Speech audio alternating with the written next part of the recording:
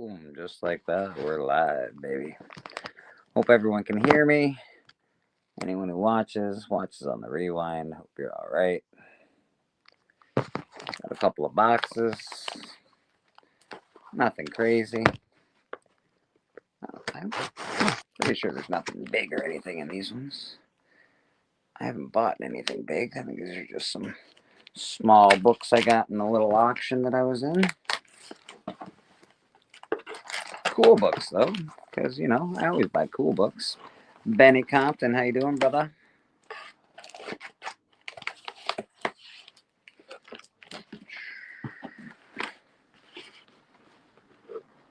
Brad, what's going on, my man? How you doing? I'm on my phone, so it's hard to see, but I can see you guys a little bit in the chat. We got Biggie Shack in there. How you doing, Biggie Shack? If you guys want a link, you're more than welcome. I'm just not tired, man. Ronnie, how's it going? Good to see ya.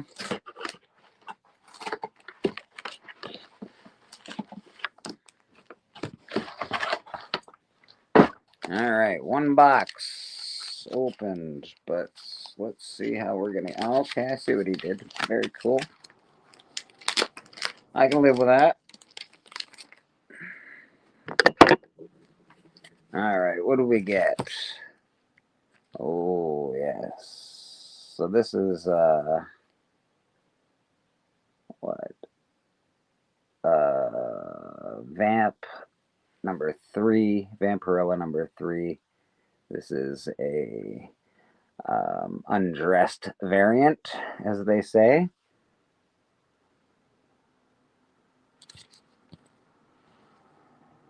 Pretty cool, actually. And this one, I know some people might like these. Wonderland Return to Madness number 2. Very nice cover.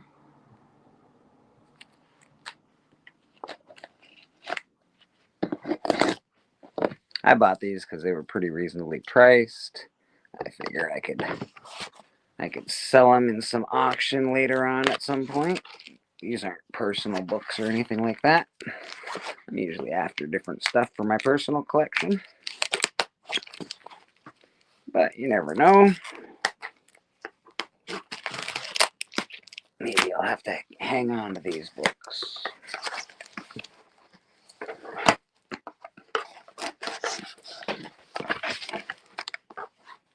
Thank you, Benny. I appreciate that. Rad, I appreciate that, brother. Alright.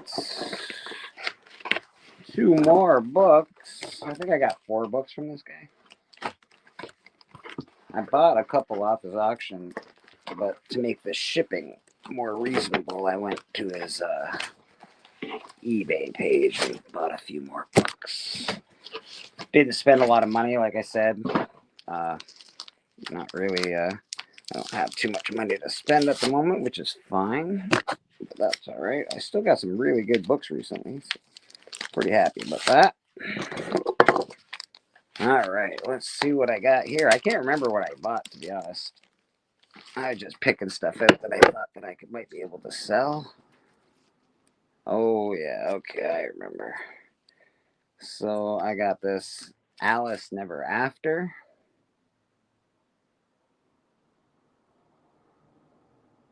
Very cool. This one is pretty neat. This is the one I think I bought on purpose. The Alien Agenda, but this is the Betty Page book, which I thought was really cool. This is a 1 in 11. I don't understand. A 1 in 11? Yes, it's a Frism book, I believe. I don't get the 1 in 11, but it's a pretty awesome looking book. And then this book I got because it's a key. I'm not super fond of Artgerm, but it is a key comic, and it's a really nice cover for Catwoman. I've sold this book before, so I'll do that again, most likely. These are all near mint copies of these books, and they were all really, really pretty reasonably priced. So There's your Artgerm. There's your Frizen Betty Page. So this is the one that I bought on purpose. And then the rest are just sort of, I just got them to throw them in for a couple bucks each. Just because I figure I can get rid of them in a lot or something, or, when you're on an auction, dudes love this kind of stuff. That's exactly it, Biggie. That's exactly it, buddy. I don't know, guys love them, man. So I don't know. But this one's really nice too. This is a variant. I know it's a Vampirella. I just can't remember which one it is. It's a really cool cover, but it is like I said, the undressed variant as well. So I do have a story. I'll show you guys another book. I got a really, really shitty story. Story time with Bleecker Street Comics. Where are you, stupid fucking book? All right. All right. Here's the story. I have another package around here that I'm not opening, but I'll tell you what's inside it when I'm done my terrible story. So I bought this book at some point in time. The John Byrne, Fantastic Four. This is the first appearance of Franklin Richards as Avatar as an adult. It actually doesn't even say that on the CGC label. Wow, what a rip, man! But it is John Byrne's story, cover and art. It is also the first appearance of Franklin Richards as Avatar. So I bought this book in a 9.4 and I sold it, I bought it for 125 bucks. Um, at the time, pretty good deal. It was a fairly hot book, not too hot, but I thought, you know what, Franklin Richards, uh, that's not too bad. Franklin Richards, I could deal with that. It's pretty cool. It might be a come up. Something could happen with Franklin Richards. He's a pretty powerful being in the Marvel universe. So I was figuring maybe they would use him. So I picked it up. Um, and I picked it up for 125, and then I sold it for 85 because the book started to go down in value. So I was like, all right. So I lost some money, sold it for 85, and it was a 9.4, like I said. And when I bought it under the premise that I could crack it and press it and resubmit it and get maybe a 9.6 or hopefully a 9.8. So I cracked the book. The guy that bought it off me, I was like, yeah, crack it, press it, send it to CGC.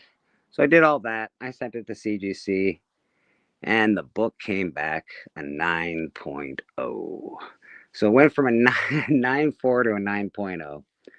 Um, the gentleman looked up the price of the book at today's current market. Right now, I think, I don't know, it's worth like $30 or something ridiculous. So he's paid too much money for it. I've paid too much money for it, and I felt really bad.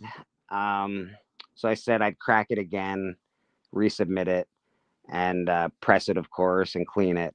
But after all the money that's been spent on this book, so you got to understand, I've spent 125 on the book. He's spent 85 on the book.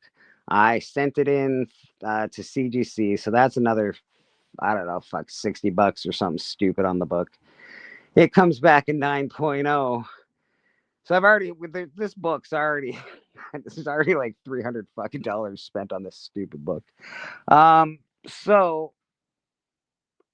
because I felt bad and because I'm a man of my word, basically I bought a 9.6 off the internet, off of eBay, and I'm sending that 9.6 to the gentleman that bought the 9.4 off me because I don't like to leave people wanting as far as, when I say something, I try to make it happen.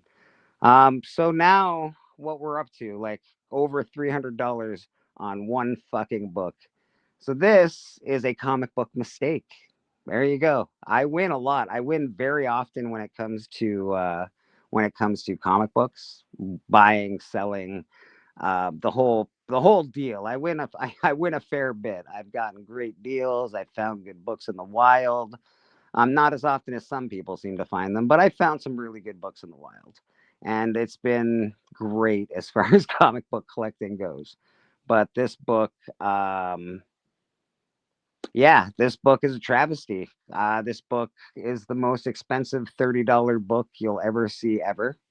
I think it's been up to at least 450 bucks spent on this one book, by me, by the collector before me, by the collector that bought it from me, and by submitting it and fucking all this nonsense, all this BS. This one book that's worth $30 right now, 35 bucks, cost about 400 bucks. So you don't always win in the comic book market. Sometimes you make mistakes. I've made mistakes. Everybody makes mistakes. Uh, it's just the way it is, man. But there are sometimes cracking books is not always the way to go. There's a lot of people that swear by it, and it's a possibility. You can do well when you crack books. Just be prepared to be disappointed sometimes as well. That's all I'm saying. Because god damn, man, this $30 book is now a $400 book. Obviously, I'm not, I can't sell it for 400 bucks, but it is what it is. We make mistakes, uh, and yeah, it sucks, man. But the point of the story, I guess, is it's not all fucking roses and sunshine out here in these in these as circumstances used to say in these comic book streets, man. Um, that being said, you got to be a man of your word. Got to make things right when they're wrong, and I hope that I've done that. Um, I don't even the person that bought it from me. He was like, "No, don't do that. Oh my God, you can't do that." I'm like, "I'm doing it." I just felt as far as karma goes, I believe in karma, so I felt it was a good deal for me to do that, and so I bought that book. I'll be sending that to them. Probably the next time they buy something from me, I would imagine. That way, they can, I, we can get it all one package up and get it going. But yeah, man, that's my really shitty comic book story. Uh, Very uncool, not awesome. Um, yeah, yeah, it really sucks, man. So yeah, I lost on that one big time. I've won on a lot of comic books, but I've certainly lost. Oh, I did see that. Yeah, what is it? Conscious Cookie Monster. I did see that, man. 9 point something $1 million for a 9.0, I think it sold for. I just saw on Instagram somebody has a 7 and they're like sending it for more pressing and cleaning. And so they're obviously trying to get that 9.0, but they've got a 7, so they should be pretty happy with that. I wonder what a 7 goes for if a 9 goes for 9 million bucks, man. That's crazy, bro. I couldn't even imagine, man. A book like that, like I wouldn't be able to justify having it in my collection. I would have to sell a book like that. Um, I'm not well off at all. I live in an apartment.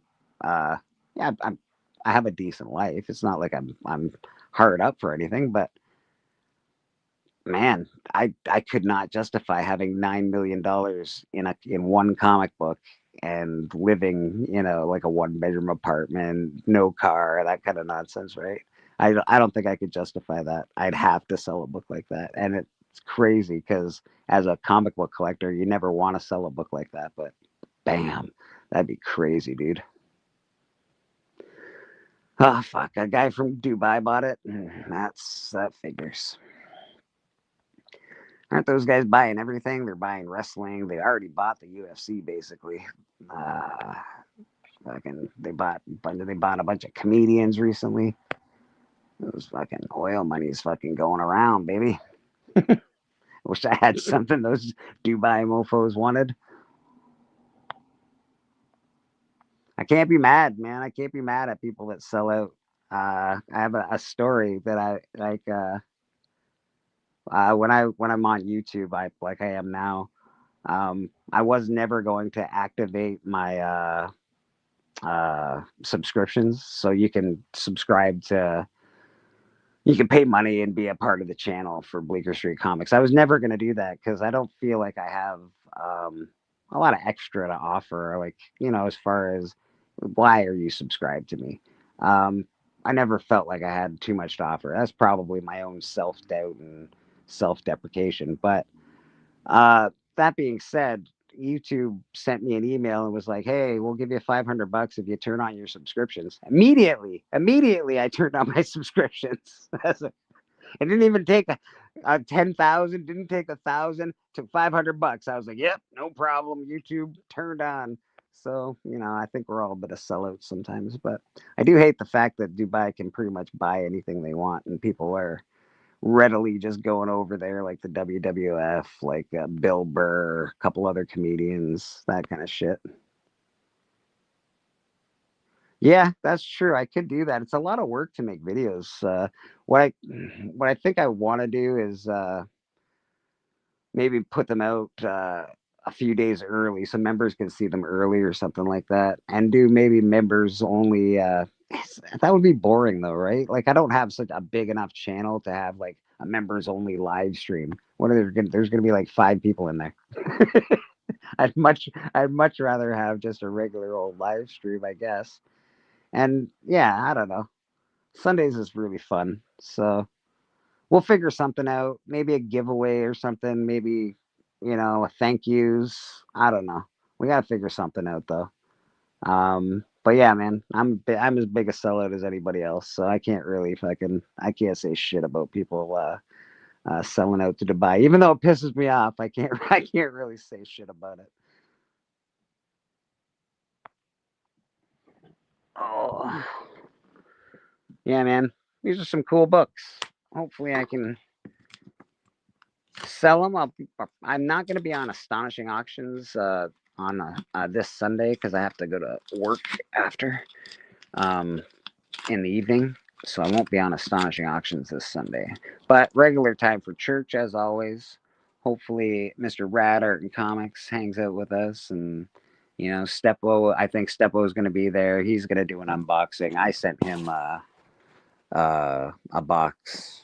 I don't know, this Monday, which is crazy. I sent out I live in Canada, so I sent out a box to 2 people on Monday, and they both arrived already today, which is absolutely insanely quick. So, yay for the mail. That's important.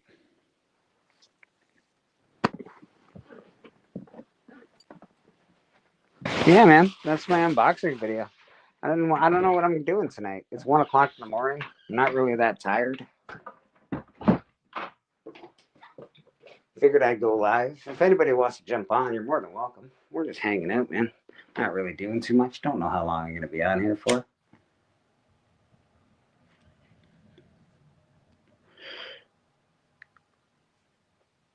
Oh, nice. That'll be a cool one. I can't wait to see that, man. Your picture of a red skull that Stephen bought was one of my favorite pieces that you've ever done. It is just something else, Rad. If you don't know, Rad's an awesome artist. Check him out on his Instagram. Uh, he does awesome art. He's always open for commissions. Go give him a follow. Go give him a check out. He's actually on the comic book that Callie and I are doing right now. We're putting together a comic book. It's not live yet, but the pre-launch is up on Kickstarter. It's called Murder King. It's pretty awesome. The art is looking amazing. The story is pretty darn cool, if I do say so myself. Um, the first book sort of introduces you to what you're reading, and the following books will really blow your mind, baby. That's what I'm hoping for, anyway. That's what I'm hoping for. The art's looking pretty awesome though, man. We got actual Dracula and rad art and comics on interiors right now. And obviously, Rad's done an amazing cover for us, and a couple other people have done some tremendous stuff. I've got a cover here. I can actually show it in a minute when I get back upstairs. I don't really like to smoke in my apartment, uh, so I smoke in the stairwell.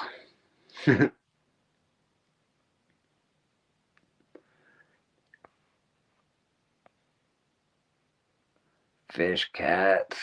I voted for you this year, Fish Cat, for the statue unboxing, but Mad Spidey, Mad Spidey jousted you out of the finals.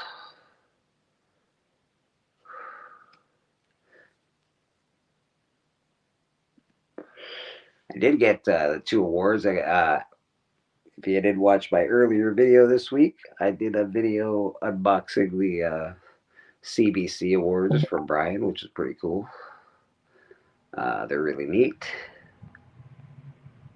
That's about it, man. Did a couple other unboxings this week, or at least one other unboxing this week. I was gonna do the story about the Fantastic Four in a separate video, but you know what? Tonight seems to be the night.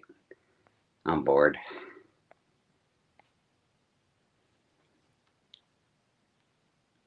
Not tired. Worked all week.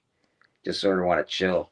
I don't know what the older I get, the later I stay up and the earlier I wake up. It's really weird. So I get really a very little amount of sleep, but that's all right. I don't mind. I just want to get all my life in while I can, man.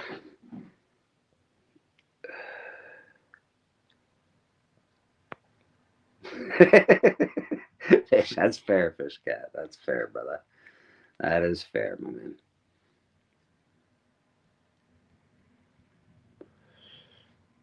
Yeah, it's a divisive thing. It's definitely divisive.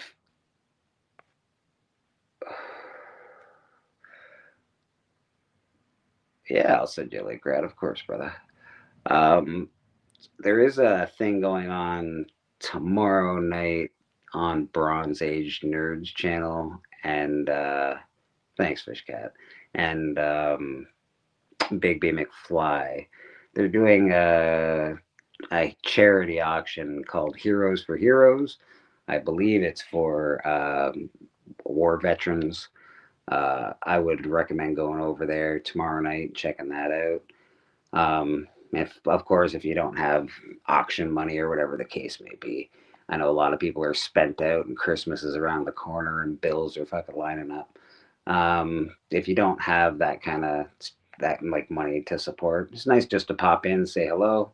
It's also nice to if you don't if you get bored of that, we are doing the hunt tomorrow night on Tony Sanders' channel, and that um, it's Hustlemania, so it's a big event on Tony Sanders' channel.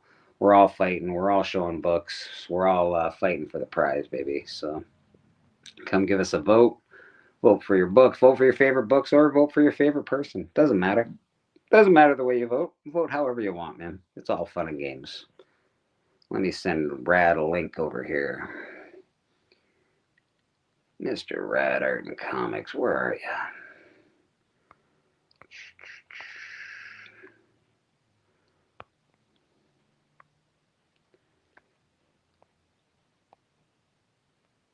There you go, Rad. Link sent, my friend.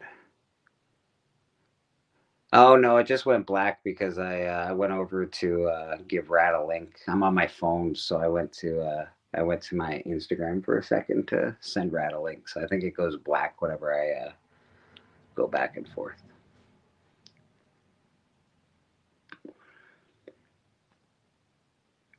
Showed some big books on Biggie Shag's channel tonight. That was fun. If you're not watching, every Friday night, the club. Some really big books get shown on that show, and of course, there's always fun and nonsense, and we're always fucking ribbing each other. So you know, it is what it is.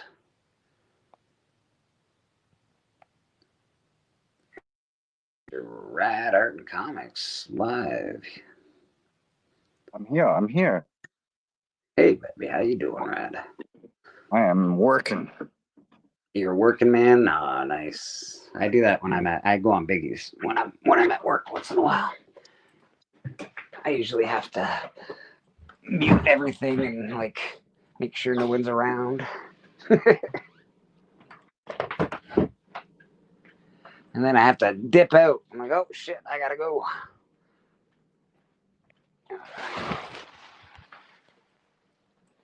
5 properties tonight. I got the first one done. Nice. 4 to go. It's supposed to rain all night, but it isn't. It's supposed to, but it isn't. I'm kind of wishing it would, so I'm kind of like mingling around, waiting for the rain to come. You're just hoping for that fucking rain cloud to burst, eh? That way I don't have to run the truck. Nice. Yeah, that's fair, brother. That's fair. Yeah, I bought some pretty cool books off a little auction. They weren't very expensive, but you know, I figured I bought the one book, so I should buy a couple others to make the shipping worthwhile. Bought a few books today at the comic shop. Nice. My LCS owner, he put back a Nathan Zerdy book for me that I wanted. Beautiful, beautiful. Happy about that. Got a yeah foil Witchblade.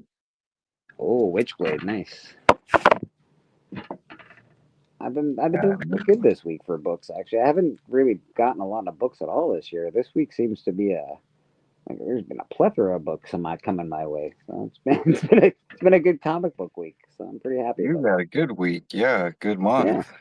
Yeah, man, I've had a pretty good little run here, so it's all right, man. It's not too bad. I get a little bummed out when you can't like get comics. It really actually bums me out. So. I get comics all the time, little cheap ones, but if it bums me out, I don't get nothing big. Yeah, that's fair. That's basically what I try to spend my money on are really big ones.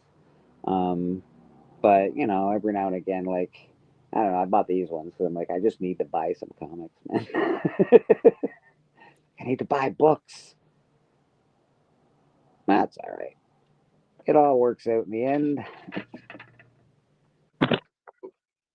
It's raining in Pennsylvania.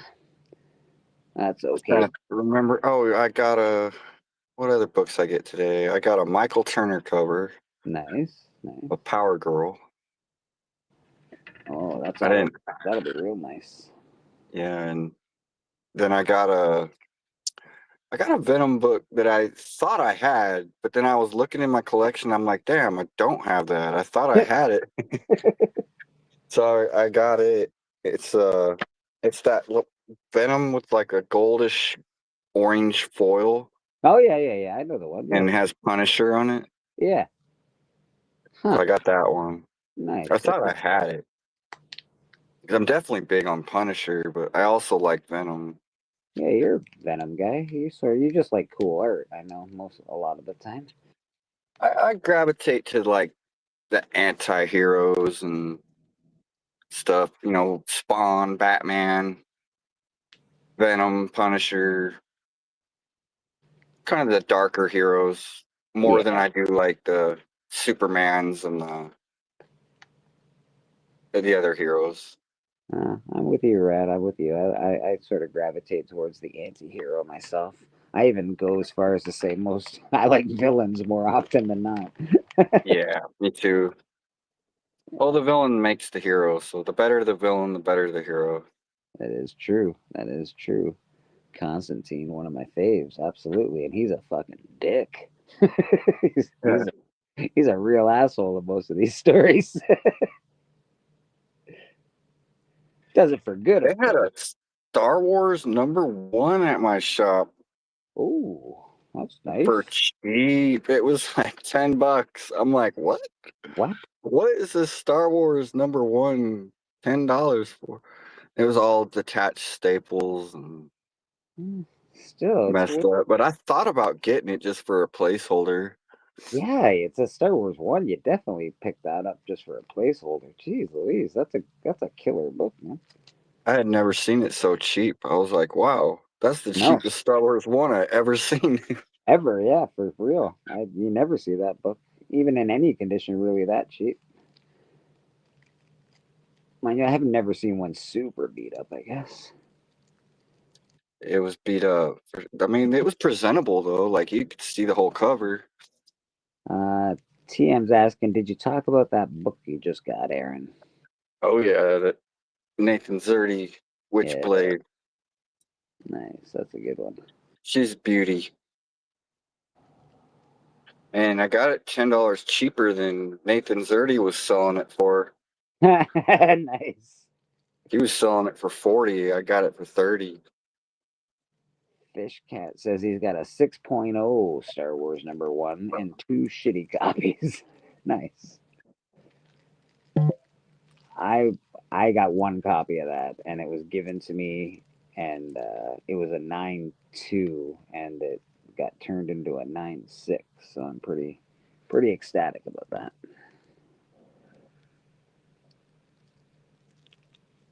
Nice little bump. Yeah, just a little bumperoo, you know.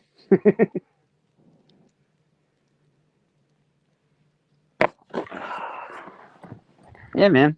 It's just a chill night at Bleecker Street Comics.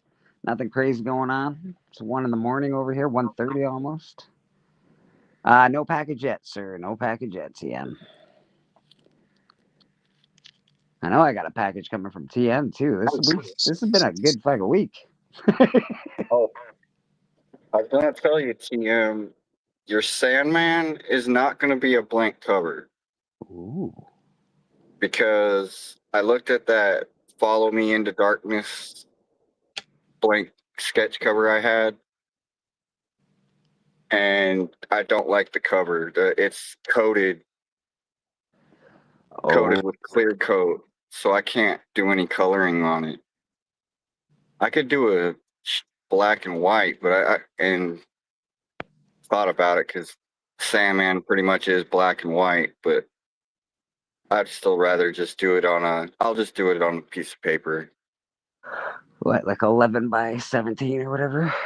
Yeah, Nice, nice. I might add in death too, since there's more space. I think he'll love it. I would imagine. Bobby Delegado's in the chat. How you doing, Bobby? Doing a little midnight mass action. Praying for all you sinners out there. We're all us sinners in here, whatever. It's all the same.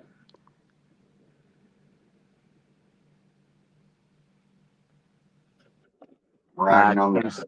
TM says he's going to be sending you something. Just give him a little bit of time. You ain't gotta send me nothing.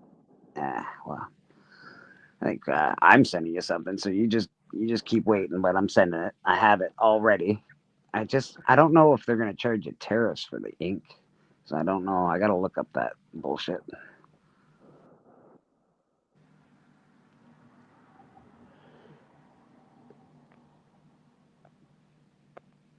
Yeah, I gotta put a little package together for TM. I'll try to get it off probably Monday, Tuesday if I get that picture done. I have 3 things to mail that people bought from me so far, so I still got those to mail. I'll probably mail those out tomorrow. And Rad, I'm gonna make that promise to you now that not in 3 weeks from now I'll mail out a package to you. No worries, no. I just figured out my finances when I get paid and all that. I think 3 weeks will No do it. rush. No pressure, no pressure. We'll get it. We'll get it done.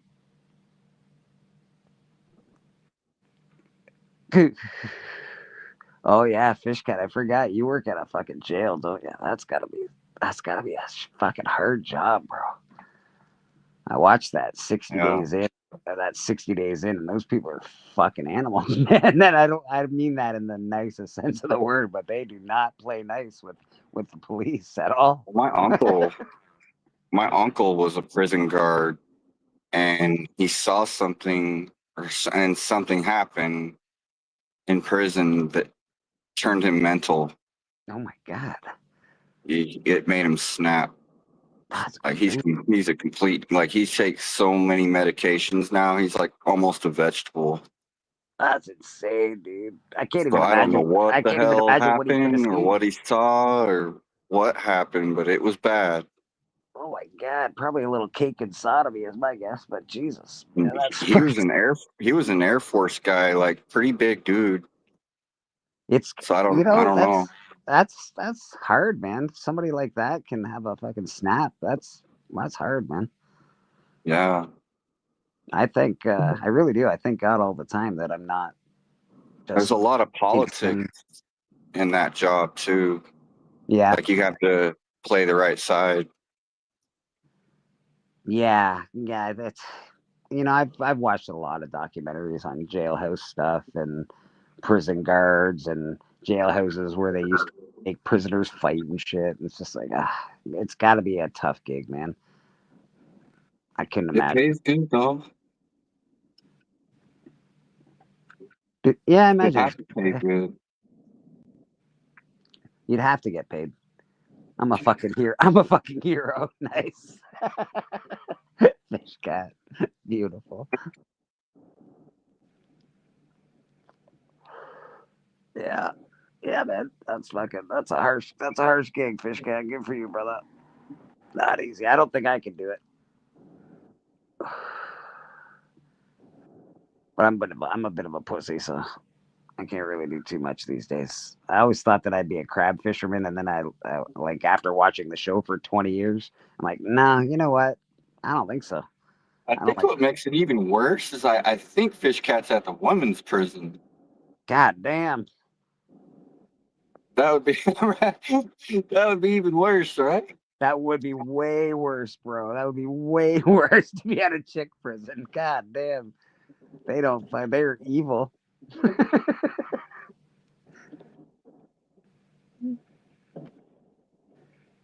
Yeah, I don't blame. Yeah, fish. I get that, brother. I haven't tussled or done anything like that in years now. I used to be a bit of a scrappy feller, but not anymore, man. I avoid trouble at all costs. Somebody says, "Hey, I want to fight." I said, "Good luck. I'm gonna go that way. I hope it works out for you."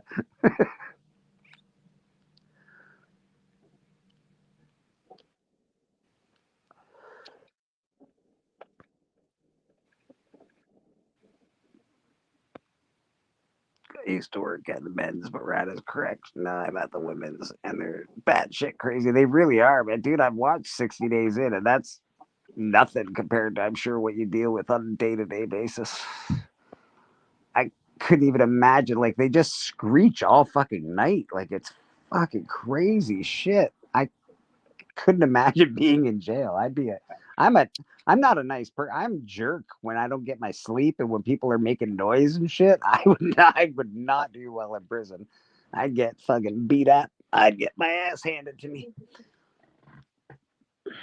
Well, luckily I kept myself clear from that place. Yeah, me too, brother. Honestly, I'm very lucky that I didn't go to jail or anything stupid. So I've been thank to God for that jail one too. back when I was like 18. I went to jail. Did you go? Yeah, you went to. I went. I've been to jail overnight a couple of times. Yeah, just overnight.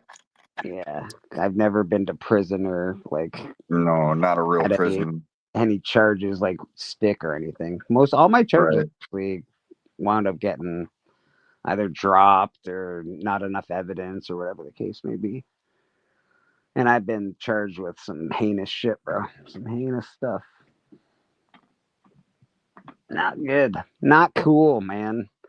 I My beat a stepdad and my mom got in a drunken fight one time, and I was drunk too, and I beat the crap out of my stepdad. Turned oh him into the Elephant Man, and they oh. put me in jail overnight. See, yeah, I'm a late sleeper too, TM. So that would be fucking me. I couldn't do it. Yeah, not good. Bobby says he's been in the drunk tank, but that was a long time ago. Yeah, I got put in jail overnight for like fighting twice, really bad fights, like assault, causing bodily harm, that kind of shit. And then I got put in jail for possession with the intent to distribute. I had so many bags of fucking shit on me, man. It was insane. It was insane. He's like, he asked me, he says, "Do you have anything illegal on you?" I'm like, "Nope." And then he checks me. I've got one of them fucking goddamn 90s leather jackets. It's got zippers fucking everywhere. And Hmm. first zipper, 4 bags. Second zipper, 8 bags. I'm just like, God damn. And then he looks at me and says, "So you lied to me." And I'm like, "What did you expect me to do, bro? You expect me what? What do you mean I I'm lied? gonna admit guilt. Of course I fucking lied to you. You're the police. I think that's what I'm supposed to do." Needless to say, I got arrested. What a fuck! I was an idiot kid, man. What a dumb kid. This is, of course, years ago. Anybody that's listening to this is, I don't know, 28 years ago now. Jeez. Yeah, it's been over 20 years since I got in any trouble. Yeah, I don't really get into too much I trouble. settled down once I got married and had kids. I really settled down a lot. I was wild. Oddly enough, it was COVID that settled me down. I Hmm. I was really wild all the way, almost up until COVID. I was really heavy alcoholic. I haven't drank since, really. I have a full cupboard full of booze that I haven't touched in fucking 4 or 5 years. There's no need for it. I don't know why. I don't know how it happened, but now I don't go out. I wouldn't say I'm agoraphobic, but like I have weird fear about like hanging out with people and being around, I don't know, fucking groups of people. I just don't like it as much as I used to. I guess not drinking is probably what did it. I don't have that shield of being wasted.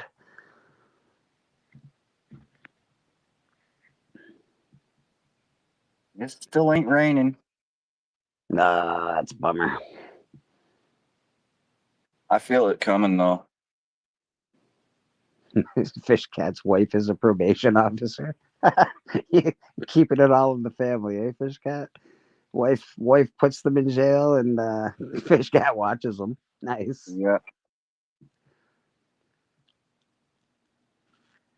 that sounds like a TV show. You found a TV show. Where'd you find it? No, I said that sounds like a TV show. Oh, okay. I'm like, Jesus, what do you mean you found a TV show?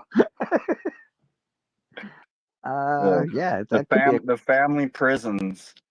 that actually could be a good TV show. Fish Cat, we're giving you a solid idea here, buddy. You can run with it.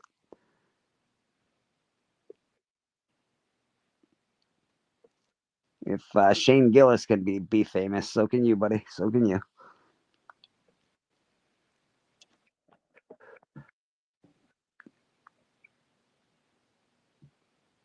You know what I miss? I miss fucking CJ. Where the fuck's that guy? I haven't seen CJ in a minute.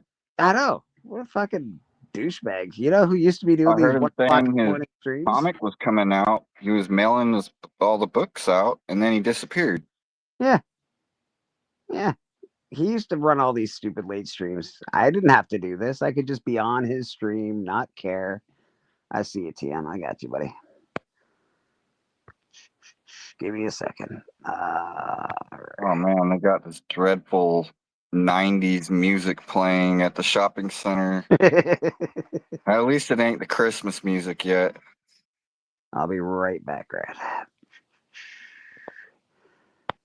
All right, where are you,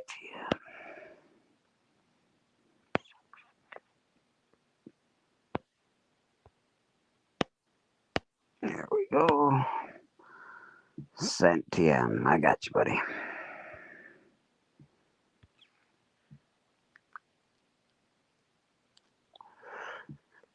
I found it really disheartening. Maybe Jonah's son is just really has a really good nose or something. But I I sell comic books and I smoke cigarettes, but I don't smoke cigarettes around my comic books. I go all the way downstairs, and there's a door to my apartment. And so I sold some books to Doc, and he was like, "Yeah, my son opened them." He was like, "You got this from a guy who smokes, didn't you?" I found that really disheartening. I'm like, I don't even smoke in my apartment. How the hell is he smelling cigarettes on my shit? Maybe he smelt the green. Maybe that's my Yeah, guess. that does give a little bit of a smell. That's my guess. He probably smelled the marijuana. Doctor took it as cigs.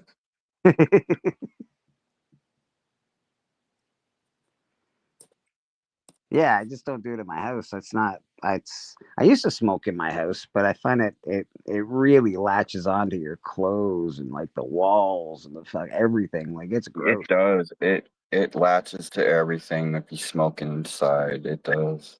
Yeah, yeah, I really. found that too. When I moved to my new place, I couldn't believe cleaning my old room. I was like, oh my God, it stuck to everything. And then like even my dressers and inside the drawers and Yeah, everything. I was like, Wood, wow, yeah, wood's the it's worst. everywhere. Yeah.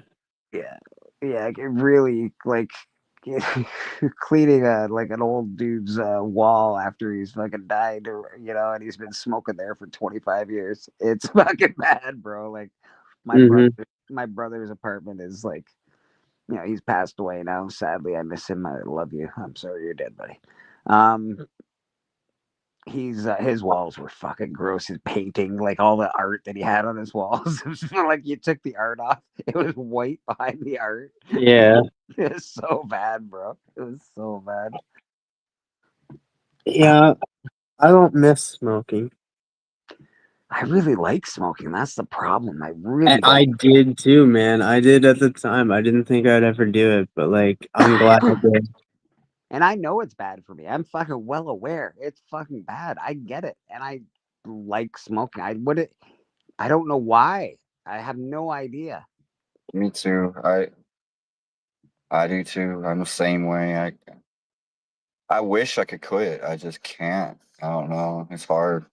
I thought about going on the vape. I went vape once and it worked, but it didn't make me quit. It just made me vape.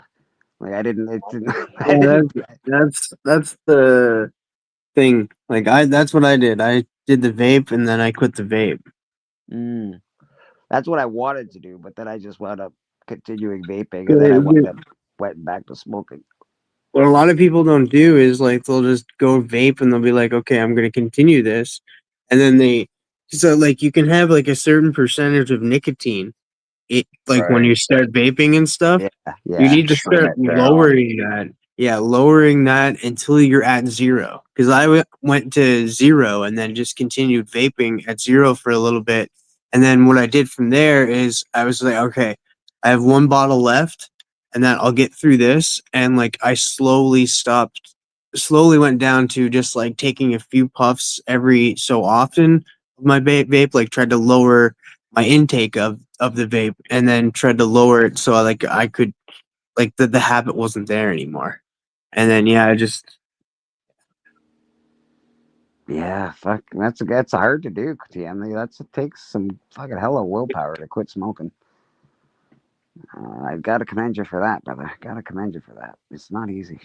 and that's right around the time that I quit hard drugs as well. Ah, yeah, that'll do it. Yeah, that'll do it. I Yeah, never I never got on any hard drugs, luckily.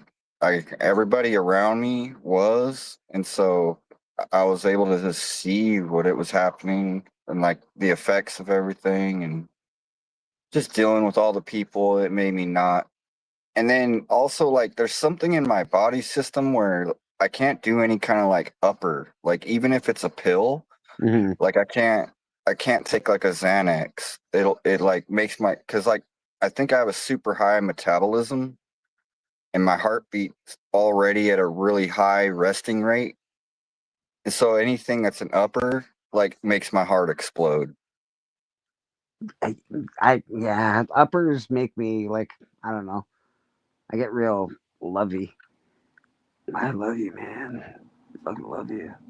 Let's get some more. I've always loved I've always loved God's grass, but I've Yeah, always yeah. been, my whole life, like, but I can't drink even. I can't even drink alcohol. I think because Yeah. both my parents were bad alcoholics, and I think Mhm. that had some kind of effect on me. And I can't drink at all. Like, I'm, I'll I'm drink an one I'm an beer like a year.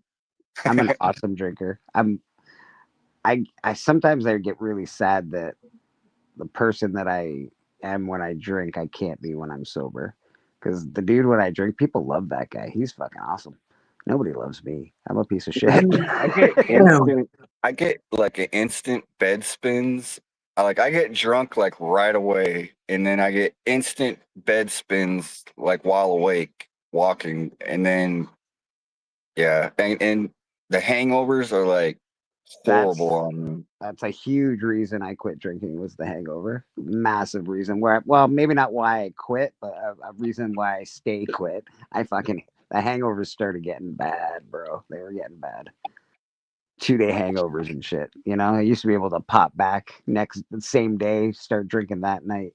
Not anymore, man. I was getting bad hangovers, and then I wasn't blacking out while I was drinking, but I was blacking out from the point of when I was leaving to the point I got home. I couldn't remember leaving the bar, and I couldn't remember getting home, and that's when I was like, Mhm.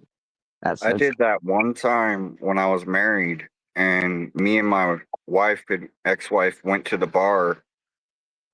And the next morning I woke up and I said, "How did we get home?" I don't not even remember driving. I drove like oh jeez, far Louise. all the way across Yeah. town.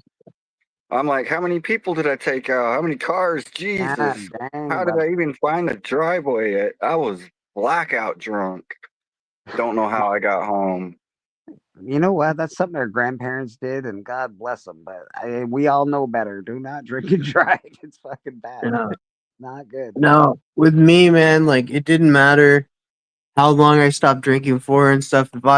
If I got drunk, I'm drinking all night. Yeah. And like it would be morning before we finished. And if the morning if it was just too bright to go to sleep, we just continued drinking all day and stuff. Like it just got out of hand sometimes. But I I, was never really that big into drinking due to the fact that like I hated losing control sometimes, like because like it feels like you just don't have the control that you want, right? Because like you feel like you're on autopilot for the most of the time. I feel like that's what I loved about it the most. I always feel, I think I feel always, I feel afraid. I feel small, afraid. You know, all those feelings that everybody feels, but you don't say it out loud. And then drinking makes you not feel like that. Drinking makes you feel Yeah, like what I say is pretty smart. Go fuck you, even if it's gibberish. It's the smartest gibberish you've ever yeah, heard. Yeah, fuck it. It's yeah. it's dumb, but it is what it is. Yeah. Let's talk about the elephant in the room. Why did they? Excuse my language. I'm gonna swear right now. Why the fuck did they fucking cancel Last Ronin? I Oh know, yeah, yeah, right? yeah, God dang dude. Paramount stupid. So I'm thinking possibly they were like, hey, maybe like, and I don't know. This is me kind of like guessing. Paramount's probably like, oh, you know what? Why are we ending it with this? Why don't we start a new live action series and end it with The Last Ronin? Because it's just shelved. They didn't cancel it fully. Like it's just shelved. So I'm thinking like, hey, maybe they're just like, we should start from the beginning, tell a beginning story, get used to these characters, and then tell the Last Ronin story. Like, Not saying that that's what they're doing, but hopefully that's their thought process. how do you just people are really like? Did they It's not so catch any of sad. the buzz? Did they not see any of it? There is still I don't know if but there was a video game also in development, Yeah, Yes, yeah. I don't know if and that's going on either. I I'm don't know if I, that's going. one. And see, that would be different too because that would be separate from Paramount. I That don't would know be if it was. Like Well, Paramount I might don't know. buy I don't know if they Tyler. have the game rights. I don't know either, brother. I don't know if the game's going to be canceled or not. But I do know that if you have a book that is one of the best selling Teenage Mutant Ninja Turtle books of all time, and you don't put a fucking movie to it, you're an idiot. That's what I do know. Yeah. Like, Rad, do you know who Nice Porsche. bought the, what's that? Oh, sorry. Green Porsche just drove by. It was nice. oh, Oh, nice. Do you know who bought the game rights to The I Last Ronin? Who don't. was going to I produce it? I thought it was Rockstar. Maybe not though. Because like that's where it not goes the iffy, right? Because like that would be Insomniac Games is doing Wolverine. yeah. That's one of the biggest games I'm looking forward to next year. It should come out before Grand Theft Auto. So I'm thinking like maybe the possibility that The Last Ronin game still comes out because it's like if it's right and it's Rockstar, then they could be like, well, we have the game rights. We're not tied to Paramount at any. Like I don't know if yeah, I mean, like we don't know Paramount. the I'm contract at trying all. to think of any Paramount games. I don't know if they have a game division. I don't know. It's set to be released for PS5. Is Windows and Xbox Series XS. His last Developer. run. Actually, no, that's not. It's hard to find good information for this shit. Why was last running canceled? I don't care. I know why, because they're stupid. Yeah. I also heard Fantastic last- Four is crossing over with Planet of the Apes. Oh, that's weird. Yeah, I don't like it. The Last Ronin is an upcoming action RPG from Black Forest Games and THQ and THQ Nordic. Oh, that's a good one.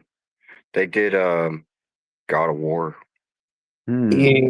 So I think the game will definitely still come out. I don't think Paramount has the say so on that. So you can still anybody looking forward to The Last Ronin that Hopefully has that's a big coming. system, that'll still probably come out. Unless That one's probably far away because I haven't even seen any screenshots, any kind of development progress. Just an announcement that it's in development's all I've heard. Don't they usually release games? Sad to say, coinciding with movies. damn, no, you know what? Shoot, I totally forgot this. What? I was just gonna be like, oh yeah, because like the only person that could really come in and say something is Nickelodeon because they own the rights. And then I was like, wait a second, Paramount owns Nickelodeon. Yeah, they could cancel it. Yeah, I'm that because if they're not doing the movie, they wouldn't put out the game. Why? Unless they, I don't know. That's the thing they're gonna give to more adult collectors, and then they're gonna do a kids movie because that's what sells. I don't know. It also sounds like Brainiac's confirmed now. Yeah, Yep. yeah. It's definitely. I wonder if it's the first Brainiac or Brainiac 5 they're gonna use. Curious. It's probably the first Brainiac. Hopefully, Probably the first one. It is James Gunn. He does do older characters. So. And newer characters. I don't know. He's pretty good, actually. He likes a lot of shit. he could introduce them both too. Yeah, I wonder if he'll introduce a younger version. Yeah, because Brainiac 5 is like that would be cool. I know Matt would be stoked because then it'd be like, oh, they're bringing in the Legion. Yeah. then, Without a doubt, bringing in the Legion if they continue that route. Because I could remember his name, but I just thought of this. The artist of the Last Ronin comics, he has a YouTube channel, and he just posted some videos, and he talks about how to get into comics and how to make the plunge, like to be a full-time artist and stuff like that. But he was talking also that he's gonna open his studio to once a month to come get original Last Ronin art in his Ooh. studio, and it's in Portland, Oh, fuck which me! is where I'm gonna send Steven. Steppo, Yeah, I'm gonna send yeah, Steppo over. Steppo, you gotta go. go get us some original Last Ronin art. Yeah, that'd be awesome, dude. Fuck. Yeah, that story was good. I'm not really even a He's turtle a young guy. guy. Like, I don't love Ninja Turtles. I did, like, obviously they were great when I was a kid. I loved the cartoon. I loved the movies, but it's not like it's my first love and it's what I truly, admire. But the Yeah, last you were Ronin was probably a little good. older, so I noticed that the people that were a little older than me, they didn't really like it as much as I did. Like my like there's like little sections of ages that kind of stick to what they liked. Sure, You're sure. more probably towards a little older, Just like a touch, just a He-Man, touch. But I did, Transformers, Yeah, but I did Bleeker's an love the, older.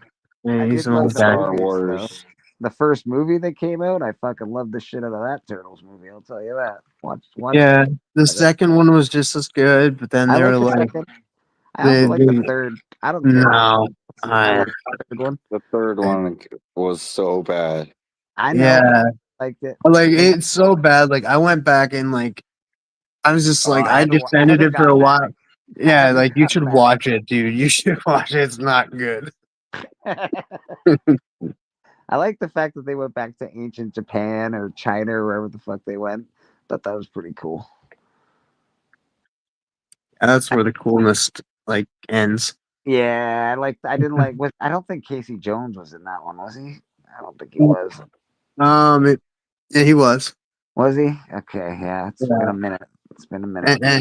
and Splinter, and yeah, it was weird. Are you doing Hustlemania? Oh, I'll be at Hustlemania, Bobby. Don't you worry about what I'm doing. I'm the champ. I'll be at Hustlemania too. Oh, this guy is just coming out of the woodwork for Hustlemania. Yep, I was invited back. Hit me up twice. I Hit me hate up when last I'm time. watching YouTube and then like I see all these people and they'll like show some books and I'm like, oh man, I'll take a mental note. I gotta get that book. I gotta look for that book next time I'm at the comic shop.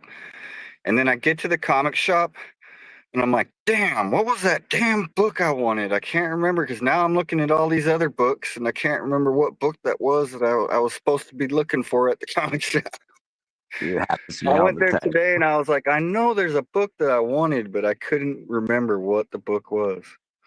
It's like I start looking at comic boxes and my mind goes completely blank for what I was fucking came into the comic shop for.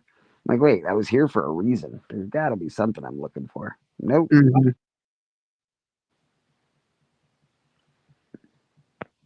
Yeah, man, Hustlemania should be fun. If you're not watching Tony Sanders' channel, The Hunt, they do a really good giveaway every week, every other Saturday. Sorry, not every week, every 2 weeks, every other Saturday. It's a great giveaway, and I think the fighters this week are fighting for $100. So Yeah, I was unsure if I was gonna take it or not because I'm in another competition. I'm trying to win that one, so I don't want to be greedy. be greedy. I could take all the money. And so I don't know, but I'm gonna play. I'm gonna have some fun. You guys see my new unboxing that I did? I don't think so. I think I was at work when you did that. Dude, look how big these leaves are I have to clean up. What, let me make Rad a huge. Let me make Rad. Huge. Just like that leaf. Damn, Hold on, Rad. Give me a it's second. like as big as my head. Can't. Thing's huge. There he is. That is a big leaf. It's a very Canadian leaf. What are you doing over there? Yeah, are you at the border? Nice. You're in I gotta Canada. clean all this up. That damn thing, Rad, it won't Rad's been drop him telling you, either. It keeps holding on to him. Like, just let him go, man. just let it go. Let it go. Don't Let even. it go. Don't even. Stop. Nobody wants Elsa. Yeah, Rad's been lying to us the whole time. He lives in Canada. Like, those look like maple leaves there, bud. I think that was a maple tree. That's fair. That's fair. Look at that. I know my I leaf. think every kind of tree there is grows here. Yeah, that's fair. Yeah, that's fair. It's Georgia. You could throw something in the middle of the parking lot and it'll start growing. Yeah, I don't think maple trees are straight from Canada. I think they're everywhere.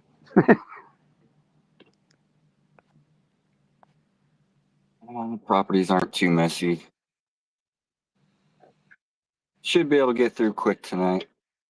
So, what do you do in the winter? Do you have winter there? Do you get snow and shit, Red? We might get like a couple days of snow, but like it'll melt after a day. All right, fair enough. But like, I don't know what, like we're kind of right at like Georgia. I would say it's like kind of half and half, like north and south. Like the southern, they get no snow, and then it gets Right. super hot. But I'm in the upper northern part of Georgia, and so I'm right at the cusp of where we do kind of get like the touch of snow. Yeah, fair enough. Sounds like pretty nice weather, actually. Yeah. Although I've seen it pretty hot in your area too. You were dying. Yeah, it gets pretty muggy in the summer. Yeah. I tell you what, I don't miss all that snow. I kind of like it better here. I Less snow. I'm with you, buddy. I'm Canadian, and I'm like, no. I'm native. We traveled where there was no snow, so I I grew fucking up in the hate the snow. snow. I grew up in the snow. I grew up in Montana, and yeah, but it was snow from Halloween till March. I wanted the snow. I want the snow. Why would you say that? That sounds evil. But you get lots of snow where you're at, TM, don't you? You get fucking shit tons of snow. Yeah, we got a lot of snow. What really gets us is the snow drifts. So we get like a lot of snow, like up to the power lines and that, and covering our doors so we can't go outside. Oh, that's why you wanted the snow. You're like, I can't go out. I'm stuck. Sorry, guys. Yeah, I don't have to go out in public today. They're pretty good at clearing shit out here. We don't get like a ton of snow, but once every few years we get hell dropped on us.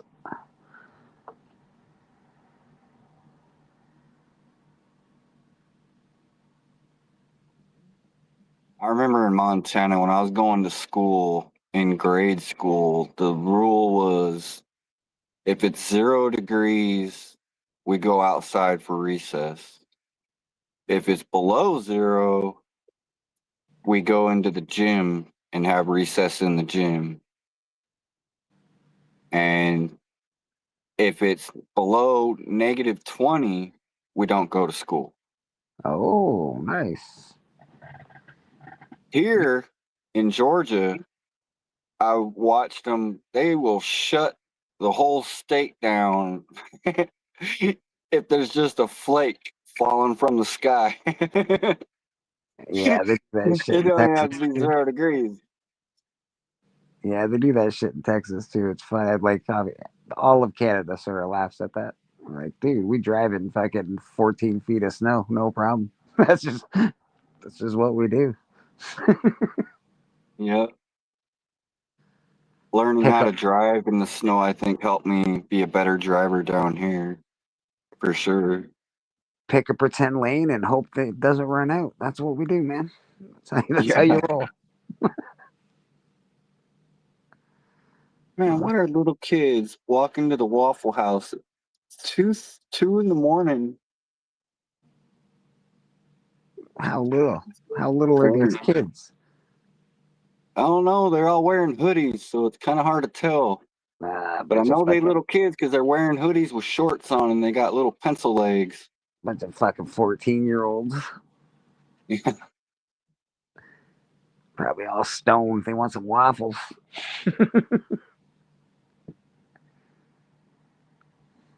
Yeah, same here, Bobby. We get all 4 seasons, definitely sometimes in one day. It's brutal here. It'll be sunny, fucking snowy, haily, fucking rainy, back to sunny. It's brutal. Only bad things happen at Waffle House at 2 in the morning. Yeah, that's fair. I would have to agree with that. I think only bad things happen at 2 in the morning, like after 2, even after 1, like 1 o'clock. I used to like cutting off my night at 1 o'clock and going to where we were gonna settle in because between that 1 and 2 o'clock, and then of course the after 2 o'clock when everybody's trying to go home from the bar, uh, it gets fucking wild, man. Fights and fucking all sorts of fucked up shit happens. So yeah, I used to like trying to go home between 1, like just around 1 would be good. 1:05, 10 after. That's a good time to get out of there.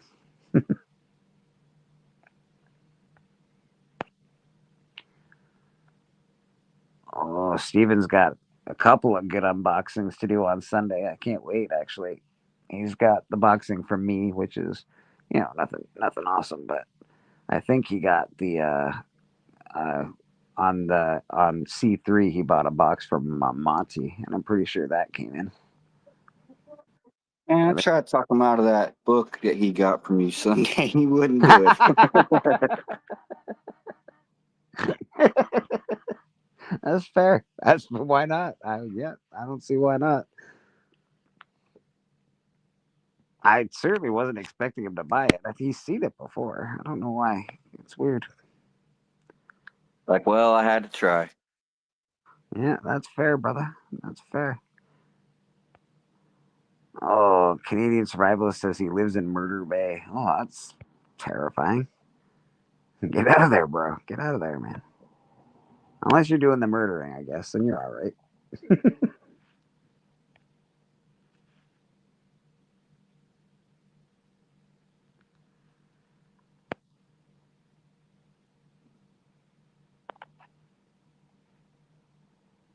I didn't know he liked Witchblade that much.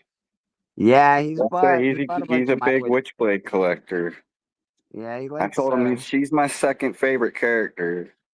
He definitely likes her. The Darkness is my first. Well, He's probably Batman, The Darkness, then Witchblade. He's bought Witchblade off me before, like my Turner covers. He's bought those off me. So he does have he's definitely got a Witchblade collection. He's got a Xena collection too. He likes Xena books. I'm a Michael Turner collector. I'll buy Yes. any Michael Turner book. It don't matter what it is. Yeah, that's fair. He's really good.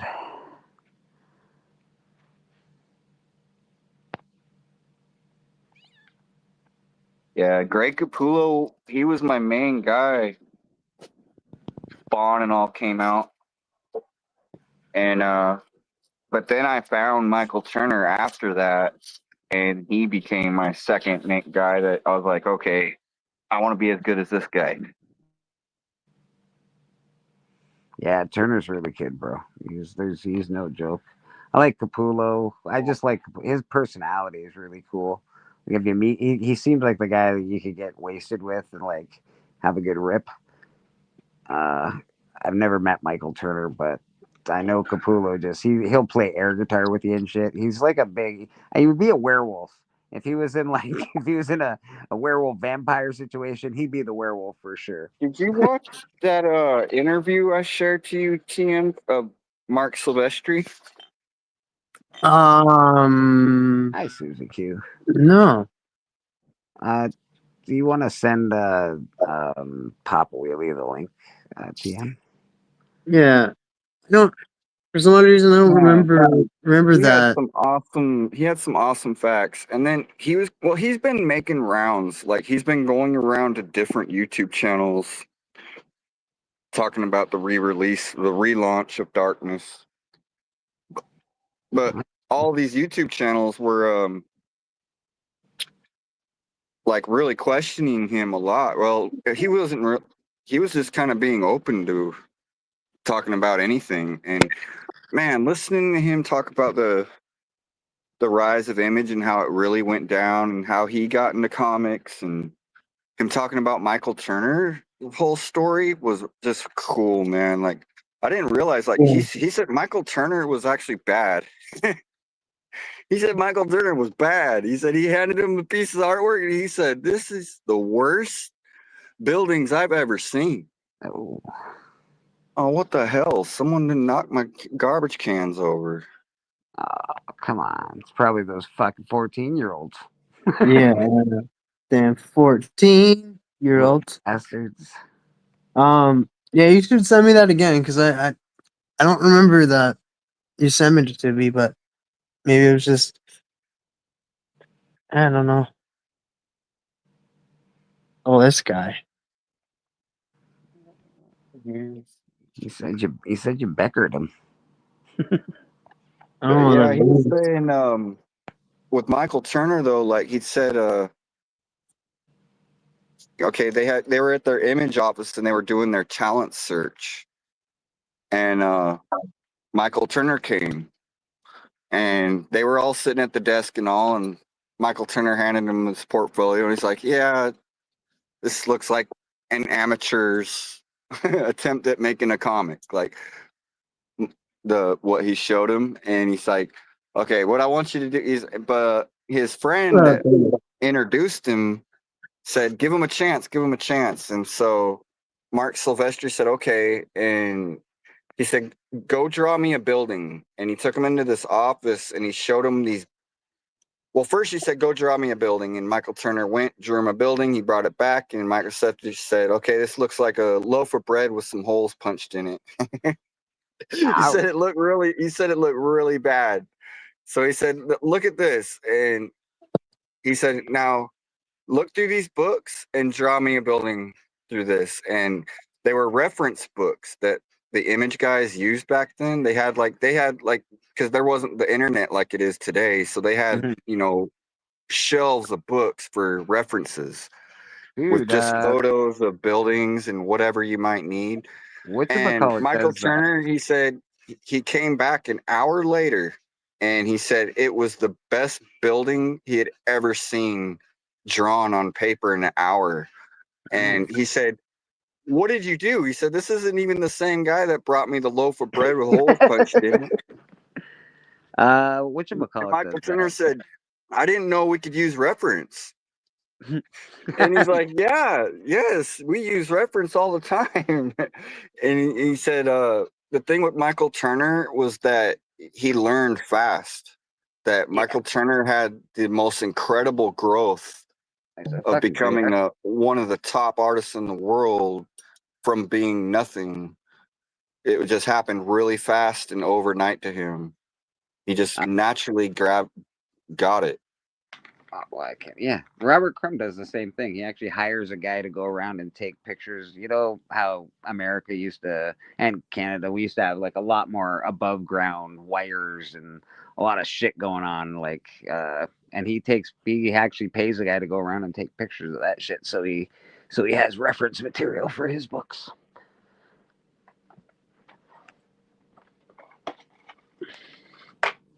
TM made me come. TM, What? did you do your homework? Dude, whoa, Don't whoa, say whoa, that. whoa. All right. Yeah, dude, what the hell, man?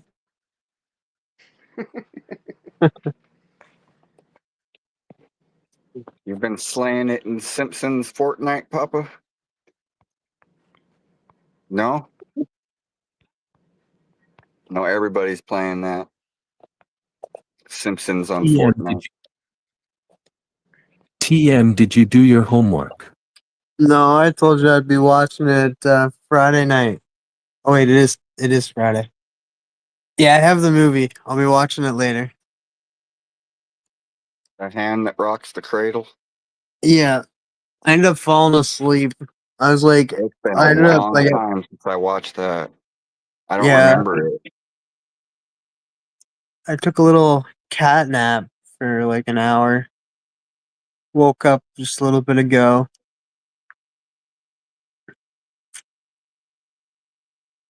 Well, I guess it's not really a nap. You should be really sleeping at night, but I guess it was a nap. Yeah, I'm still bummed about the last Ronin. Yeah. Did you know that Papa had something to do with it?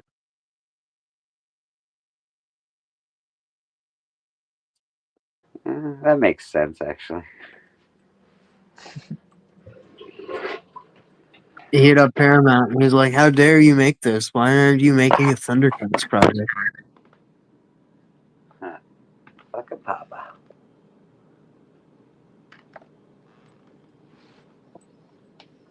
Who owns the? It's Universal that owns the rights to He-Man, right? I think that sounds right. I think Hasbro still owns the rights to He-Man. Yeah, but like the movie rights. They might be leasing it, but yeah, maybe. I don't think Are they they, sold. are they making the movie? So the reason that He-Man's never been made into a movie yet, they've tried a bunch of times, but the people that own He-Man were like, nope, sorry, we don't like that script. So they've scrapped fucking tons of scripts. So I'm not sure how it works. But yeah, Is He-Man Hasbro or Mattel? Mattel. It might be Mattel. I'm not really sure how it works, but I know that the whoever owns He-Man has like said no to a bunch of movies. They are replacing it with a more family-friendly movie. It's fine. He-Man's not gritty anyway. It's supposed to be a family-friendly thing. No, I think he meant the Turtles. Oh, the turtles, yeah. Stupid. Yeah. See, I told you he had something to do with it. It's dumb. I think He-Man. When you describe He-Man's supposed to be like Thor: Love and Thunder, I honestly think that's probably the right speed for He-Man. That's that's sort of He-Man. I get that would make sense. It didn't make sense in Thor: Love and Thunder because Gore the God Butcher is an amazing story by itself. Um, Female Thor is an amazing fucking story all by itself, and then you mashed it up with a bunch of shitty jokes and terrible CGI and just awful shit. But this movie, it might actually work as that kind of sort of a fun movie like that. It's not what I want to see, but it might work.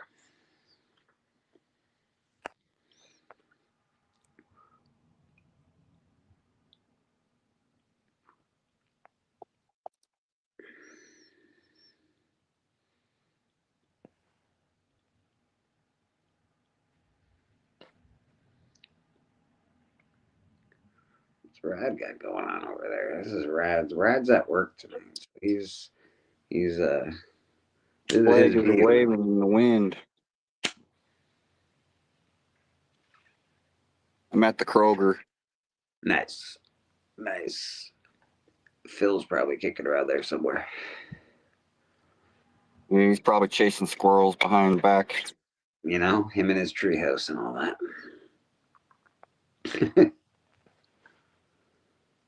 Oh, did you hear Bubbles got in trouble? I don't know if it's true, but I think Bubbles is in trouble. Yeah, sexual assault. Well, you don't have to say that. I'm That's why sorry. Bubbles is in trouble. Jesus, TM. I'm sorry. I'm sorry.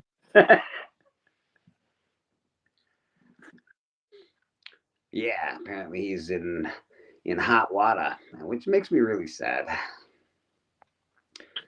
He was the craziest one. Like you watch the show and you're just like, oh, he's a laid back guy and stuff. But like in real life, it was the guy who played Ricky who was like the more laid back person in real life, and Bubbles was the like he was out there. Yeah, so that sucks. Anybody like watching the Trailer Park Boys? I like the Trailer Park Boys, but I bet you they're going to be taken off the air pretty soon. Well, they already off the air. They only did. Fully off the air. You can still find them. Oh yeah. They're all on. I think on HBO and stuff like that. But they continued going on with the show and started doing the cartoon, which was pretty good. Yeah, I did watch a couple episodes of the cartoon. They're able to do stuff that they weren't able to do in the real show. I wonder how that works. 'Cause I know like Neil Gaiman, if you get canceled, you can't make money off of your properties. I wonder if they'll pull the show from all networks, so they won't be able to make any royalties anymore. Which sucks, man, because it's like it's not just him you're Yeah, hurting. yeah, that's what I'm wondering. I wonder if like because it's not everybody, right? It's that guy. So fuck, I don't know. Yeah. Yeah, they'd have to do everything. They had the swearnet.com thing that was pretty cool. They're always at cons. Like they're always out here at a con or doing like a car show or some shit like that. Oh damn. That's what I Maybe. heard too. Canadians. No, I did hear that. It does sound. If you look into it, it does sound a lot like it's a 10-year-old or 12-year-old claim. Oh, Yada yada. So oh there, man. there may be validity to that. I don't know yet. I'm hoping the outcome is fine for the boys, but you know, it is what it is. I always enjoyed that show. Are we talking about Bubbles, Michael Jackson's chimpanzee? No, we're talking about we're talking about Trailer Park Boys. Uh, yeah, yeah, yeah, yeah. Just Trailer Park Boys. Always a good show. It was fun. You know, I don't know. Do you guys get to watch Trailer Park Boys in the States when it was at? I know it was a Canadian show, but I don't know if it was how wide it was broadcast.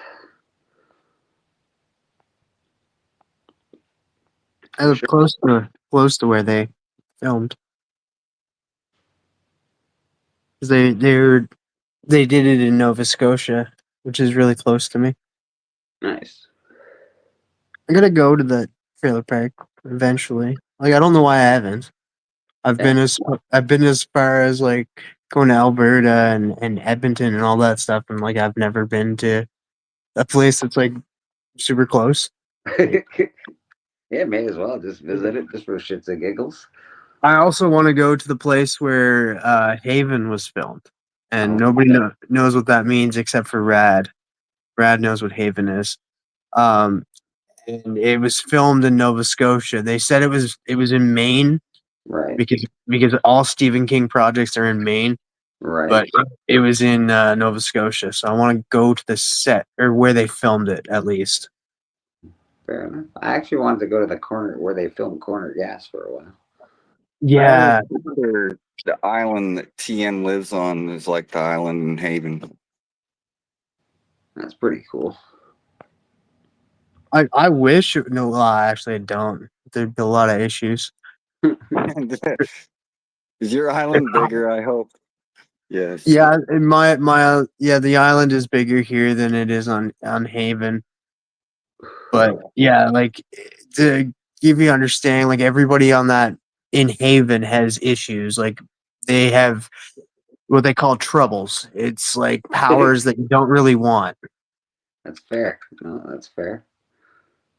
Yeah, I also don't want to live where True Blood is either. Everybody's got some weird shit. Everyone's a dog or a vampire or something. It's like, all right, I don't want to live in these areas. It's terrible.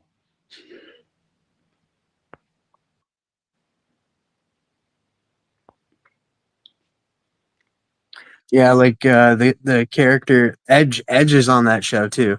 There's a good one. Oh yeah, Papa does know that show. The wrestler? Yeah, Papa does know Haven. I'm sorry, I remembered that now. He's on that show. He's good He in plays it, the too. character called Dwight. His power is that he's a bullet magnet. Doesn't matter who's standing beside him, where the bullet shot and stuff. If he's in the vicinity, the bullets come towards him. Haven was awesome. Kingdom Hospital was another good one from Stephen King. Ooh, Jeffrey, yes. I think you got TM's love for that one, Jeff. There you go. I love it. TM is our resident TV and movieaholic.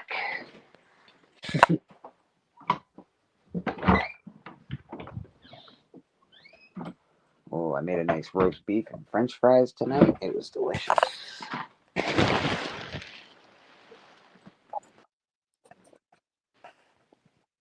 Practicing a song to make a video. That should be fun.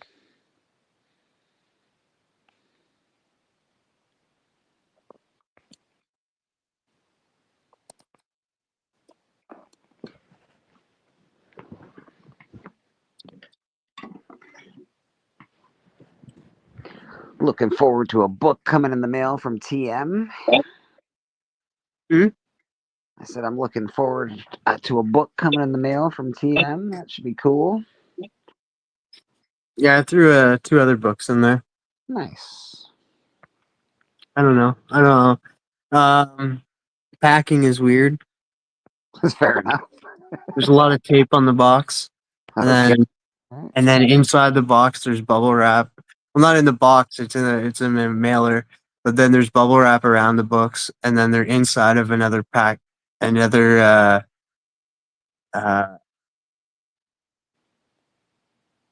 another bag, and then you pull that out, and then yeah, those are the books. There's some Russian nesting doll in there, is what you're telling me. Yeah. Papa says he never watched Trailer Park Boys. Fair enough. Fair enough, Papa. Brazier was on in a couple episodes though. No, take your time. There's like it's no worries, man, Jeffrey. I'm easy. I'm easy as they come, man. I'm not, Jeffrey. You get it out next week or else. Bubble wrap around the box. Perfect. Perfect. I actually have a lot of cardboard at work, and I thought about doing something this week, and I'm gonna try and do it. I'm gonna try and make my own Gemini mailers. I have a Gemini mailer that I'm gonna put on top as a template, and then I'm just gonna make my own Gemini mailers because I'm not paying well, first of all, they don't fucking ship to me, which is a pain in my ass. And I'm not paying $3 for a fucking mailer. That's ridiculous. It's cardboard, Yeah, bro. more too. Like they're pretty expensive. Yeah. They're really expensive, and I have tons of free cardboard just laying around where I work. I just pick it up. I'm just like, yeah, no, I'm not doing that. That's insane. And they won't mail to me anyway. Anyway, I got a $50 gift, $25 gift cards for Gemini, and I plugged all my information in, and they were like, "Nah, sorry, we're not mailing to you, bro. Like, you guys are jerks." Yeah. Yeah. Dude, that's what I think. That's what ticks me off the most is that America and Canada, it should be just the same. No border fees, none of this. Like, oh, we're not shipping to you. Like, I can get like not like for international shipping being for Australia, for being the UK, because they're actually across seas. And like you have to literally fly them these packages because you can't or take a long boat ride. But like for the US and Canada, they're like right there. You guys are right beside us and stuff. So it being international, it just doesn't make sense to me. Like we have North America. North America is Canada. Like we have America in our name. I'm a Gemini mailer out of the Miller Lite box. Nice. Mhm. Alan and Matt can send to Stackery. Yeah, the Stackery thing's interesting. But what I'm curious about, Susie, with the Stackery, I'd have to ask them, is how much they pay a year just to have the Stackery. Because, like, I just don't think I could pay that bill. It's I not. think they pay like a monthly fee, and then they get their books sent to them every Yeah. month. But they have like multiple books coming, and they repackage them. So instead of getting like a huge because it only works if you're getting a lot of packages. Yeah, I If don't you're get buying a them. lot of books, right? Because like it would make sense. Because like let's say Matt wants to buy a book maybe twice a week from the Yeah. States. Instead of like, and sometimes it's free shipping and that, so they're like, buy the book, free shipping to the stackery, or it's like $4 or $5, and it Sure. goes to the stackery, and then same with the other book, $5 for shipping instead of like $40 or however much it would be for each book, and then at the end you pay one sum to get it shipped to you. So you're saving because of all of the books that you're buying that are cheaper on shipping, and it's all coming to you all at once. But it really only counts if you're buying lots of books, though, I would imagine. Yeah, that's what makes it really really worth it and stuff. Yeah. So technically, I could have a stackery, but I could just send it to, I don't know, who dad's house or fucking, or like whoever I know that lives in the States. Yes, send all my stuff to Joe Blow, and he'll send it to me, and I'll pay for it from there. So it's the same thing, I guess. Yeah, there's more to it that I know. Like Susie says, like they send it like it gets enough and it sends to you. I think you can set your limit, right? Say Right. like send it to me when I get 20 books, send it to me when I get 50 books and stuff. And yeah, so maybe it's not even once a month. And then there's different premiums you can pay for this tier or that tier, and I'm sure that there's a whole thing about it. I would imagine, yeah, I would imagine. It's very cool though. That exists. I think that's neat. Mm-hmm. It really helps. Yeah, yeah, I do think it's cool. Once I start buying more books, maybe I'll get a stackery. Yeah, because it's proven fact that you can get cheaper books in the States than in Canada. Yeah, it winds up relatively being the same. Uh, it's the exchange rate is No, I mean like for like there's books cheaper in the States than in Canada. Like if like for people in the States, they're paying cheaper for the books that we can get here, right?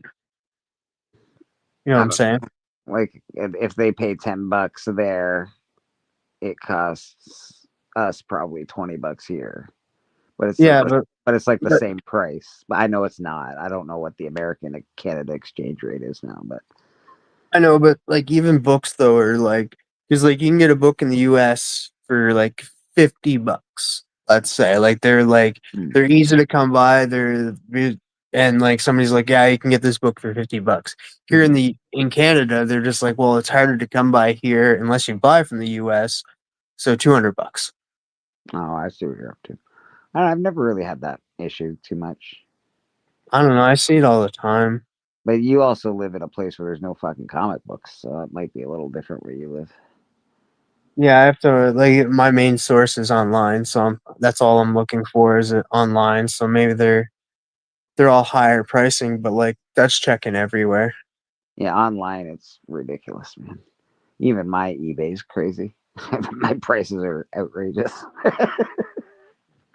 If I I can wait for CJ, if I can wait for CJ to mail stuff, I can wait for anyone to ship LOL.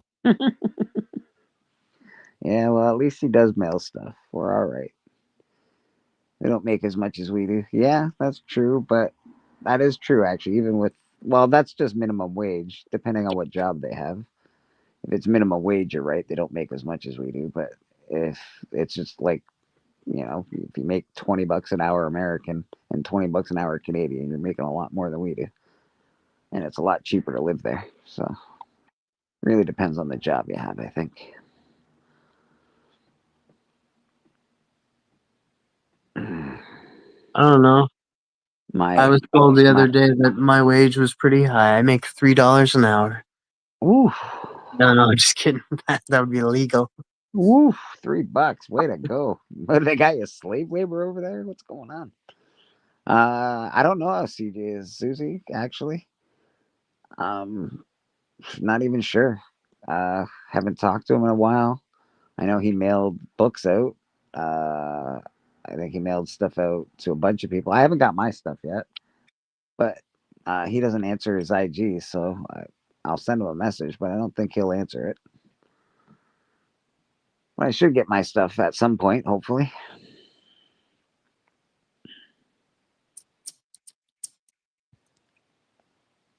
But other than that, I don't know, man. I haven't heard hide nor hair of him.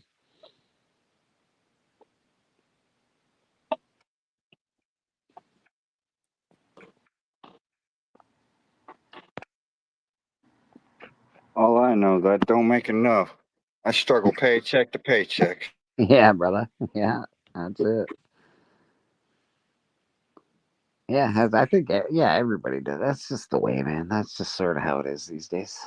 This is the way. You can't really complain. You just sort of got to get through it, bear it, and go about your business. This is the way. Well, like I said, I have a decent enough life.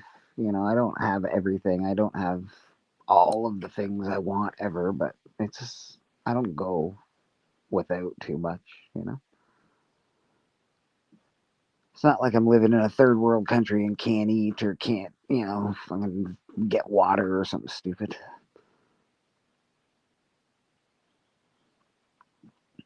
Yeah, it's not like you live on an island. Yeah, it's not like I live on a weird island that just grows potatoes. It's weird.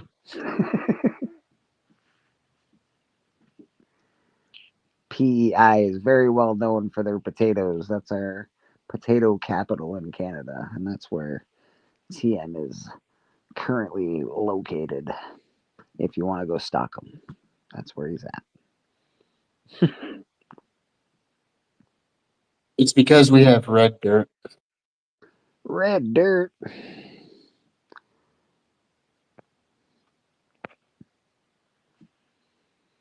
But I've been doing pretty well though, as far as not buying comic books and trying to pay off debts and stuff like that. I've been doing pretty well.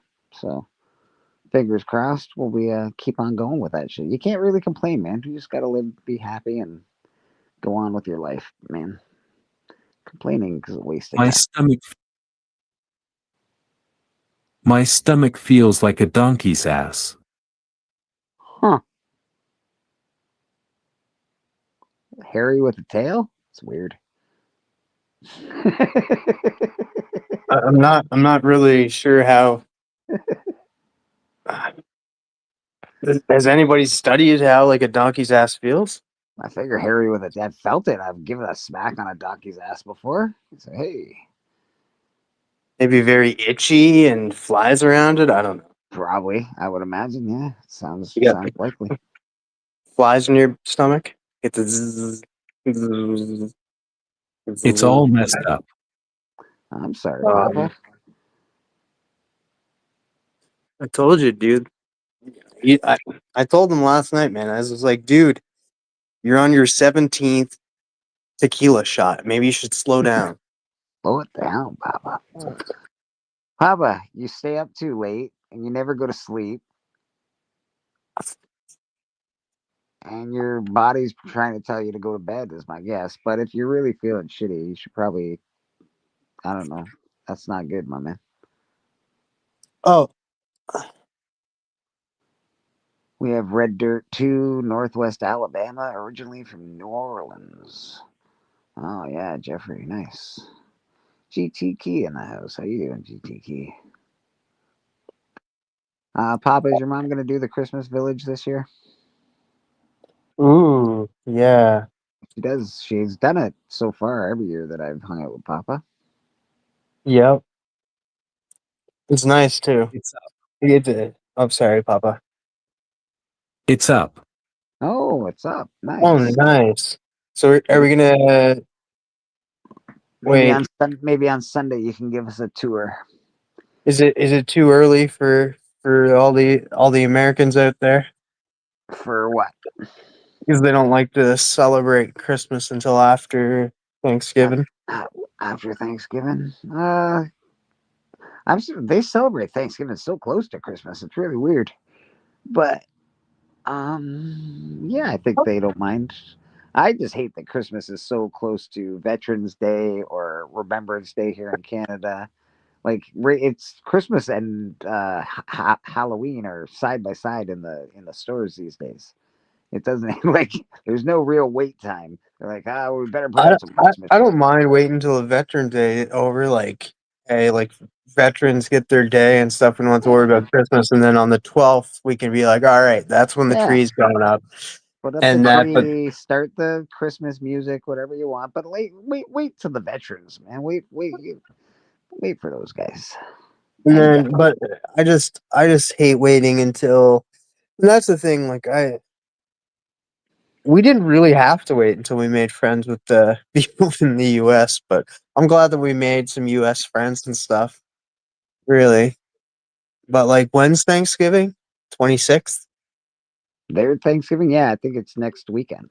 I'm pretty It sure. was like the day after Halloween. All these properties that I work on took the Halloween decorations down and put up the Christmas decorations the day after. I was like, geez. Like, there's no wait anymore. It's like, wait a second, guys. We can, have a Let's make breather Halloween between short as holidays. possible. They really, yeah. I wonder if that's like I wonder, like, I know when I was a kid, my parents were very, very heavy Christians, and Retailers are just eager to get that holiday money. Christmas Halloween sale. Halloween makes big bucks, bro. Halloween is massive money. Yeah. There's pop-up stores for Halloween just for Halloween because it makes so much money. Halloween's no joke.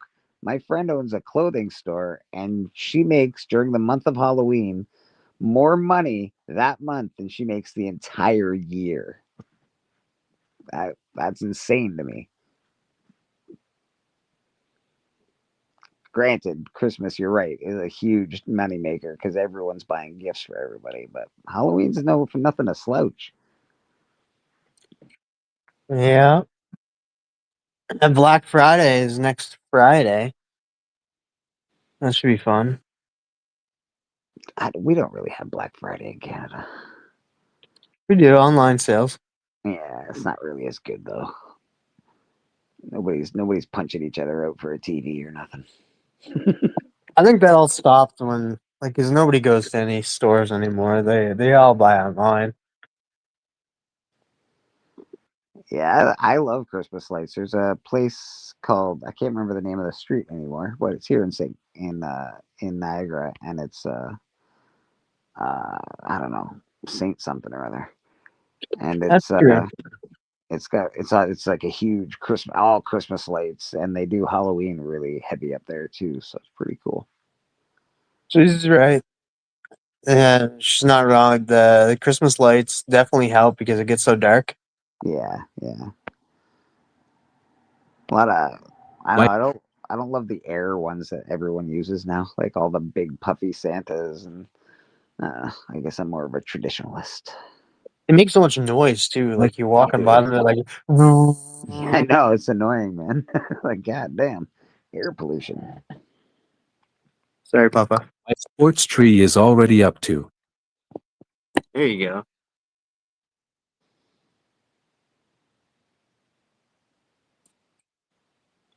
Rat, are you doing it? Are you doing the Izzy Black Friday art sale? Bobby wants to know.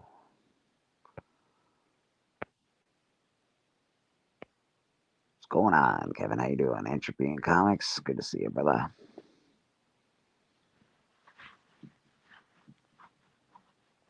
Just a chill late night here on Bleecker Street Comics because we're bored and we don't want to go to bed yet. That's just what's happening. What is bad? Well, I took a nap earlier. That was probably bad, but so Well, I I'm should kind of awake. I don't know why I don't sleep, but I should sleep, but I can't. I got four cool, like, not great books or anything, but they're really cool. Oh, yeah, Yeah. that was the other book I got today. I got the Batman Deadpool. Oh, Oh, nice. What cover did you get? I got the Doctor Doom Joker. That Oh, was good. I like that. Liba Mayhew. Yeah. I got the Tyler Kirkham one. It's the one where Gambit is throwing the big Joker card at I Damian saw that one. Banks. Yeah, Yeah. I almost got that one. I do like the Doom versus the Doom Joker. I think that's pretty dope. Mhm. Yeah, I'm a big Lieber Mehu fan. Bermejo. Yeah, he's good. Definitely, man. There was another one that I liked in that set. Did Jim Lee do one? I think I don't know. There's another couple of good ones in that set. Um, That was the only new comic book I got this week, I think. The rest were just old books. I think Yeah, DCKO Timber 2 came out, so I got that. That's added to my box. yeah, Bobby. Pop's Christmas Village is up. We're gonna get a tour of it hopefully this Sunday if he's feeling up to it. I know he's not feeling so shit hot right now, so I hope he's okay. Yeah. But yeah, I wouldn't mind. That'd be cool if we can get us all in the Christmas spirit. I do love Christmas for that. I love. I don't know. There's a feeling. There is a feeling around Christmas that I do love. Maybe it's a manufactured feeling. I don't know, but it's a nice feeling. So I do enjoy it. I don't love the weather. I fucking hate the weather, but I like Christmas. Yeah, Everybody's in you're like the adults in Return of Frosty, where they create this snow, like this spray can where it's like gets rid of snow, and like you're killing Frosty, man. well, Frosty should know where. Frosty should know where to live. Nice shirt, Papa. Susie says. By the way, I don't know what shirt you're wearing because I'm on my phone, so it's hard to see. Oh, Thundercats. that is a nice shirt. That's a really nice shirt.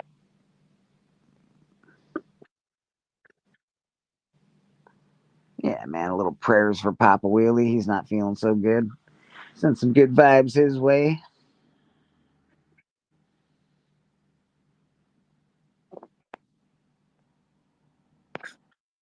Send you a bag of turd in the mail.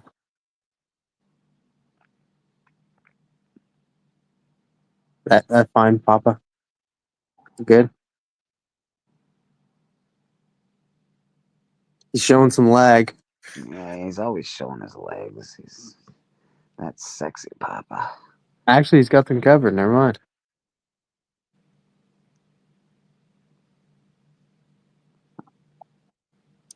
I feel like you want. Okay, I'll get you off stage, Papa. Sorry.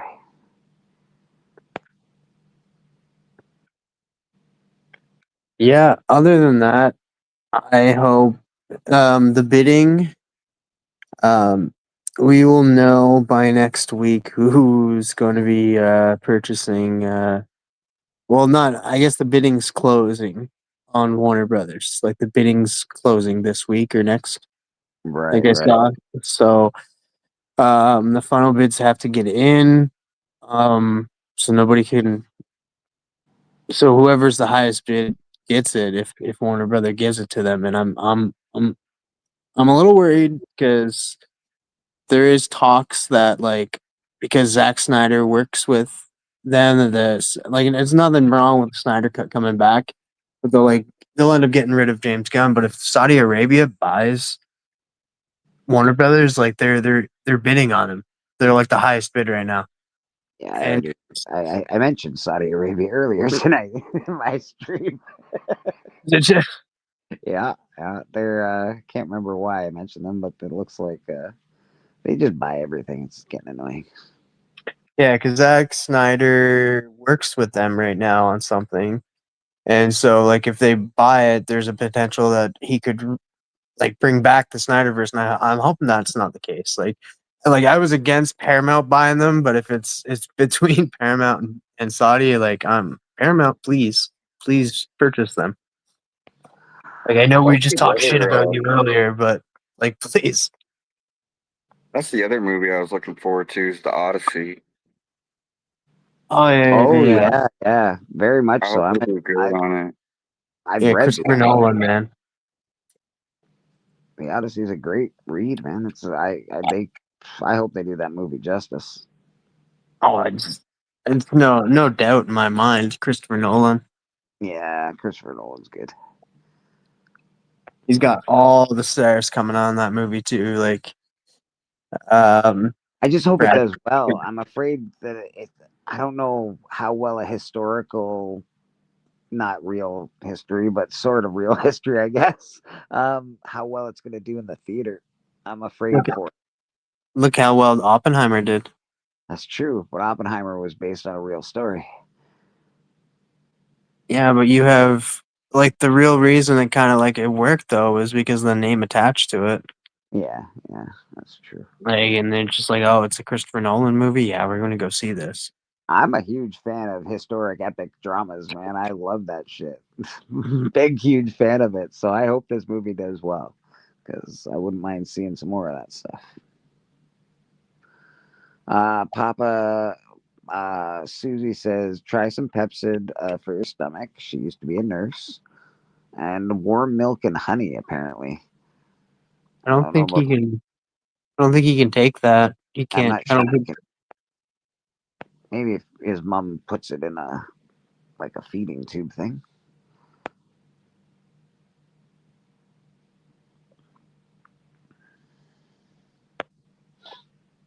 Yeah, I like the Clash of the Titan movies they did. I like the first one a lot.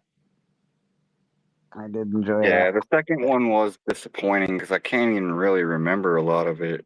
Yeah, That it was was, like when they were inside the big maze, right? yeah, it's a bit of a trash story. They just sort of they phoned it in for the second one.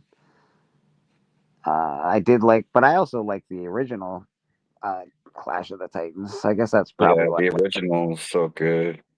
really was. Like I know it's if you watch it now, it's you're like, oh my god, that's terrible. But it's not really. It's like it's the stop motion, the technology of the day. Like it was Man, that monster dude, the deformed guy, yeah, man, he man, was so creepy in the original. dude, yeah. I did not like the deformed guy in the newest one. I thought it was more of a. I was like, Yeah, eh, he didn't look right. he didn't look as good. I don't know. For a new movie, you'd think they could have done a better job on that guy. They did a great job on Hades, though. I loved Hades. I thought he was really good. Damn, I almost threw up and I never ever do that. I have thrown up like maybe 5 times in my life. Oh, you really got something wrong with you, buddy. Does your mom know that you're feeling like shit? Oh, maybe you should tell her. You should definitely tell your mom you're feeling like shit, man. Yeah, if it's this severe. Remember the Titans. It's a great movie, Bobby. You know, it was a good show. Spartacus. I loved Spartacus. I loved the story. I I like the haven't watched movie. none of it. You never watched the Spartacus? Uh-uh. And don't they have like a new one coming out? I don't know They if have they I all have. kinds of don't like remember that. spin-offs. You I gotta watch know. Spartacus, bro. It probably doesn't hold up because the way it's filmed, it's like sort of filmed like No, I think it still holds up, and it's super cool. Like it's different. I think you'll enjoy the. it's filmed a lot like 300 is what it's filmed like with a little more I realism. heard there's some sensual ladies in that show. There is nothing. It's Dude, all dude, cooch and cock everywhere. you get to see Lucy Lawless though. You do. You definitely see Lucy, Yeah. Xena warrior princess in the flesh. I will tell you. I will tell you this that it goes a little weird because the first season you have the first season, then the next season's a prequel Yes. to the first season, and then they go into like the second season technically with the ongoing story.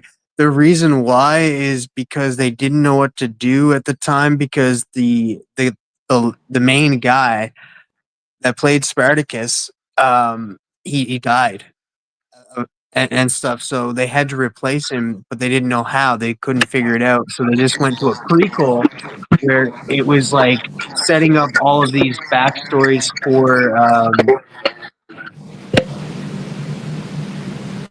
what happened. I don't know.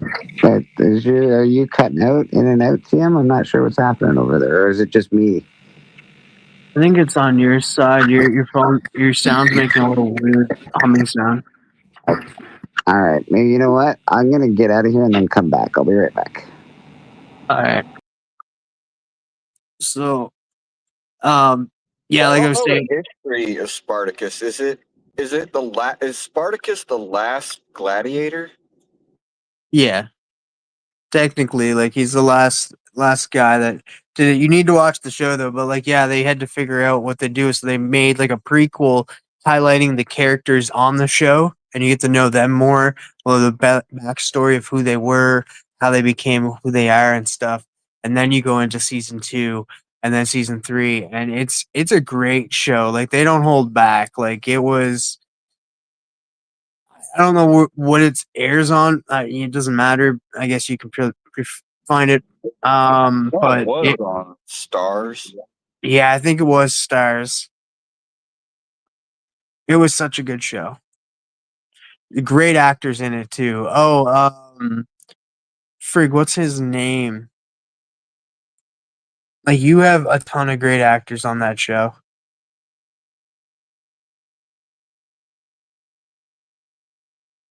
But yeah, it's definitely worth watching.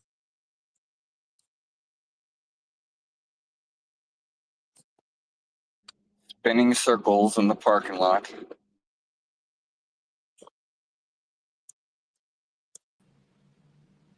Hey, is that better? I feel Yeah.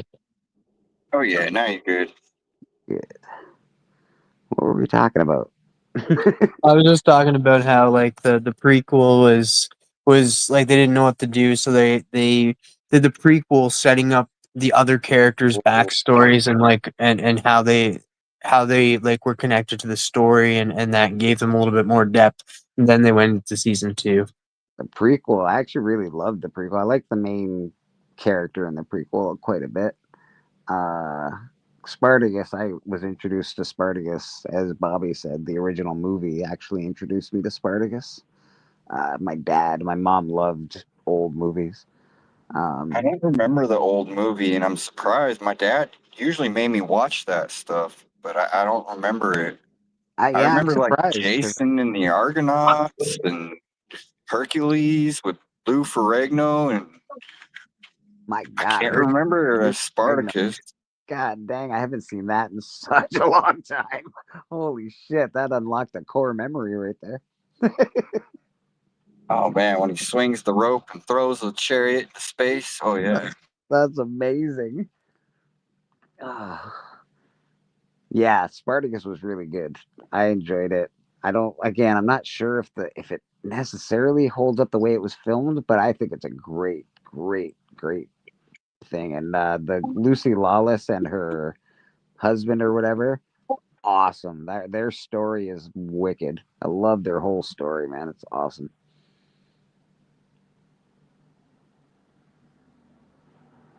I am Spartacus. Yeah, it was cool, man. I really enjoyed it. But I liked a lot of shows from HBO. HBO's done me well over the years, but they've also screwed I, me over. I loved I'm, Rome. That quit early. I loved I don't think Carnival. Spartacus. Like Rad mentioned earlier, I don't think Spartacus was HBO. It was Stars. Was it not HBO? Interesting. I thought it was HBO for some reason. I feel like I used to have to wait to Sunday to watch that show. Yeah, I think it was on Sundays. Right? Like I feel like it was like a HBO Sunday show for some reason. It might not have been, but I feel like it was.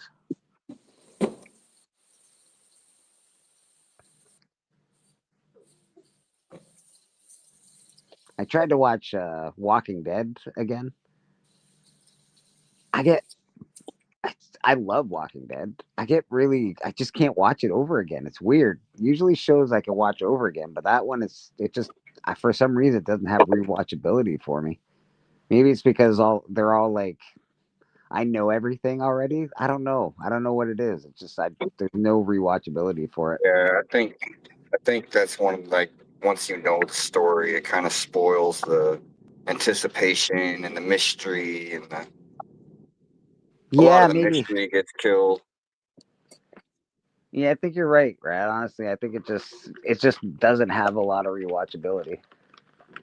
Too bad because I like that show. Yeah, I I'd tell you one of my favorite zombie shows was actually Black Summer. I've never watched Black Summer, and now I'm gonna have to because I love zombie stuff. It was really good.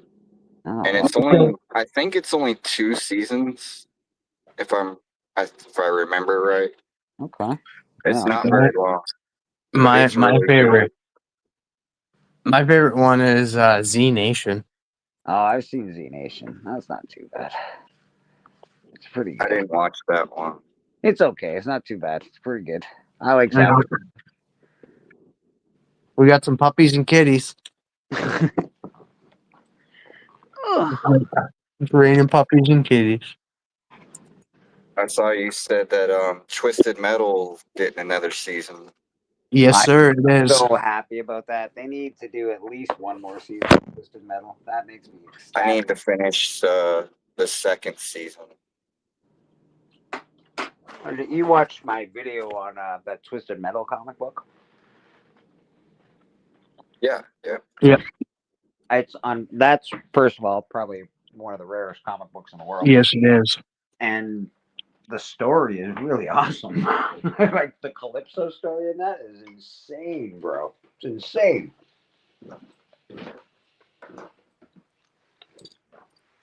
Entropy, going to bed. Good night, sir. Have a good sleep, my friend.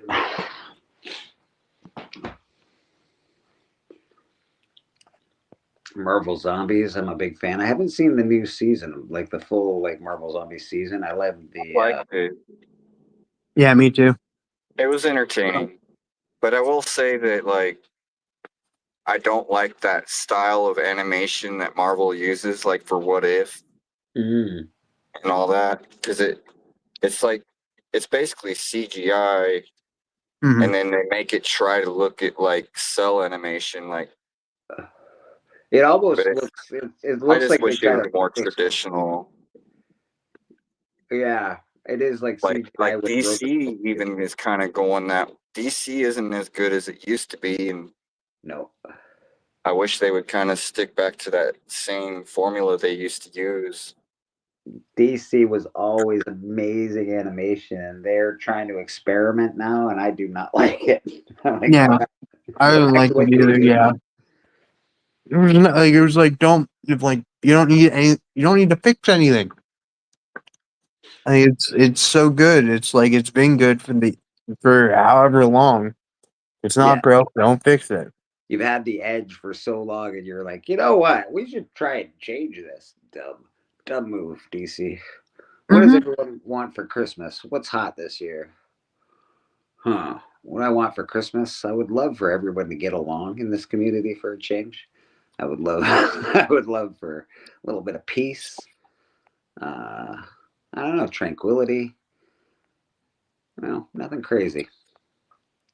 Intangible stuff. I want to want win that.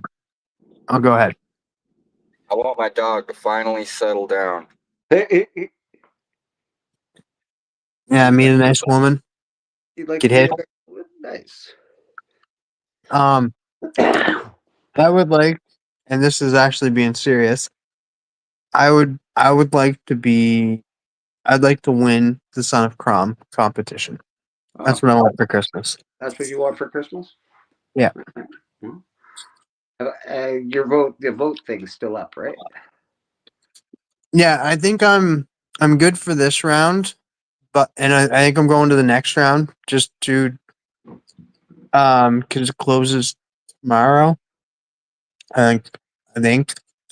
So I'll be in the final four, and then whoever I'm going up against there, if I win, then there's only one more round after that. So 2 more times that I'm gonna ask people to help me out. All right. Well, That's what I want for Christmas. we're in for the long haul, Tim. I hope you win, buddy.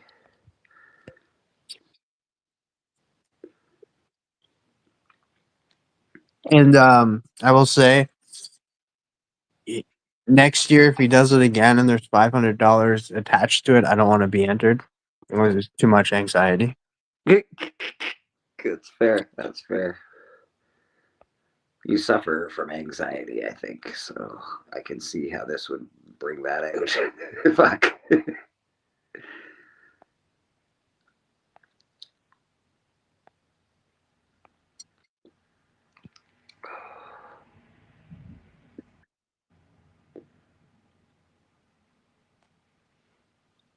I can only do so much. Dang. There's just too many leaves. There's too many leaves. You just better get the heck out of there, right? There was a pun there. I could have been like, you should just leave. You should make like a tree and F off. I mean, it's leaf. It's leaf. I hope Santa is good to all of you. Love you guys. I hope Santa's good to you, Susie Q. Yeah. I hope Papa, there's a nice fire. There's warmth. There's family. There's eggnog aplenty. If you like that sort of thing, I love eggnog, so I always throw a little eggnog in there. I love eggnog. It's one of my favorite things, bro. dude, I used to add it to my coffee. They know at work. So at work, I drink a chocolate milk every day, and they know that that's mine, and nobody touches it. And the new people that just got hired, one of the people said, "Yeah, wait till December. It becomes eggnog instead of chocolate milk." And they're right. They're absolutely right. I buy eggnog. I love it. It's one of my favorite things. Me and Santa, buddy, we're cut from the same cloth. Eggnog and cookies. Oh man, I'm not ready for Christmas in that aspect. I don't really celebrate Christmas too hard, but I like Christmas in general. I like the idea. I don't have like a big fan. I don't celebrate with family or anything. I think Christmas is a family holiday. I'm the same as you, Bleak. I don't have a lot of family, so yeah, it's just not a lot of a holiday for me. I wouldn't. You know what though? It's nice for me to see the love in the air. It's nice for me to see families get together and for everyone to have time and like. But I don't know. It's nice. I will say my family has been kind of slowly reaching out. Like, I've noticed a couple of them are following me on Instagram now. Oh, nice. Yeah, Kind of found that surprising after 20 years. I don't think he's doing Christmas this year. Actually, I'm pretty sure their Christmas is canceled for some reason. I'm not sure why, but it's canceled. But that's okay. I'll come online and be with my online family. Yeah, That's what matters. I want Kind of tatas in my spam. face for Christmas. what do you want? I want tatas in my face for Christmas. You know what? If we can, Stalker. can we? We can't We talk hired- about it. We can't Who talk don't, about it Papa? online. Who don't? Sure can be- All right. We'll come together for you, Papa. Though we'll just leave it at that. Come together right now. Over me.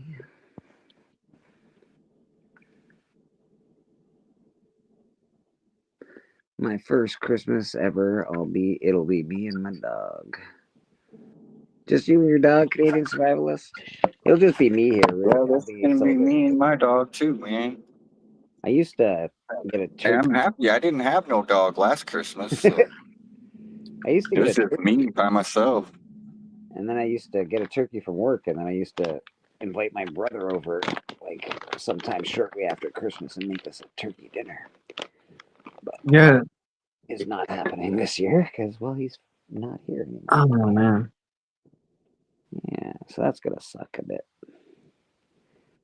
Well, like I said, it's nice to see all the love and all the happiness. The only thing I hate about Christmas time is the weather. I'm not a big fan of winter time. But I love the winter.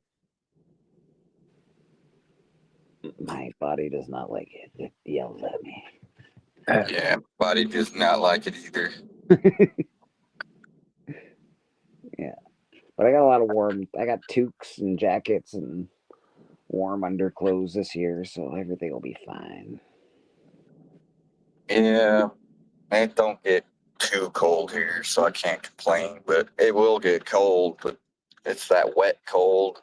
Yeah, it's gross. I'm Like hoping. you said, just gotta dress for it. I'm hoping. It's my first time living in this place in the winter. I'm Oh, yeah, hoping that we. You're in some new digs, aren't you? Yeah, I live on the 4th floor, And I'm hoping that snow goes high enough that I can jump off my deck. And that's the last time we saw Tien.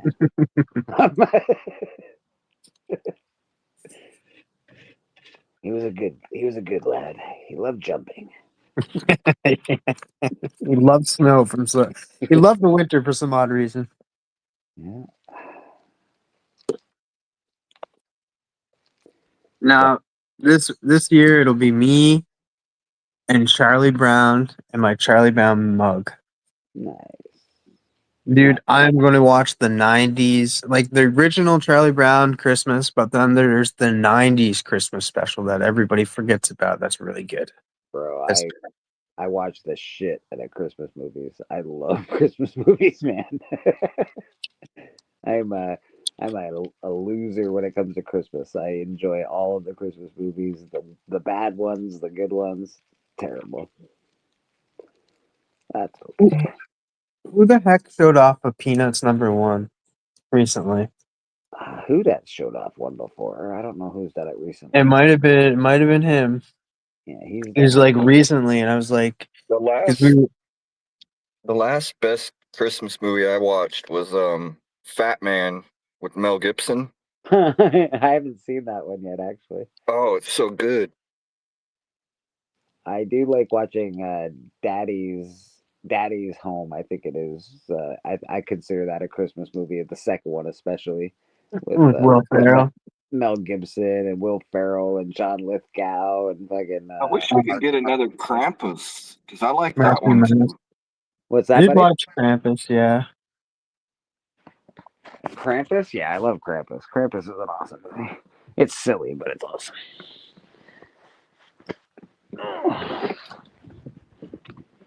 I mean, Krampus is the original fairy tale that Christmas is kind of based off of. So, what's your guys' Christmas Carol movie? White Christmas. I love White Christmas. That's No, I meant like the Christmas Carol movie. Like, it's like the I most watched all of adapted them. movie. I watched Like, all which of them, but the '80s one is my favorite one. That's the one I grew up with. Bill so- Murray. Bill Murray. Oh, that's Scrooge. That's a whole different one. I get it, but you can't say that one. That's not fair. That one is the best one by far. mine, because it's the one I grew up with too, is like the Mickey's Christmas Carol. Oh, okay. Interesting. I like the cartoon one that Jim Carrey was a part of. That was a good one. But yeah, the '80s one for sure for me. They did make a movie about him writing the Christmas Carol, which was really good as well. It's like came out in 2020 or 2021. Pretty sure I watched it during COVID. What's the movie? I forget. I always forget the name of it, but and I'll always just it's the Pink Bunny and You'll Shoot Your Eye Out movie. Oh, well, it was actually filmed part of it was filmed where I live. A Christmas Story. A Christmas Story. Never watched the Christmas Story live. There was like they did it. I think it was in the '90s or something. They did like I watched it last year and it was terrible. It's called Christmas Story Live, and it was live, and it was Ferris Bueller. The guy that was Ferris Bueller narrating the story, and it was terrible. That sounds bad. Cheech and Chong, Santa Claus, and his old lady is my favorite Bobby. Nice. Dude, I need to watch that. I missed that one. Steppo is sentimental. He cries at movies. I also cry at movies. Man, it's the worst. But I do. I cry. And Susie also likes the Rudolph movie. I love I do Rudolph. too. I like sad stuff. Yeah, that's a good thing. In the movie theaters and that, it's dark. Nobody can see you cry. Look, I'm not crying. You're crying. Stop it. As soon as the little music notes start to hit, I get the tears in my eyes. Like they don't even have to say anything. It's just this little music note is all I need, and I start crying. Bro, Yeah, you feel it. I'm convinced that they have special musical notes that make people cry. Because I'm like, Disney just knows the notes. They're like, They as do, soon as it man. They starts, I'm do. like, No, God damn, give me we've been programmed, guys. Like it's been programmed into our minds. Like every time a sad thing happens, they play that tune. So now we're programmed to tear up every time we hear it. I'm convinced. I'm convinced because I know that there are like there are scientific studies on sound and what noise produces what emotion in people and things like that. I'm convinced that they have like these are the notes. These are the ones we need to play. Yeah, yeah. That's why to this day believe that there is a brown note. I absolutely I believe it 100%. Oh my god, the brown note. Did you guys ever watch the League? Yeah, man. That was a good show. If you like fantasy football, it was a fun show. I don't like fantasy football. I just like the guys that were on it. They were good, man. Yeah, and I like like the Major the big League with Charlie Sheen. that was Who good too. No, the league was just it was a TV show. It had I forget the only one I remember. Reason why I really started watching it was because of Jean LaJoie. He's Canadian. Right. He's a maritimer too. Like he's from New Brunswick. You see the guy that had the wife? No, he's what's his name that they call him? It was a weird name they called him. Oh, He was the idiot. oh yeah. I know the idiot. I like the idiot. He was good. Yeah, that's John LaJoie. He's a maritimer Canadian and stuff, and he does like look him up. He does some funny songs. Like He did funny songs on the show. It was great. yeah, he did he did a song called F Everything. And so it's like or like I don't give an F. Mhm. And it's just like all these rappers claim to don't that they don't give an F about anything. I just want to come in and say that I don't care. And it's like I don't give a about anything. I don't care. And it's funny. It's like I don't even give an F about not giving an F, so I do give an F. Wait, what? And it's a funny song. And then it's like there's one "Show Me Your Genitals." That's a good one. Okay. All right. And then the Two Girls One Cup song is super funny Don't go because you watch. go Do not watch so that video. It's a terrible. no watch the music video to that one though, or just listen to the song. It's so funny because it's like he sings it like it's a love song. It's so funny.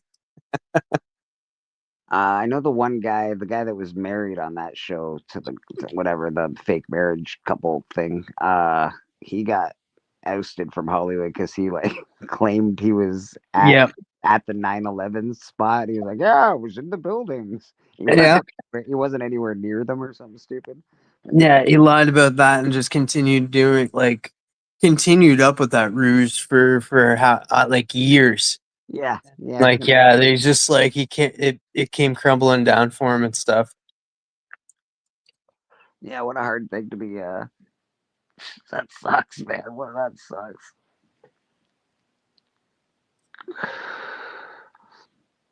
So apparently, it's not a movie that Bobby's talking about. It's an album for a Cheech and Chong album.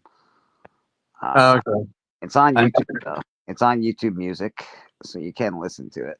Uh, that's how I first listened to a lot of comedy, to be honest, on records. Oh man, Cheech, I used to love the old Adam Sandler albums. yeah, dude. Yeah. Cheech and Chong, Adam Sandler used to do it. I heard what's that? The black actor that lit himself on fire. He's hilarious. I can't remember his name off the top of my head. I should. He was in Superman 3. Names. Richard Pryor. There it is. Thank you. I'm terrible with names, man. This is why I don't play games like that. Hey, Mad Spidey, how you doing, brother?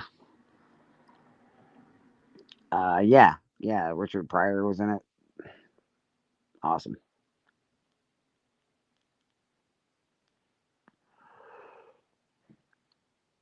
World's Home longest Alone. red light.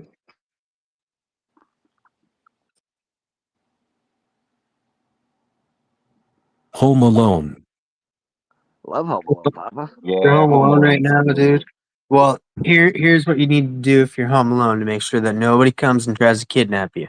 You got to put out traps, man. Put out traps. Gotta put out traps and have a big fake family in the window Mm-hmm. running on an old train track. Perfect. I like the first one. I do like the second one, even though it's the same movie but in a different place. Yeah, the second one's okay. First one's good. Second one's okay. I think they made a third one. I don't know. No, they've made five, Have six they? of them, maybe. Yeah, My God, a they're really different actor and stuff in each one of them. It's weird. really beating Um, into that property, aren't they? yeah.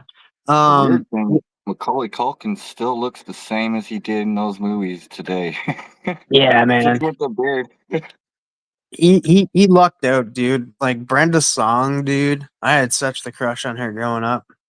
Night, Bobby. Yeah, yeah. Papa, I hope you feel better too, brother. But the one that made like the second one better is Tim Curry. Mm-hmm. Yes. He was a hotel guy. Yeah. Yeah. And then a lot of people forget that Rob Schneider was also in it. Did, Oh yeah, he was the bellhopper dude. Yeah. did he say you could do it? That's probably why nobody remembers. Yeah, he didn't say that, so yeah. You could do it. Wow. Deuce Bigelow, the American Gigolo. I actually I really liked the first Deuce Bigelow movie. That was pretty funny. What didn't he also play Animal Man? No, The no, animal. no, the animal, yeah. Fair.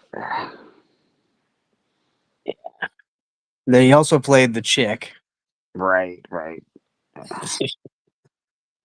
Yeah. That's why South Park makes fun of him all the time. It's just like coming to a theater near you.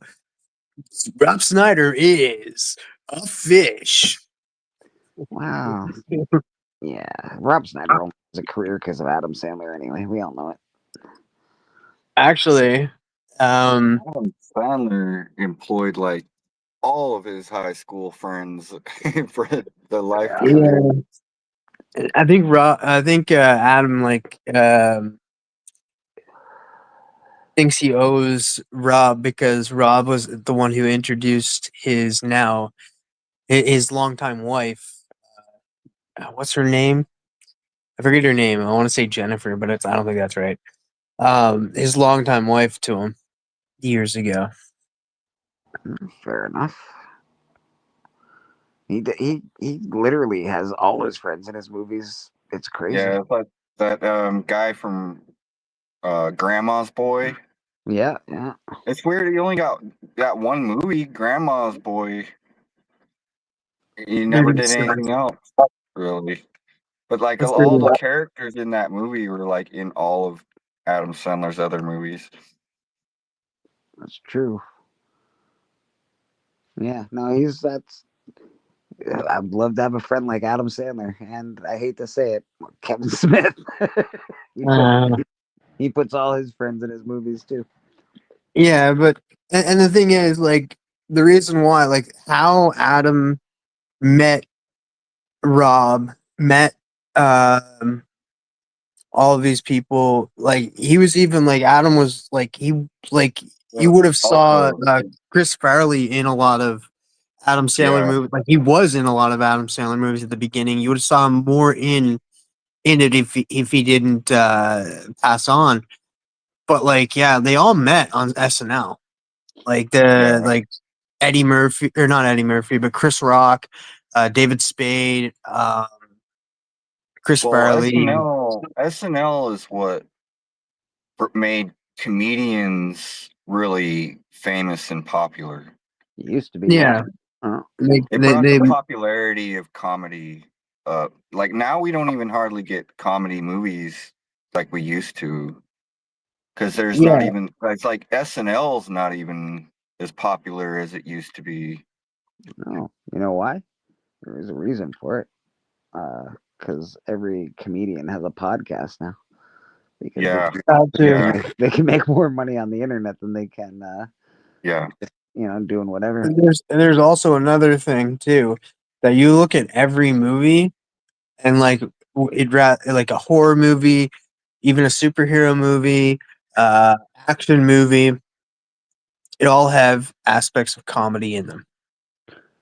They've also Instead of tried to bank on a couple of comics. Like they tried to do the Machine story. I hate that comedian, big fat stupid asshole. oh man, I like him. I like Bert.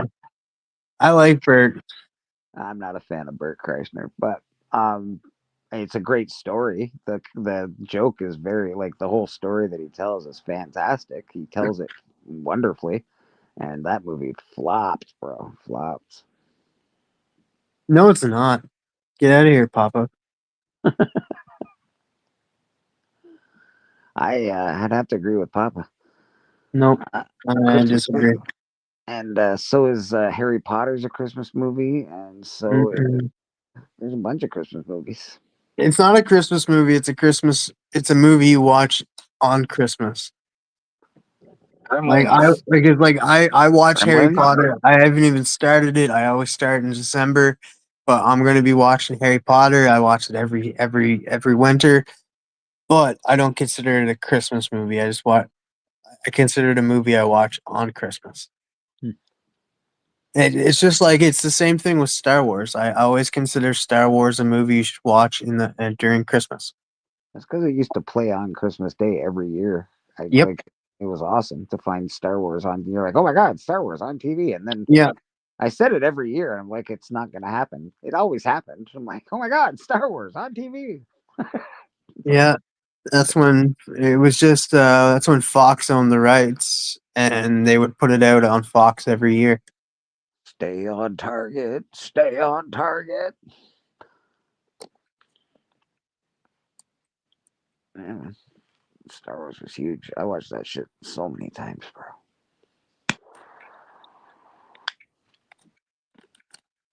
Guys, I have to go. Holy hell. Yeah, You brother. okay, buddy? You gonna go talk to your mom? Go feel better, Papa. Seriously. Make sure to let us know if you're all right. Okay. Don't forget to watch Papa Wheelie every Thursday night for Sweet Chin Music. And of course, he's here with us Sundays, Saturdays at Mad Spidey's. He's everywhere. He's Papa Wheelie. He's the best. I wouldn't go that far. Wow, all right, let's not go crazy. I love you, Papa. Have a good night, buddy. I hope you feel Yeah, better. be well, man. Be well. Who the hell are you? Where did you come from? Be well. Who? You be well. Oh, All of a sudden, I feel like I'm watching Sylvester Stallone in a real shitty movie. Be well. This tomorrow night, tonight, I guess technically. Bronze Age Nerd and Bigby McFly are doing a Heroes for Heroes auction. It's for the veterans. Art. I believe there's going to be some cool comic books. If you're buying, if you're into that, if you want to help the veterans, go check them out. I believe it's going to be on both their channels, but definitely it'll be on Bronze Age Nerd's channel. Tom Hanks. I used to love Tom Hanks. I'm a little worried for Tom Hanks though. what's going on with Tom Hanks? I don't know. I've heard he's on some lists. I heard he's on a list, and it's not a good list to be on. Oh man, I just got told I was on a list by Jeffrey tonight, and I was like, oh no. Uh-oh. Yeah, I know. I love Demolition Man, Mad Spidey, but come on, let's be honest. It's not a masterpiece. It's a fun ass movie though. I was a huge fan of the asshole guy, Dennis Leary, I think his name is. I'm gonna You know what? Speaking of Tom Hanks, you know what a good movie is to watch during the winter time too? Please tell me. Catch Me If You Can. Oh, I do love that movie. It's a great movie. Really good movie. That's the movie I think Leo should have got won an Oscar for. He should have won an Oscar for Aviator too. I don't care what anyone says. It's by far the best movie that year, and fucking Buddy won it for playing Ray Charles or whatever. Like, get out of here. I love that Disney movie, The Navigator. The Navigator? My school, I was in public school when that came out. My school fucking stopped school and we all watched it in the gym. The Navigator. I haven't seen that movie in years, bro. Oh my god. It's a long time. Just thought that spaceship was so cool. It was cool, man. You're right. I don't know. There's another really weird movie that was out when I was a kid. It's called The Boy Who Could Fly. Does anyone ever remember seeing that? I remember hearing about it. Oh Yeah. no, it's like that Red Wagon movie where that kid makes a airplane out of a red wagon. I've never seen the Red Wagon movie. I can't remember the name of it. But this movie is called The Boy Who Could Fly, and he believes that he can fly. Through the whole movie, he believes he can fly. And that's basically, I'm not going to give away the movie.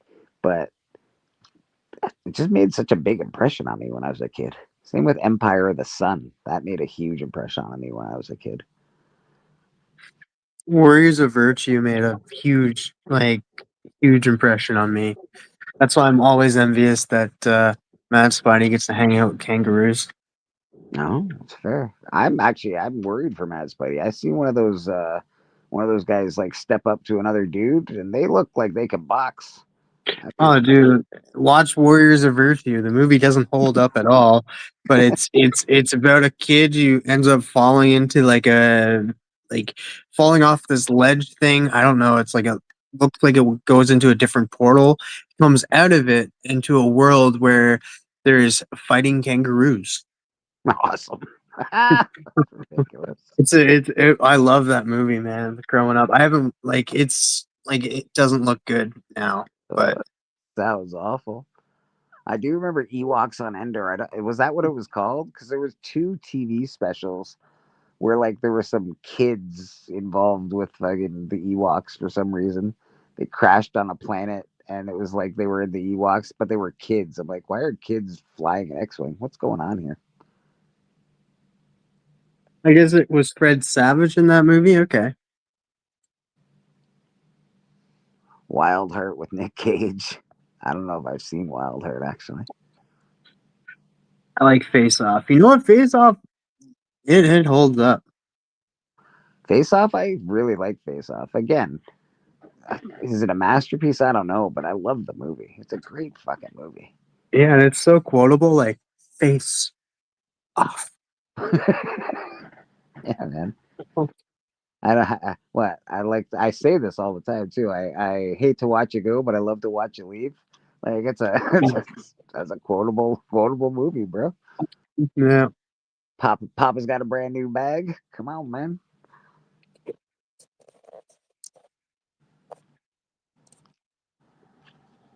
Yeah, it was a good movie. I enjoyed that quite a bit. Again, these aren't what I would call, if I was to make a list of top 100 movies you need to see before you die, those wouldn't be on there. Are they some of my favorite movies of all time? Absolutely. 100%. But you know what? I would definitely tell somebody to watch Face Off. I wouldn't say don't watch it. I'd be like, listen, you have how many? 3 months? 3 months? All right. You can watch Face Off. You can watch Fight Club. You can watch. I'd give them Outsiders. Go watch Outsiders. Did you just say Swordfish down there? I think he's talking to you, Aaron. Brad, were you saying Swordfish? I don't know. Might have lost him. I've Swordfish. Okay. I love Swordfish. Great movie. Very fun. Again, I wouldn't call it a masterpiece, but I've never seen a computer hacker be the coolest guy on the whole planet. It was Hugh Jackman plays a computer hacker, and he's just the coolest dude of all time. You're like, come on, bro. This doesn't make sense. No computer guy's that cool. There's no way. I would say watch Hackers. Hackers would be a good one. Hacker's a great movie. I wouldn't put it on my top 100, but it's definitely a great movie. These are all movies I Angelina's love. first movie, isn't it? What's that? I think it was Angelina Jolie's first movie. Oh, it might have been her first. Dude, pretty in that. Jeez Louise.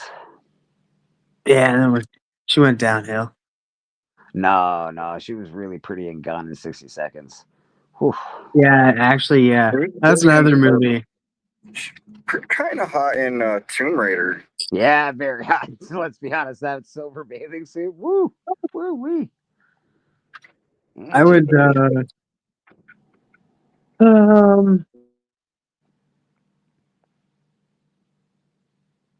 Wild at Heart.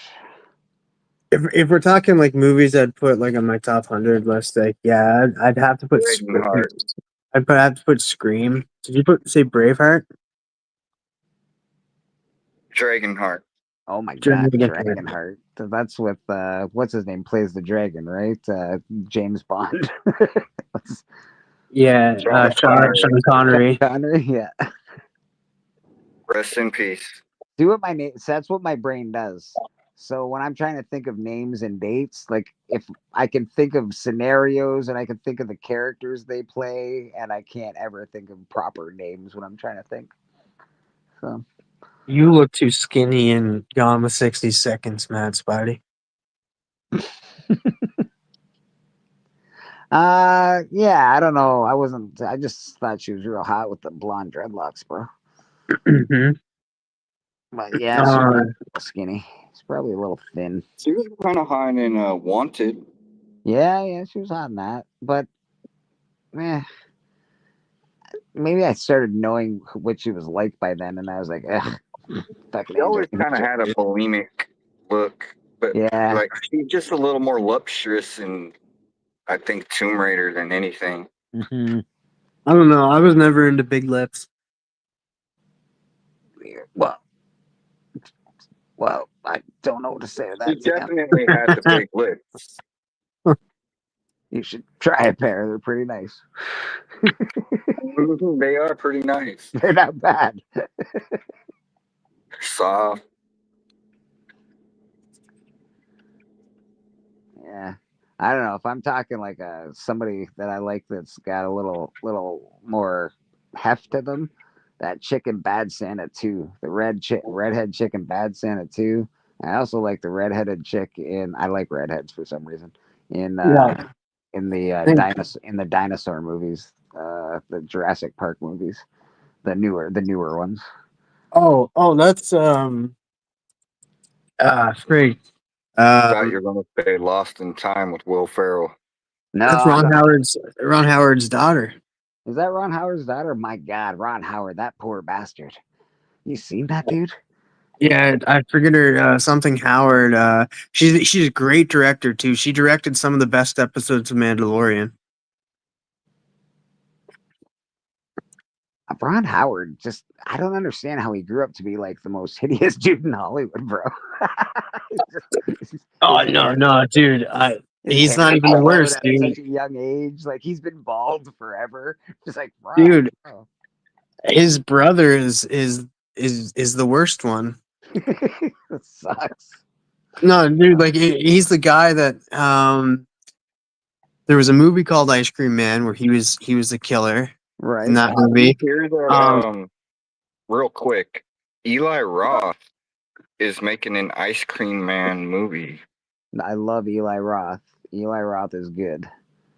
But I don't think it's based on the comic, but it looks very similar. It almost looks like it's ripping it off. I That's where I'm like, huh.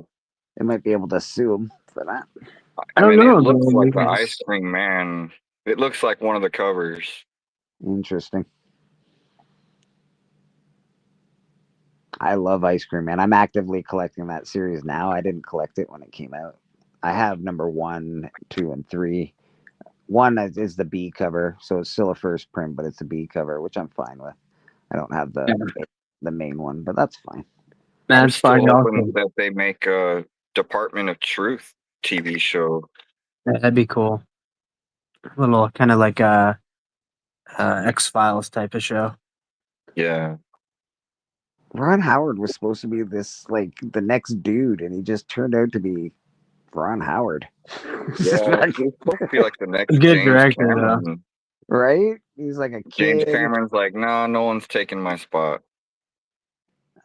Ron Howard. I like Ron Howard is directing. I like his directing quite a bit. He was Yeah. supposed to do The Dark Tower. I'm real sad he never got to make it because he was going to make it like really long. I think he would have done it. First of all, The Dark Tower was a terrible movie. They did so bad. It They was hired a first-time director to do it who never made a movie in his life. And you can tell it by watching it. That would be a cool movie, like just a straight up Gandalf movie, like how he But I will became. say that, like, I didn't No. hate Matthew McConaughey as the Man in Black. I didn't hate it. Like, he was Oh okay yeah, I like as the that Man in movie. Black. Matthew in the McConaughey dark. can act. I don't love him in everything he does, but he can act. He's pretty good. Yeah, he gets everybody just remembers him as like, all right, all right, all right, all right, or they keep getting. Yeah, I don't want to say it. Right, but he gets like in that movie where he got AIDS. He was real good in the TV series where he plays the cop. That was really good. Like he's done some pretty good stuff. I don't like all, again. I don't like all. I don't like Sahara. Fun movie. Do I think it's a good movie? Not really. It's a fun enough. It's fun enough to watch, but it's it's Matthew McConaughey. Watch him. He actually has really small arms. He looks like a T-Rex.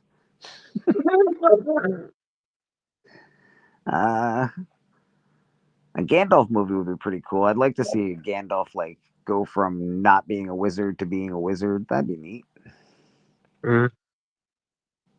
How much longer am I going? I have no idea, brother. Not really any idea. Killer Joe. That's a goddamn. That's 2 hours I'll never get back. A friend of mine told me to watch Killer Joe. I did. It was awful. Matthew McConaughey was the bright spot in the movie, though. As far as that movie goes, Is Matthew that McConaughey. movie with that little girl that he, like, kidnaps? He. I watched okay, a messed up movie with Matthew McConaughey, and it was like this guy wants to, I don't know, like he robbed something or something, and he owes people money, and to get Matthew McConaughey to not kill him, he gave him his little sister. It was so I messed feel up. like I think that's the movie because it sounds like the same memories that I have of this messed up fucking movie.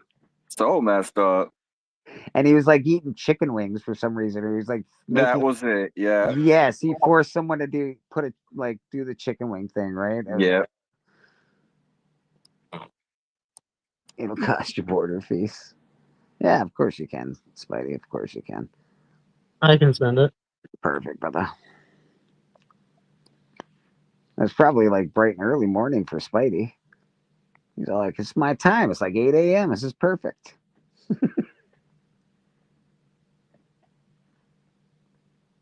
I'm winding her up.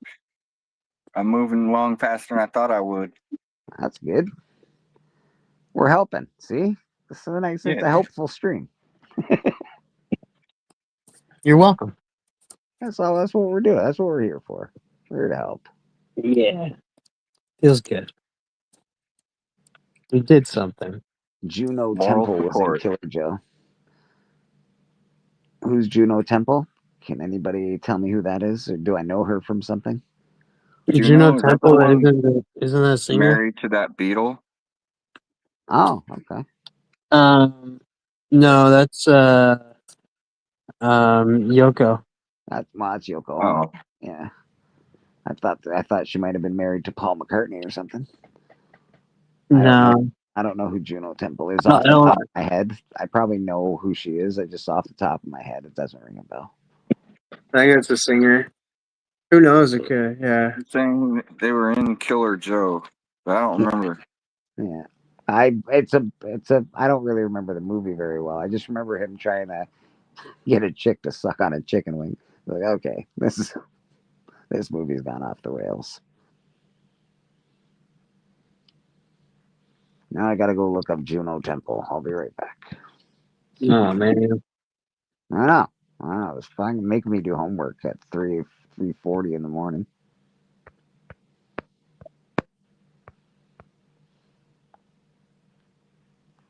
Oh, yeah, all right. I know that chick. I know what a movie everybody should eventually watch, or at least once. It's Tremors. Tremors is great. Are you kidding me? It's an Oh awful yeah, movie, man. but it's I love one of the Tremors. best. It's one of the best awful movies ever. And we got a man. We got the myth. We got the legend. The man down under. Down under where? Ask your wife. That's what she said. But you were close. You said 8 a.m. It's actually almost 8 p.m. Jesus. So it's perfect timing for you. Yeah, bites on his show, and then you just come on to tell him he's wrong. Way to go. Wow, what a nice guy. You're wrong, Trav. Yeah, I usually am. I see you've got that weird bloody horizontal vertical thing fucking going on, and I'm like, oh, it's fucking weird. It is weird. You can hide that. You just hit the three. I don't bother. I don't bother with it.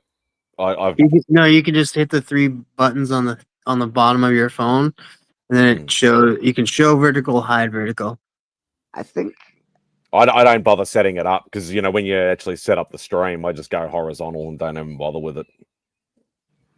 yeah, I get that. I do like the idea of it being available to use for people. So if I just do it like this, I think it's all right. Mm. What I don't know is if we're in vertical stream. You know that thing on YouTube where it does verticals? They call them. I'm wondering if that's the case, that would be good because you get a lot more people watching. They're assholes. Yeah. get people watching. You're running two streams. It runs two separate streams. Yeah, exactly. But it's it's kind of weird. But yeah, sometimes you get some weird people in the other one. Yeah, I haven't had too many. Biggie had one last night. He just kept calling Biggie Gale all the time. So you like men? You like men, don't you? You like men. I heard. Oh, you shit. like men. You like men. I heard you like men. Like Jesus, bud, give it a break. Give it a rest. yeah, I at least every couple of weeks I usually get some sort of fucktard or something like that on Outback. Either being racist or being bigotry or something like that. I just get my mods to block them. Right? It's I don't even get it. Like you just I'm coming into your stream just to say some Cause shit. fucked up shit. Like Yeah. what? Okay, bro. There's some weird people out there. There really is. There really is a lot of mentally unhealthy people in this world. The reason why you No, probably get it on your stream is mostly due to the fact that it is Saturday night. You probably get a lot of drunk assholes. Yeah. That's the thought had crossed my mind a bit, but but no, I thought I will digress from that bullshit. I was actually enjoying the movie talk. It was actually was quite very reminiscent of a lot of chats. No, you brought it up. Now we're gonna be talking about your stream and what happened. No. Said it before, but Beyond the Law and Arrival starring Charlie Sheen, fantastic effing movies. All right, Okay. I'll have to give those a shot. To be honest, I don't think. Did you guys watch the Charlie Sheen documentary? Yeah. Yes. They mean the It puff wasn't too the bad, puff piece actually. on Charlie Sheen. Yeah. I don't think that was too hard hitting. I think if that girl could have reached over, if we saw the camera angle, we'd probably given him a handy the whole time. I actually love the Eddie Murphy one. The Eddie Murphy one only one movie length one, and it was actually quite good and quite interesting actually. I need to watch the John Candy one still. I just felt like Charlie Sheen was in charge of his own documentary. I was like, Yeah. Same thing when I watch Vince. You know the whole Vince McMahon, that like 2-part documentary series that they did on Vince McMahon. I'm like, Vince McMahon's in charge of this. He probably co-produced this. It's ridiculous. I can't believe anything that's coming out of this. I just damn like the documentary. disclaimer that came up saying Martin Sheen and Emilio Estevez did not want to take part in this documentary. Shocking. Yeah, that was pretty shocking though, considering how like Martin Sheen was always there for him. Like Charlie did talk highly about him in that documentary. I think Charlie's probably trying to get in his good graces a little bit. He's like, Mm. Did you see that piece, Dad? Did you see what I said about you? Can I be back in the will? I still reckon the best one that I've seen, because I don't watch a lot of them. It's more like, if I love the actor or the person or whatever like that. But the Jordan one was still one of my favorites. That's the best documentary I've almost ever seen as far as sports go. That was an amazing documentary. Yeah. There's a really good 10-part Vietnam series. I can't remember which programming it came out on, but I think it's just called Vietnam, and it is by far the best Vietnam you're ever gonna watch. It talks shit about both sides. It doesn't keep there's no lies. It's just like this is what happened. This is what happened. It's intense, man. Great documentary. Yeah, I still haven't seen the because I haven't been able to find it. I think I'll have to. I think everybody's saying check it out on YouTube or whatever like that, but I still haven't watched the Dave Stevens one. Apparently, yeah, I didn't watch that yet either, to be honest. I couldn't, because everybody's like, oh, it's on Netflix. I'm like, we don't get the 100% of Netflix. I know Trav could probably say the same thing. We don't get the full catalog on a lot of the streaming services, not being in the US. So Yeah. I couldn't find it. So I think I have to go onto YouTube to find it. I think. Matt Sparty did Bleakers in Canada too. Yeah, I don't get that shit either. Yeah. You're like, I know that. Trav would know, and then I'm like, wait, Bleakers in Canada too. Yeah, I get most stuff though. I'm a very I don't know. I'm pretty good at finding things. I don't know if you're pulling a Monty, because Monty, if you're watching, I'm from Canada, by the way. Yeah, Monty needs a guy for that. Monty's like, I got a guy. He's got a guy for everything. He comes over, he puts on the TV for me, and that's my channel. I gotta watch that then, like the Dave Stevens one. That'd be a pretty good one. Actually, it was great for, especially at the time I was selling Dave Stevens comic books, so it's pretty good. It was pretty good when that happened. It's like, oh, geez, Louise, this $25 book just shot up to $100. That's crazy. Thank you, documentary. Appreciate you. Whereas I'm the other way. I'm like, stop releasing movies. Stop releasing this. I want this shit to fucking plummet so I can actually afford it. I have a new theory. I was always like that, but now I want Marvel to make more movies. Because you're selling stuff. Because not because I'm selling stuff, because these movies are tanking and these books are going down. Oh yeah, right. Good theory. I'm like, theory, Marvel, make more movies, please. I need to buy some of these books. Make Galactus look shitty. Look at Eternals. Eternals was like hot for a minute, and then like now it's just like you can get any Eternals book for very, very cheap. Well, that's what I was talking about today on my stream when I was doing my C3 unboxing. It's like Rob was saying, like he picked up the whole entire set, all slabbed, all in like 9s, 9.2s, 9.4s for like $30, $40 each, and it's like, what the hell? Well, like I'm paying like $100 for a Raw over here in a mid grade. Wow, those people still think they live in 2022. I think. It's also, you do live in it. It's harder for you to get books over there, I would imagine. Yeah, it's fucking shit. Yeah. But I've done all right. I've done all right for what I've got. So I'll take it. You got a great collection. I remember you talking about that earlier, so I took your knowledge and used it as my own. Well, that just means that it was true then. Yeah. Selling Superman. I haven't seen that. That's about the dude that dad passed away, and he got a Superman, right? He's got like a bunch of comics, but that was the big one in there. Action One, I think it was. I thought, yeah, I haven't seen it either. No, Oh, isn't that collection that was like unearthed where the guy like collected everything? It was like And his then dad, though. It was like his dad did it. yeah, his dad or something, or yeah, he like collected everything from like the 40s, Yeah. and he had it all in like pristine condition, all in like this like hermetically sealed rooms or something or other, and everything was high grade and shit. I think that's it. I'm not 100% sure. Somebody can clarify it if they know. Oh, in the I'm chat. gonna actually have to put a disclaimer that I can pop up once in a while that says, "Listen, everything I say isn't necessarily true, but it's fucking close. Relax. Yeah. I need that. I need that permanently. You fact checkers, relax." Yeah. On that note, like there is another Superman movie coming, and it's going to be he's going to come from a different world called like Mars instead. I don't know, you might have heard of it. And yeah, he's going to be a Green Martian this time. It's going to be Superman, the Green Martian. That's coming, guys. No, it's not. I'm lying. Martian of tomorrow. Yeah.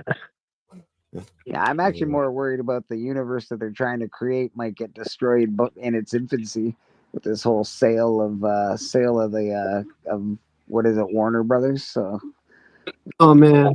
Yeah, like all going to be apparently, what is it? Batman, Superman, and Wonder Woman is all going to be public domain in the next like 2 years or 3 years or something. Like what they're doing with all the Winnie the Pooh stuff and all that sort of thing. It's all, and Steamboat Willie and that, it's all going to be public domain. So what's going to happen then? I don't understand how it can be public domain. I don't get that.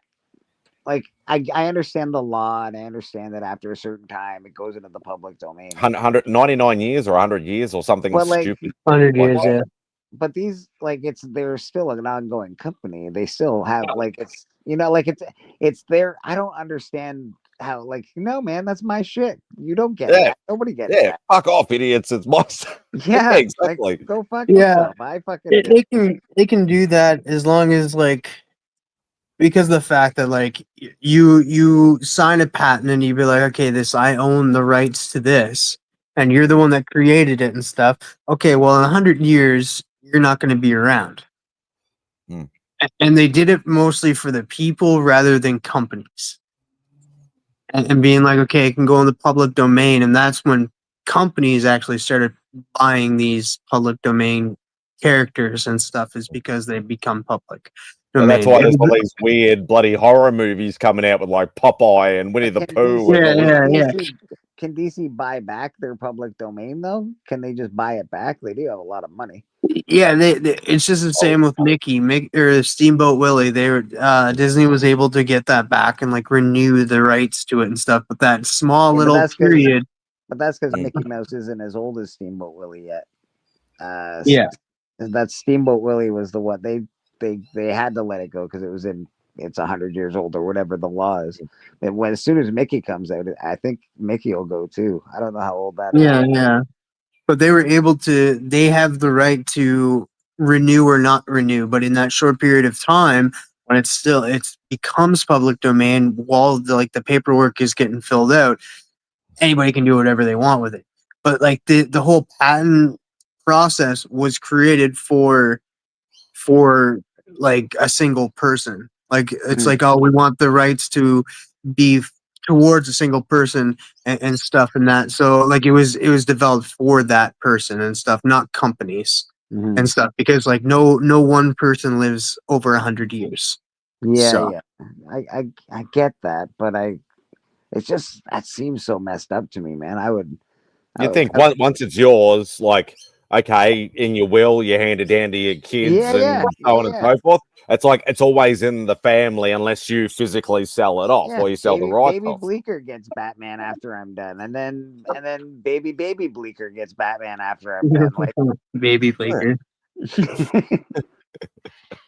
None of this nonsense. I don't. It doesn't go to Joe Blow over there. He can't just go write a porn movie with my character. That's fucking bullshit, Mickey does Disneyland or something like right? that. No, man, I don't want that shit. Get out of here. Oh fuck. Granted, I am a fan of the Pooh horror movie. I know it's terrible. It's one of the worst. I've never seen it, but Oh, yeah, it's awful. I've seen a It's short of it. I've seen a short of the Popeye one too, and I'm like, it actually looks kind of interesting. Ah, the Yeah. Popeye one's good too. I like the Popeye one as well. But I just know that it was the patents were oh yeah, I heard that too, yeah. The patents were like set up for like good. It's just now that they were like because people wanted to continue to have the rights and not be but yeah.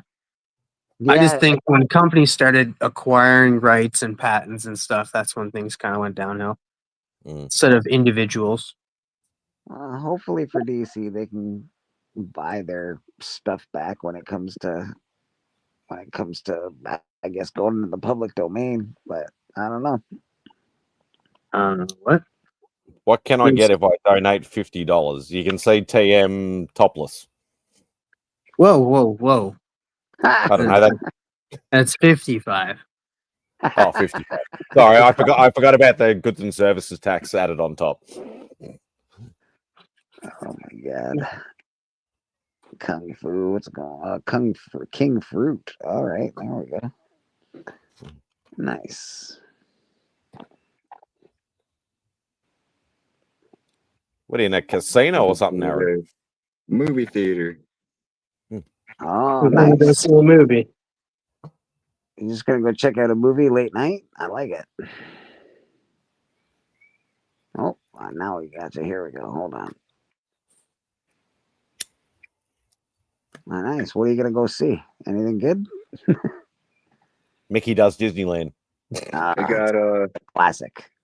Now You See Me, Predators Badlands. I can't tell what that last one is.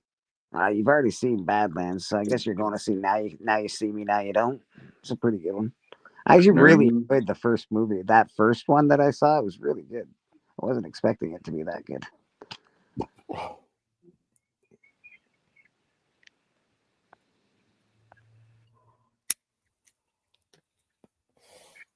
Spidey, what brings you? What's going on? Are you done work, I guess, for today? You're just chilling at home? Yeah, Saturdays is only a half day at work, so when I'm rostered on. But yeah, I did have to work this morning, unfortunately, and then I'm like, I want to get this stream done so I can, I need to start bagging and boarding and CLZing my books again because otherwise I'm going to get behind and end up buying doubles and shit. So I thought, yeah, good excuse, just get it done. And of course, as soon as I set my stream up, I thought I see about another 10 people that are friends of mine are all bloody streaming at the same time. I'm like, fuck. But that happens to me all the time, bro. And sometimes I want to stream, and then I'm like, shit, that guy's streaming, All right, fuck it, I'll just go. Yeah, sometimes after a while, I just went, yeah, fuck it, like just do it. Nobody watches. Sometimes you have to. That's why I'm just like, sometimes I'll just do a video instead because I'm just like, it's like this is the time I have to do it, so I have to either go live or record a video because. I only thought because of the size of the box and the amount of stuff in there that it would take too long and it's too much uploading and shit to do a pre-recorded video. Like it'll end up going for like almost an hour because that's pretty much how long almost the stream went for. So I thought, screw it. And then Papa said, "Oh, look, I'll keep you company while you're doing it." So he jumped on with me, and then I won't say. There's something funny that happened in your chat tonight. We'll talk about it backstage. I saw something. I wasn't fully keeping an eye on the chat, obviously, because I was too busy trying to dive into this giant ass fucking 10-kilogram box. Oh yeah. It looks like you got like your C3 box, didn't you? Yeah, well, I've still got a bit of stuff still to come, but it's just organizing, like when I can, because I got to go see Bo, pick up a pile of stuff from him. But I was hoping to get the stuff from Izzy because he's got something for me, something for Bo, and something for Dave. Nice. He was going to all send it to me, and I was going to hopefully do it all in one shot. Go because Bo lives over the other side of town, so it's about 45 minutes to an hour drive. So I was like, instead of making 2 trips, just do one, collect all my shit from Bo, give him his stuff, and then that's done and dusted. But yeah, Izzy's dragging his feet a bit. Speaking of charity auctions, tonight I think on Bronze. Yeah, Age, Mission 22. Yeah, yeah, they're doing Heroes for Heroes, I believe, and it's for yeah, for the veterans. vets. Yeah. You can do a chair.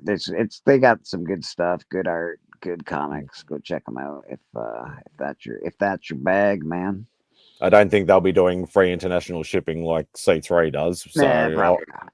Probably. yeah, so I probably, and I think it's probably on the same time as Outback is. So yeah, go to the auction. Don't worry about Outback. Go to Outback. Outback's there. Don't worry. Outback has stolen Saturday nights. They just went. They said, "Listen, we're just taking Saturdays," and that's what Outback did. Spidey and the Spidey people, man. I was, and I still joke today. I was peer pressured into doing it. Ha! Because it was when Remy was finishing up, and there was a whole panel of us, and they're all like, "Oh, who's going to do the Saturday night thing?" Because originally it was Chip, doing banter, and then Remy took over with Remy's place, and then they're like, "Who's going to do it?" And they're all like, "Spidey's going to do it. He needs the hours. Spidey does it." And I'm just like, "You got to be fucking kidding me! I can't run a live stream." And I literally I was gifted the mantle. Well, sometimes you take it up. Sometimes it's gifted. And I wouldn't be monetized if I didn't have it. That's funny. I gotta ask you a question, man. Are you going to be a smart ass, or are you going to ask an honest question? I'm gonna ask an honest question. Mm-hmm. All right. My what I want from the community this year. I was like, I'm skeptical. I'm listening. And I want to know that Son of Crom stuff. You got my back no matter what. Yeah, I'll vote for you. I've voted for you every other one. I got smashed the last round. I'm surprised I actually made it through. But yeah, I always vote for you. All right, no matter what. Yeah, you're not going up against me, are you? So it doesn't matter. Yeah. But there's. Who are we going up against in the next round, or we don't know yet? I don't know yet, but it looks like Underworld Comics. Never heard of them, so you're all good. and then Brian looks like he's going to go up against What's on the Comic Rack. So that's what I mean. Like if I make it past the next round, and if Brian makes it past the next round, we're the final two. I like Brian, but honestly, he hasn't really got that great a collection. It's all modern mainly. Brian LCS, you're talking about? Yeah. Yeah. You've actually got a better collection than he does, Trav. Like honestly, like you've got a lot of diverse. Like yeah, you collect a lot of modern stuff as well, which is not my main love. But you've still got a lot of old school cool books, and you got a lot of diversity. So I reckon you've actually, you've actually got a better collection than Brian does. I'd say that. I would definitely say, I don't know Brian's full Spider-Man collection, but if it's just Spider-Man, I just want to say, I've been playing the game too. I've been putting out my collection so people can see. Yeah, you're doing well, brother. You're maybe that's what I should have done. But I do know, yeah, because I lost to What's on the Comic Rack. I know Mr. Akins does have an awesome collection. He might be tough then. He might be my. He will be a tough. It's either he's up against Brian in the next round. I think I'm guarantee you Brian's got this in the bag for this one. What's on the Comic Rack? It's still pretty close for Underworld Comics and Gotham and Glam, but Underworld Comics is leading, but by not very much. Like Brian leading. Glam gets she gets the chick vote. Oh, it's a chick. She has a nice comic too, man. Like she just got Mega Man 3, its first Lobo, and so that's pretty cool. But I just got a pretty big key too. I dropped a video yesterday. What is it? Go watch it. No, I'll tell you. Everybody knows now, but you should go watch the video too, which is pretty. It's like I got more books and stuff, and Is this the one this the one you've been paying off? yeah, I haven't even paid anything Yeah. on it yet. I don't pay anything on it until December 4th. But yeah, I remember you mentioning it to me. Not the book, but you were doing a deal. So yeah, but I got more books, and actually, Mr. McGroovy. I don't know if you guys know him. He's from Scotland, and he's Scottish and stuff. He ended up like watching the video, and like it meant the world to me. Just the words he said, like this is his favorite YouTube video, and like I believed his words and stuff. He ended up sharing it on IG and stuff, and being like, "Guys, you need to watch this video and stuff of me doing the unboxing." But like there was a bunch of hey, what's going on, Rude? what's up, Rude? But I ended up getting DC Comics Presents issue number 26 in a 7.0, which is the first appearance of Cyborg, the first appearance of Raven, and the first appearance of Starfire. Is that the one where like Superman's like cowering down in the corner or something? Yeah, and Green Lantern's on the cover. Yeah, Yeah, I know the one. Yeah, that's a nice book. That is definitely a nice book. Congrats on getting that, because that is a nice book to get. yeah. Like I had told the story, like it's like I grew up with the Teen Titans cartoon, like the one, not the Teen Titans Go, but the earlier one. Yeah, the like good one.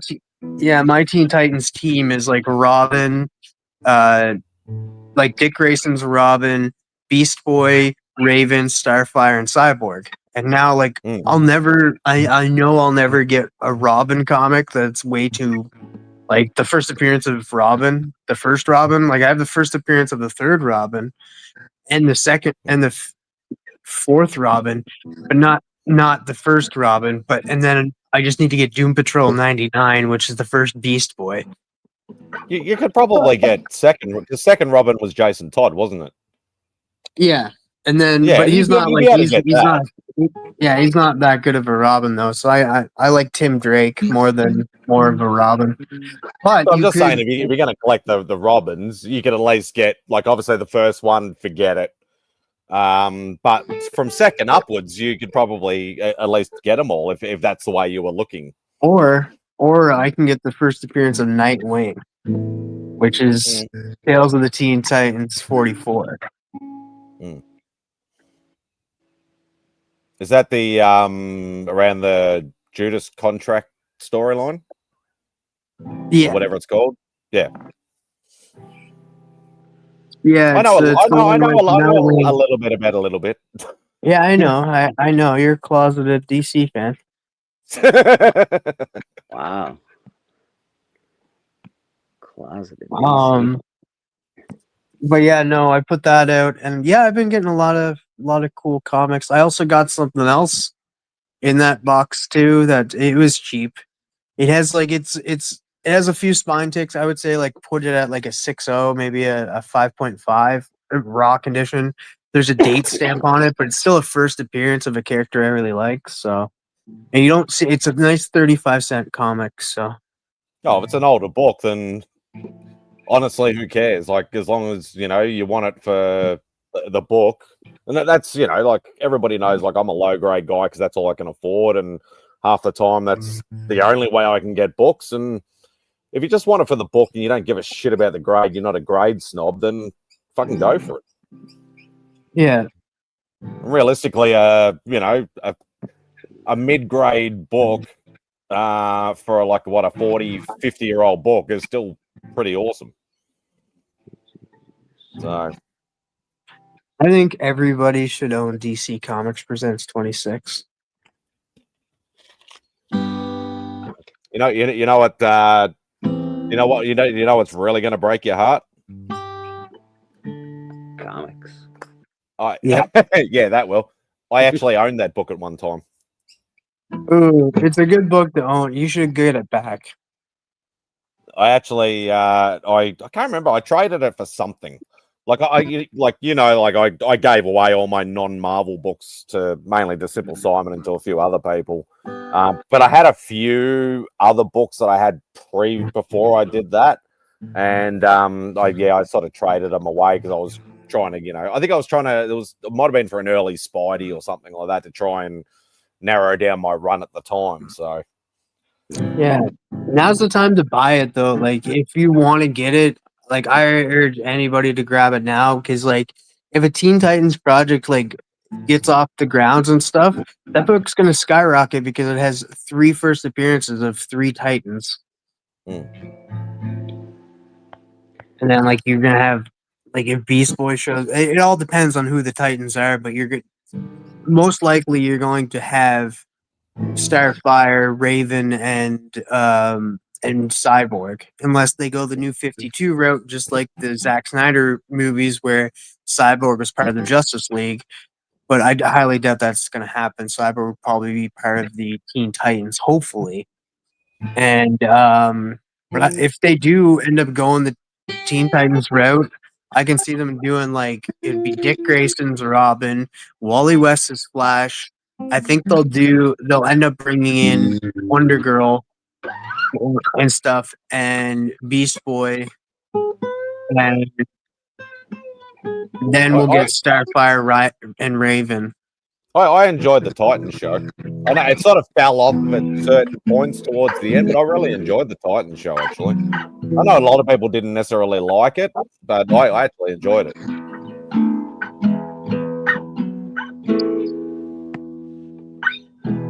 What's up, Rude? I don't know. I guess I'm just that's just who I am. I'm always setting up a presentation. Here's why you should be picking up this book. Yeah, These are the movies. Mr. Spec Man. Here's are the movies that you should be watching.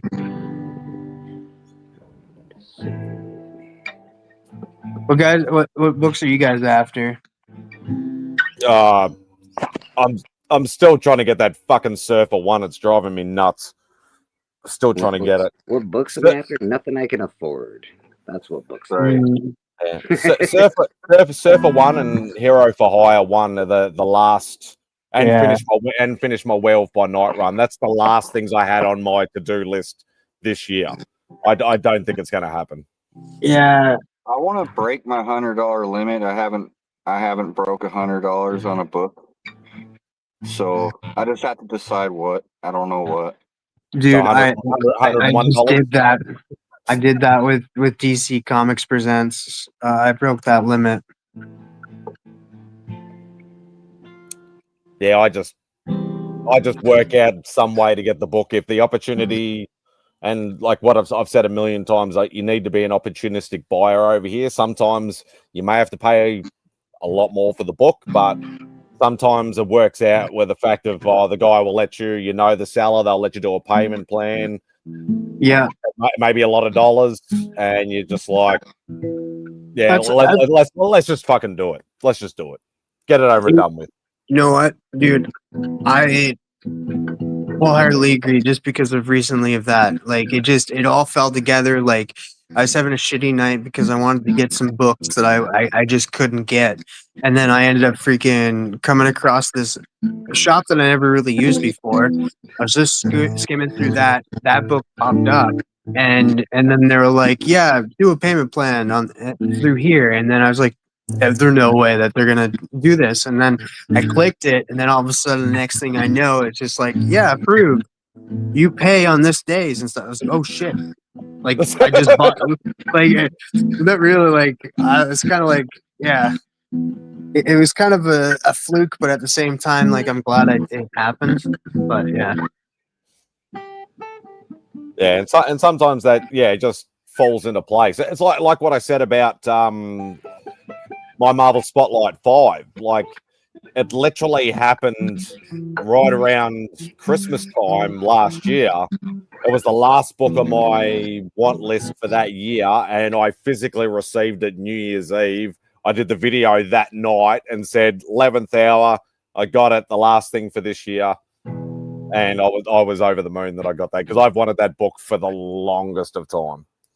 I got a book for my birthday, and that's all I need this year. It's pretty awesome.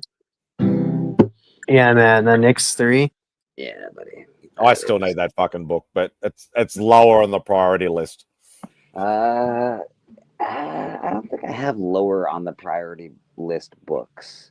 I have a list of like I don't know, like 100 books, and I think I want all of them just as much. Oh, as trust me, like I want all of them on my list, and my list is about 30 pages long. Oh my god! No, Jeez, it's not that bad, but it's bad. It's bad. But I put a lot of the stuff that like the runs I'm collecting, you know. So there's a lot of like just non key issue stuff and things like that. I'm But just talking about big key books. That's all I'm talking. yeah, big key books. Realistically, yeah, there's probably still about 30 to 40 that I still want. Don't get me. I would take all of them, but there's 40 I really want. Like, you know what I mean? I always follow Biggie's, you know, philosophy. You know, don't pick this or don't pick that. Just want them all. yeah, that's it. Mhm. Yeah, I'm the same. But yeah, like I've always said, you know, like I had those three. I'll call them three modern grails that I wanted. Because I missed out. I was in the times where I wasn't collecting at the time. New Mutants 98, UF4, and Nyx 3. They were the three main ones that I wanted. I've acquired two of them, but the NYX 3 I still have not gotten because it's a very rare book over here and a very pricey book if you find one. I got my edge on a 9/8 Edge of Spider-Verse number 2 or whatever it is. I got that's on my list pretty highly. I'd like a first She Spawn and a first Gunslinger. They're That both should be about pretty 200 achievable. each. 300 each. Oh, Yeah, those Spawn books go for a high price compared to other books, really. it's certain the exclusives and the like the con exclusives and the store exclusives that you know that like Beck is struggling with because she has the entire run. She's just trying to get all the like all the covers for all of them, like for a run. Oh, So man. some of them are super hard to get. It's super expensive. Yo, I'd like she to get has. Was she collecting it since '92 or what? No, she started just before me. So she's been collecting for about 20 years. But not right from the start though. I was gonna say, like, that's a crazy feat that she has every issue of Spawn, and now she's just trying to get the store exclusive ones. Like, that's Yeah, crazy. she's literally just trying to get every cover, and obviously, like some of them are extremely hard. Like that black and white number 1 is super pricey to try and get. There's a Singapore Comic-Con variant where the cover was done by Kale Nu. There was only 300 copies made, and that's a super rare and super pricey book to try and get a hold of as well. There's a lot of them like that are very hard to find. What were you saying, Rap? Cali Comics got the black and white. My buddy's got the black and white. Yeah, it's a freaking pricey book. It's a fucking pricey book. It's like an $800 book. Yeah. Damn. Yeah, it's not. That's what he wanted. That's what he wanted for it, and I said no. Yeah. No, I'm good. It had ticks on it. It wasn't like an $800 copy. Let's put it that way. But I should have taken the shot. I missed it literally by seconds. A mate of mine who's a seller, he had an 8.0 slabbed version of it for 400 Australian, and that's a cracking price. That's a great price. Cracking price, and it like that. It was gone. I messaged him. I'm like, dude, where's that book? And he's like, she wants that. And he's like, sorry, dude, I forgot. Somebody snapped it up as soon as I posted. What do you mean you forgot? What do you mean you forgot? Yeah, exactly. Exactly. There's somebody I posted like my goal list today on IG, like that I checked off 2 books already before 2026. Some guy hit me up. He's like, "Oh, I have Showcase 55 on my IG for sale." So I go over. It's like an 8.5 CBCS. It's like $775, I think, US. And I was like, no. I'm not that. You really gotta it really is a thing though. Like I'll buy books from the States, like from friends and stuff, and they'll be like, "Oh, it's $75." I'm like, "Oh, that's cheap." And then you're like, "Oh no, that's $112. That's not as cheap as I was hoping it would be." Yeah, yeah. I don't even know. I don't even know. Like the exchange rate for like $775 US would probably run to about Oh, that's over. That's about that's 13. that. Yeah. I'm actually. It's the funny thing is, I'm actually better buying books from Canada Yeah, because the Canadian to Aussie dollar is almost on parity. Like it's at like 92 cents or Well, 93 cents or something like And that. that's the thing too. Like we're for some odd reason we're like in the same region too. Like you mentioned earlier, like with Disney Plus or Netflix or even like at one point like region lock DVDs, right? Like region one, region two. Like we're in the same region. Yeah, Canada and even though you're like right Australia. over the other side of the world. Yeah, it's weird. Power Girl. Who dat showed a first Power Girl today? Oh man, he said that for a while. It's only a 9.8. Yeah, oh my, yeah. All Star Comics 58. Yeah, it's a beautiful book. I'd love a copy of that book. That would be a really nice book to have. But who that's copy is just it's Yeah, Well, he's Sure. he's a high grade guy, isn't he? I'm more of a high grade collector. I like part of the collecting is looking at the cover, and I don't know. I want to be able to look at my covers and be proud of them. I don't know. I don't know. I just want the book.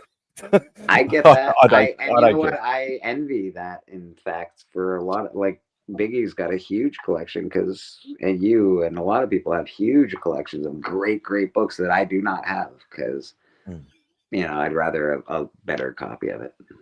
Yeah, you're like, oh, I don't want to pay $200 for this 2.0. I'd rather spend $2,000 and get a 9.8. Something like that. You're nuts. But no, I understand it. Like Dave's still only 35 cents. He's like that. But I'm also he loves his high grade collector. stuff. I'm a patient collector. I'll buy when the book's down. I'll find it somewhere. I can't afford that I don't go luxury. ripping on $900 books or 1,000 books very often. I buy one of those a year maybe, and it puts me back a lot. I'm like, okay, I'm going to be paying for this for the rest of the year. Yeah, ramen for the next 6 months. Yeah. Canadian Survivalist. Do you mean Avengers Annual 10? Or just Avengers 10. Yeah, because Avengers 10 is that first Immortus or something, I think. Obviously, the annual 10 is first Rogue, but I think Avengers 10 is like first Immortus or something like that. So I think he might mean annual 10, I think. That's still a pretty achievable book. Like, even over here, like I bought a mid-grade raw copy for 60 or 70 bucks over here. So Avengers books are actually. Oh no, he wants Avengers 10 Immortus. Yeah.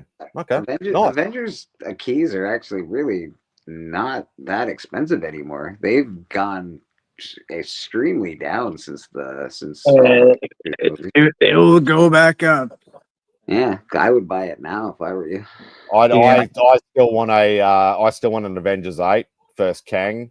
Mm-hmm. But that's still a rare and pricey book over here, unfortunately. Yeah, it's not it's not nearly as pricey over here anymore. Really, it's not. It's quite reasonably priced now.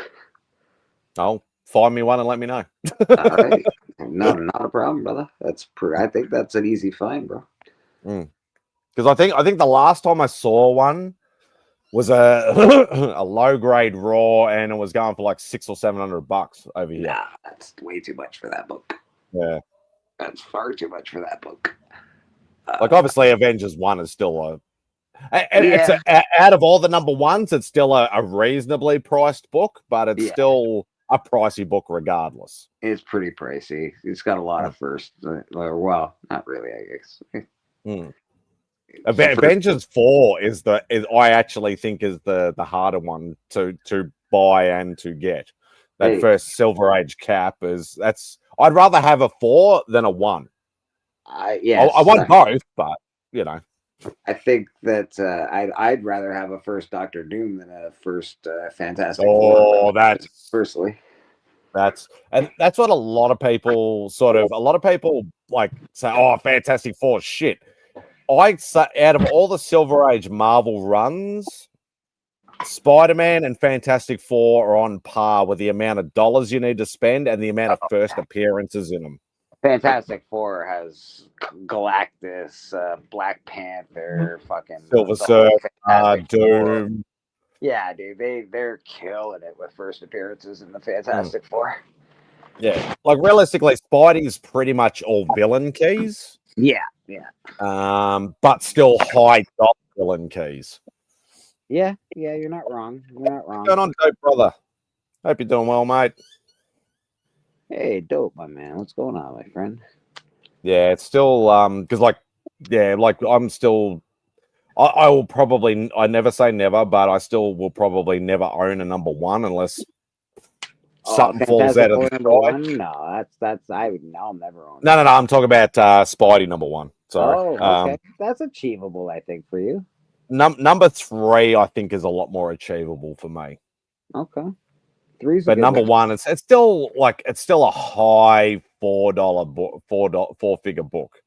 Number 1. So AF-15s out of your Oh, forget it. Forget it. That is my ultimate grail, obviously.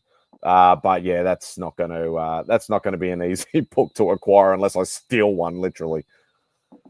The biggest book that I think I'm after right now is probably A House of Secrets 92. But again, I want it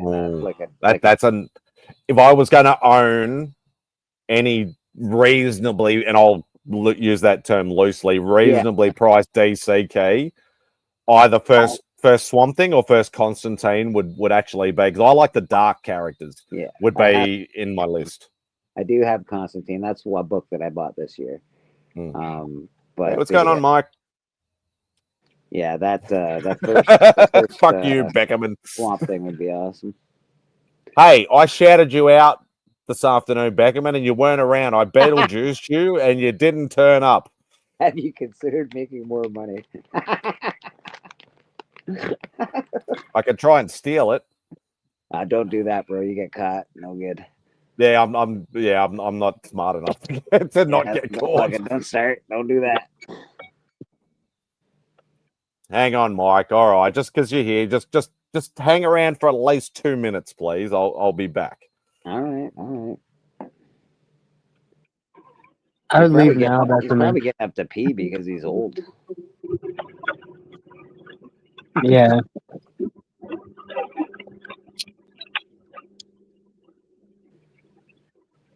You know, it'd be a cool book to own too. It would be Strange Adventures 190.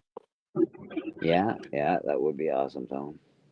I would love to own the first appearance of Doctor Strange. Would be fucking great. Oh, sorry, not my mic. Yeah, Strange Adventures 190 is the first Animal Man in costume on cover. Oh, nice. What do I have, TM? I think you have 191. 191? No. You have 201. 201, okay. That's a good one. A great green cover. It's really good cover, actually. Early cover appearance of Animal Man. Yeah. Which I will be buying off you eventually. Take your time, buddy. It's always here. All right, Mike. There you go. Just to shut you up for once. Hold on, Spidey. Let me get my stupid fat fingers on my little tiny phone here. He could tell already what book it is. There we go. Hey, look at you with some fucking. I like the green on that. Look at that beautiful new Warriors stuff there. Yep, see, banger. There, I got you, Mike. I got you. That was part of my my C3 haul, Mike. I bought that at the comic book auction on the last day.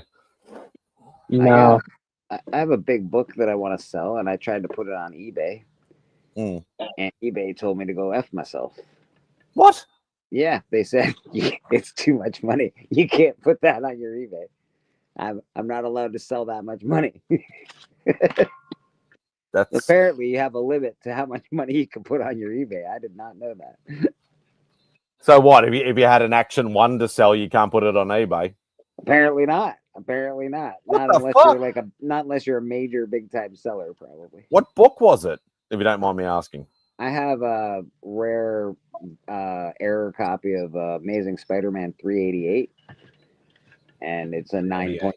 Yeah, it's the Brock Eddie Brock backstory. It's got Parker with Aunt May and I think Uncle Ben on the cover. He's like, "Oh no!" Oh, It yep. had blue foil on it. Well, mine has no blue foil, and it's Oh, okay. it's a misprint, Hmm. and it's an error variant. The last copy sold for $4,000. Wow. Yeah, I'm so- glad I don't chase those. So I have a 9.8 because I sent mine away, and it's a 9.8, and eBay told me no, you can't sell that. Okay, that's kind of weird. Yeah. So I'm waiting on Elite Comics. I sent a message to Elite. They said yeah, and then I said cool, and they said they asked me what I want to price it at, and I said, well, I'm really not sure because the last one sold for $4,000, and they're so rare that I have no idea what it's worth now. And they said, well, let me check with the team, and we'll get back to you. We'll price it. We'll get back to you. That was 2 days ago. They haven't gotten back to me, so I'm a little. Maybe they're having hard trouble trying to find. If it's that rare an error, It's maybe they're so having trouble rare. finding history on it. The only place I can find that book is in Key Collector in the valuable errors. That's the only place I can find it. Do you know how big the error run was, or nobody knows? I can tell you that there's 7 of them, no, 8 of them on the census, and that's it. Oh wow. Yeah. Okay. I do vaguely remember you telling me about that at one point, but I didn't know it was like as because you hear about some of these errors and it's like, oh yeah, it was like half the print, or you know, it didn't make it to certain regions and stuff like that. And I always wanted the 2099 error. Yeah, there's actually an error, the copy where the spider armor, that there's a white copy of that as well, where they didn't print the foil on it. oh, you're not talking about the not Spidey 2099, the Web of Spider-Man 90. Yeah, that's what I'm talking Yeah, about. the green cover. Yeah, that's the one I'm talking about. He's talking about 2099. There's one sort of like I'm not a variant guy, but when you're talking about that era, I always wanted to get the gold foil edition of Lethal Protector 1, but that's a rare and a pricey book too. Yeah, that is a really rare, pricey one. I agree, Beckerman. What the hell do they care? Like, I don't get it. Well, they setting limits. They setting limits on people now. It's like, oh, if you don't have certain amount of feedback or whatever like that, you can only list up to $1,000, or they're setting limits now or something. I don't know. I haven't sold on eBay in years. I don't really sell on eBay. This is the first time I put stuff on eBay for a long time. I do have 100% positive seller rate. One guy complained because his corner of his book got crunched, and when I sent it away, it was perfect. And I don't know how it got crunched, but whatever. He asked for some money off. I gave him $10 off. He complained and said that I didn't give him any fucking money off. Fucking prick. I was like, what a fucking douchebag. I gave you $10 off the price. You basically paid $5 for a newsstand copy of Amazing Spider-Man 360. So go F yourself, whoever you are that bought that off of eBay on me. And then I stopped selling on eBay because I was real mad.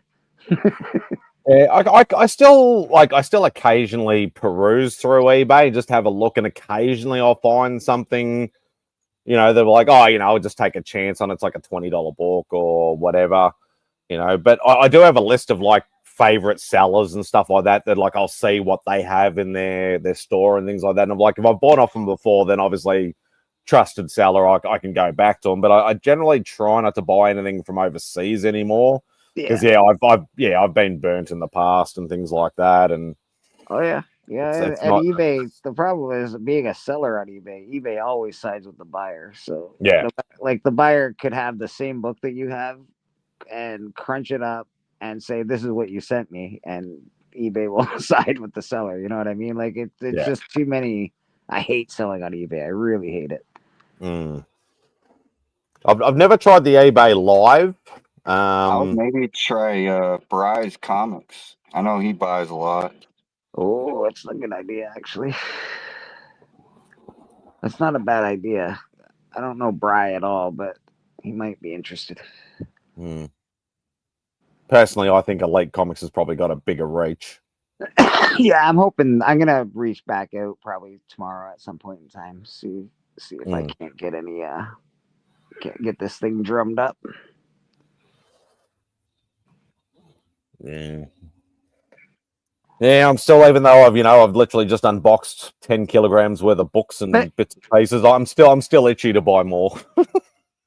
I did really well. Like I got a bunch of books this week, and between the last couple of weeks, and I feel pretty satisfied as far as books go. I haven't had any new books for a while, so this last week has been real nice. I haven't been to a con or a fair in a little while either, so I'm sort of like, I wouldn't mind. Like, I know we have, I think it's next weekend, we have that little comic fair that I quite often go to, Yarraville Comic and Toy Fair. It's just a tiny little hall, literally just comics. You can occasionally get a guy selling a couple of toys and some cards and stuff, but it's literally all comics. I know the majority of the sellers, but it's always good to. I always love doing those little fair type things. A lot more fun than big cons now. I don't even bother with the big cons anymore. Yeah, that's a 10 kilos of box Aussie Escobar over here. That's sorry, Mike. 22 pounds. Is that better? I only know because Rob told me when we were on the Outback. I'm like, oh, you've sent my box. Like, is it multiple boxes or this? And he goes, no, it's one box, and this is how much it weighs. Oh my god!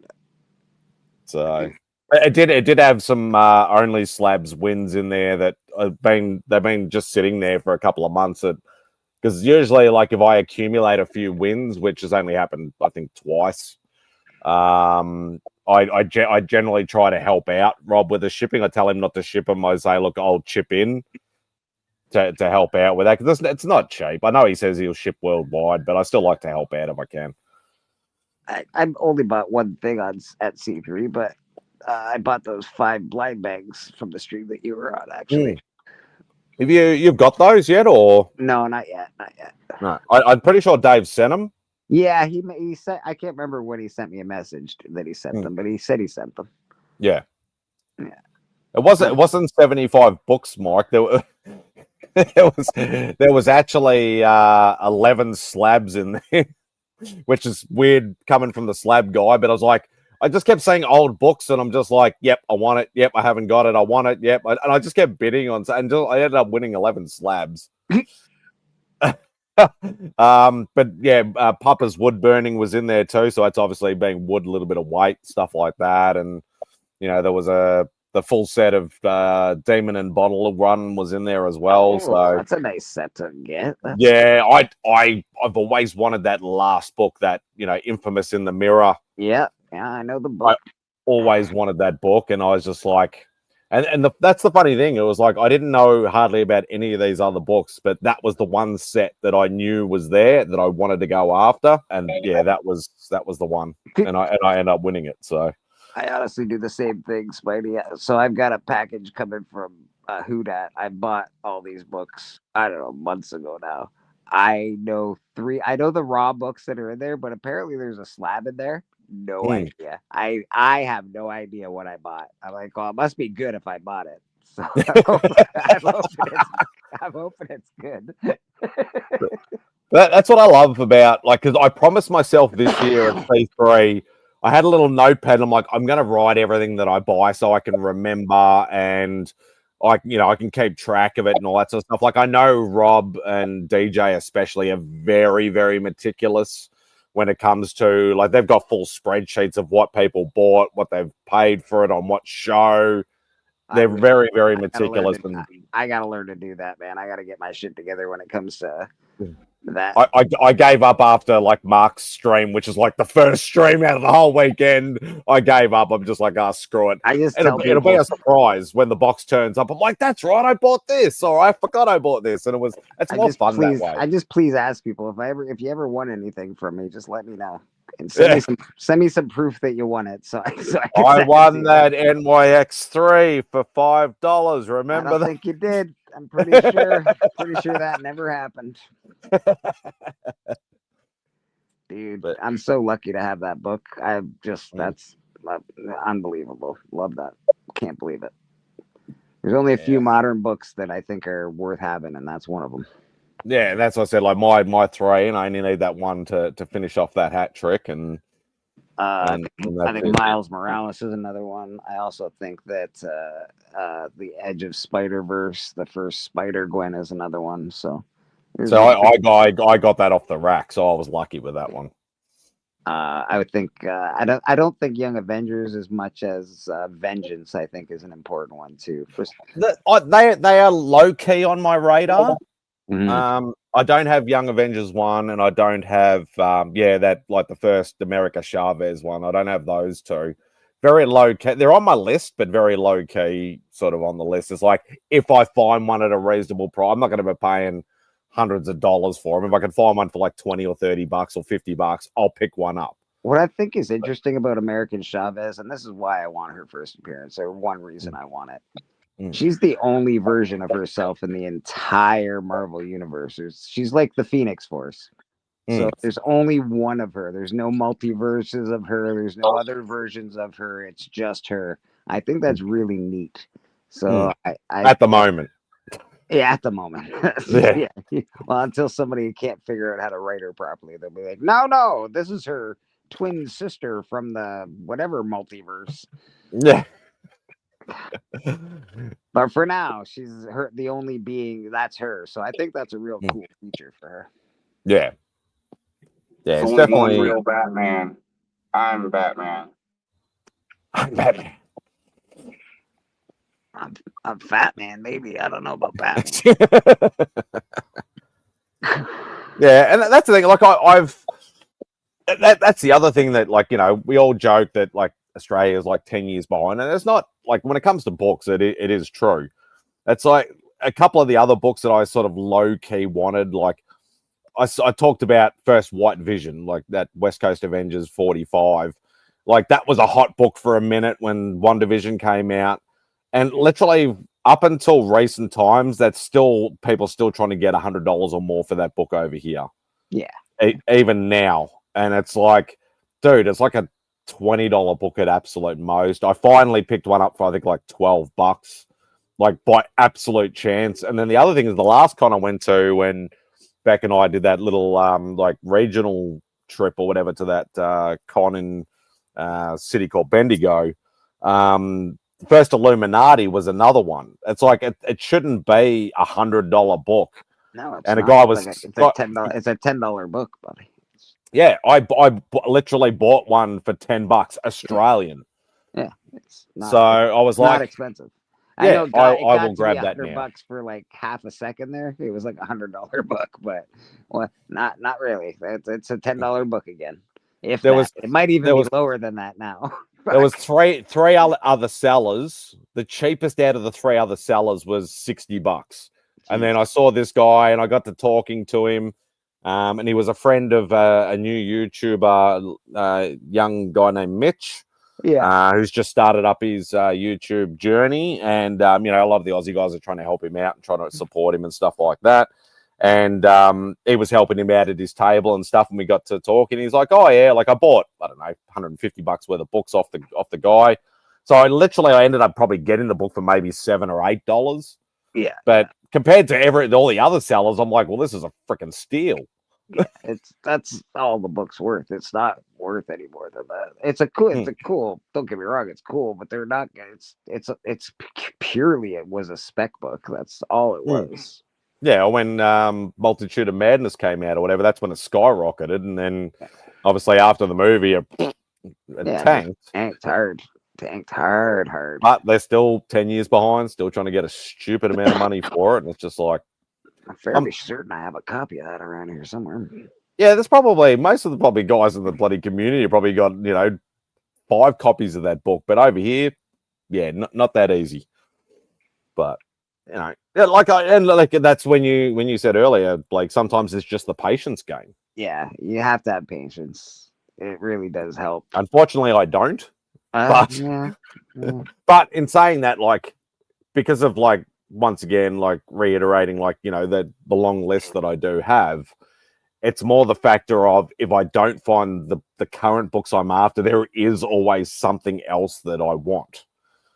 That's true. So and it's I like, like what you I'll said. dip into this run or that run, or I'll try and get that key instead because it's not hot at the moment and people actually got it at a reasonable price. There's always something else that I want. Also, I liked what you said. Sometimes you just got to buy in self-defense. Like you just, if it's there, you got to buy it because when are you going to see it again? Like I know it's expensive now, but I think it's going to be even more expensive in the future. So that's also a big one for me. I'm like, ugh, if I don't get this book now, I'm fucking screwed. Like if you don't get an X-Men 1, you're fucked. Good luck. Yeah, and that's what I mean. It's like I said opportunistic, but it's sort of, it's like it's opportunity plus money equals the deal. So the guy's got the book, he's selling it at this price, it might be overpriced, but I have the money available. Let's just put the two together and just go fuck it. Yeah, I'm definitely in with that.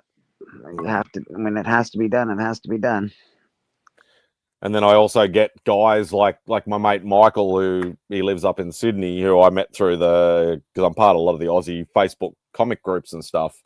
That he will literally hit me up out of nowhere and goes, "Oh, I just got a collection in of Silver Age Marvel books. Do you want to hand pick what you want?" And then I end up, I'm actually doing a deal at the moment. It's about 55 books.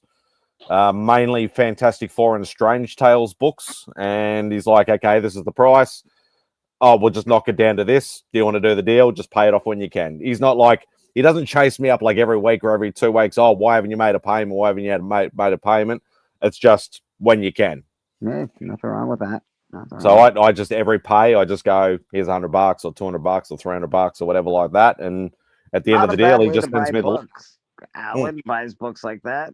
Alan's paid books for years. For like a year, he's paid for odd books, and then all of a sudden he gets his books. It's a good way to buy books.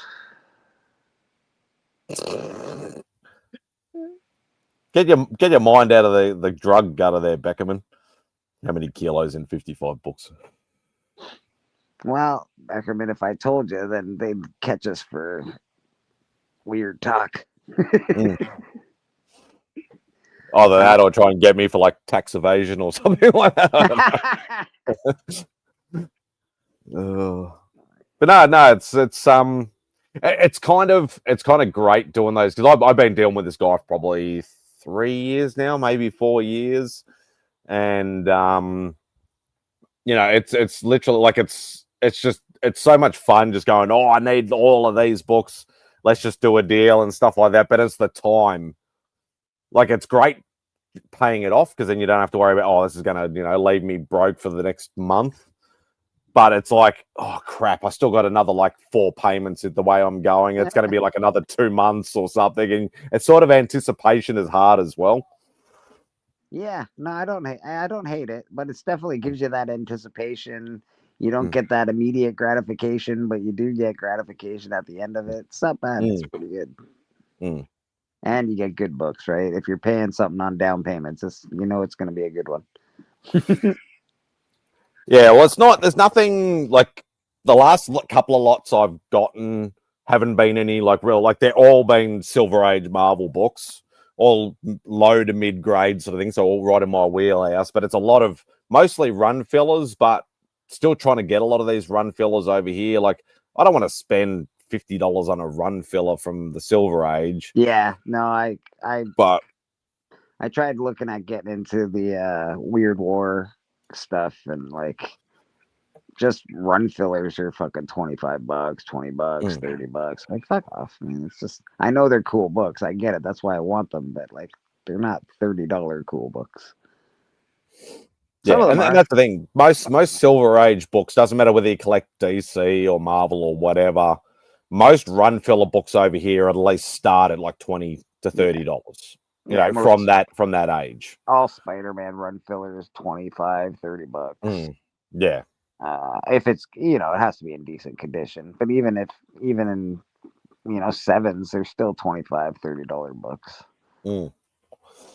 Yeah, and that's the hard thing. But like, I still enjoy the hunt. I still, sometimes I just buy books and covers for, because they're cool. Because that's how my Submariner run started.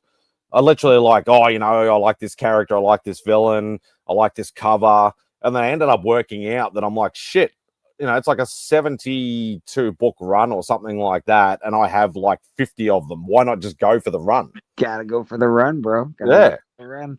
I actually want to finish my Warlord run like that because I have almost the whole run, and I'm like, I'm only missing like, I don't know, I think number 1 and a couple of the early ones, but they're not unattainable books. Warlord 1 Submariner and Thor, or it was like a team up of Submariner and 2 other heroes.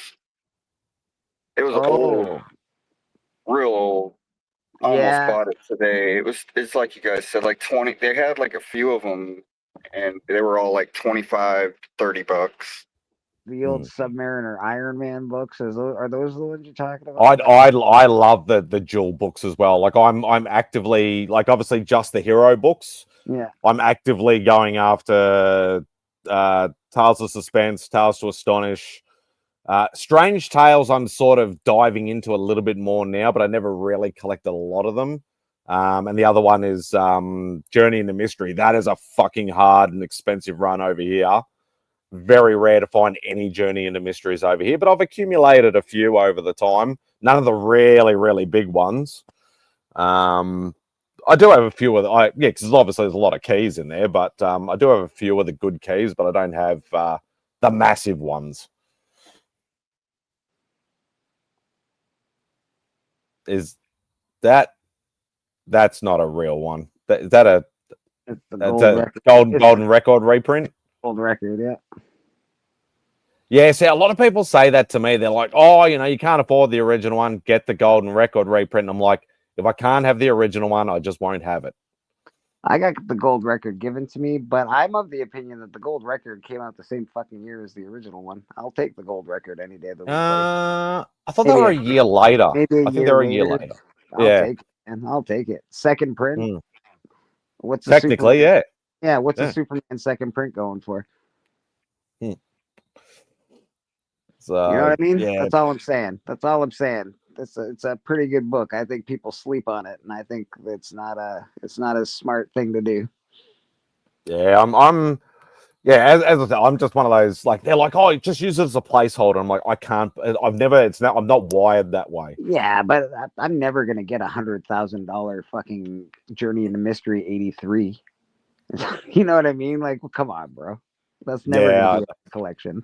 But so I always still stick by the rule, never say never. Like, you don't, like, I as I said, I would never have thought starting my Spider-Man collection 40-something years ago or 30-something years ago that I would be 2 books away from a full run. Like, I never thought I would get to that point. But here I am. Yes, I may never complete it. The only type of run I support. But as I said, like, you don't know what can fall into your lap. That's true. And I know, like, I keep shouting him out. I got to shout him out some more. Dave's still only 35 cents. Is like, if I have the power, I will help you get that ASM one way, shape, or form. At some point, I will help you try and get that book. And he's got a hell of a lot more connections than I do. I can tell you that right now. And he goes to the States like a couple of times a year, every year. So what are you looking to pay for it? But that's the problem. It's when you have the money too, right? It's all opportunity. that is the main thing. Like the only thing I can think of is that, Dave, can you just buy the book and I'll just take like 10 years to pay you off?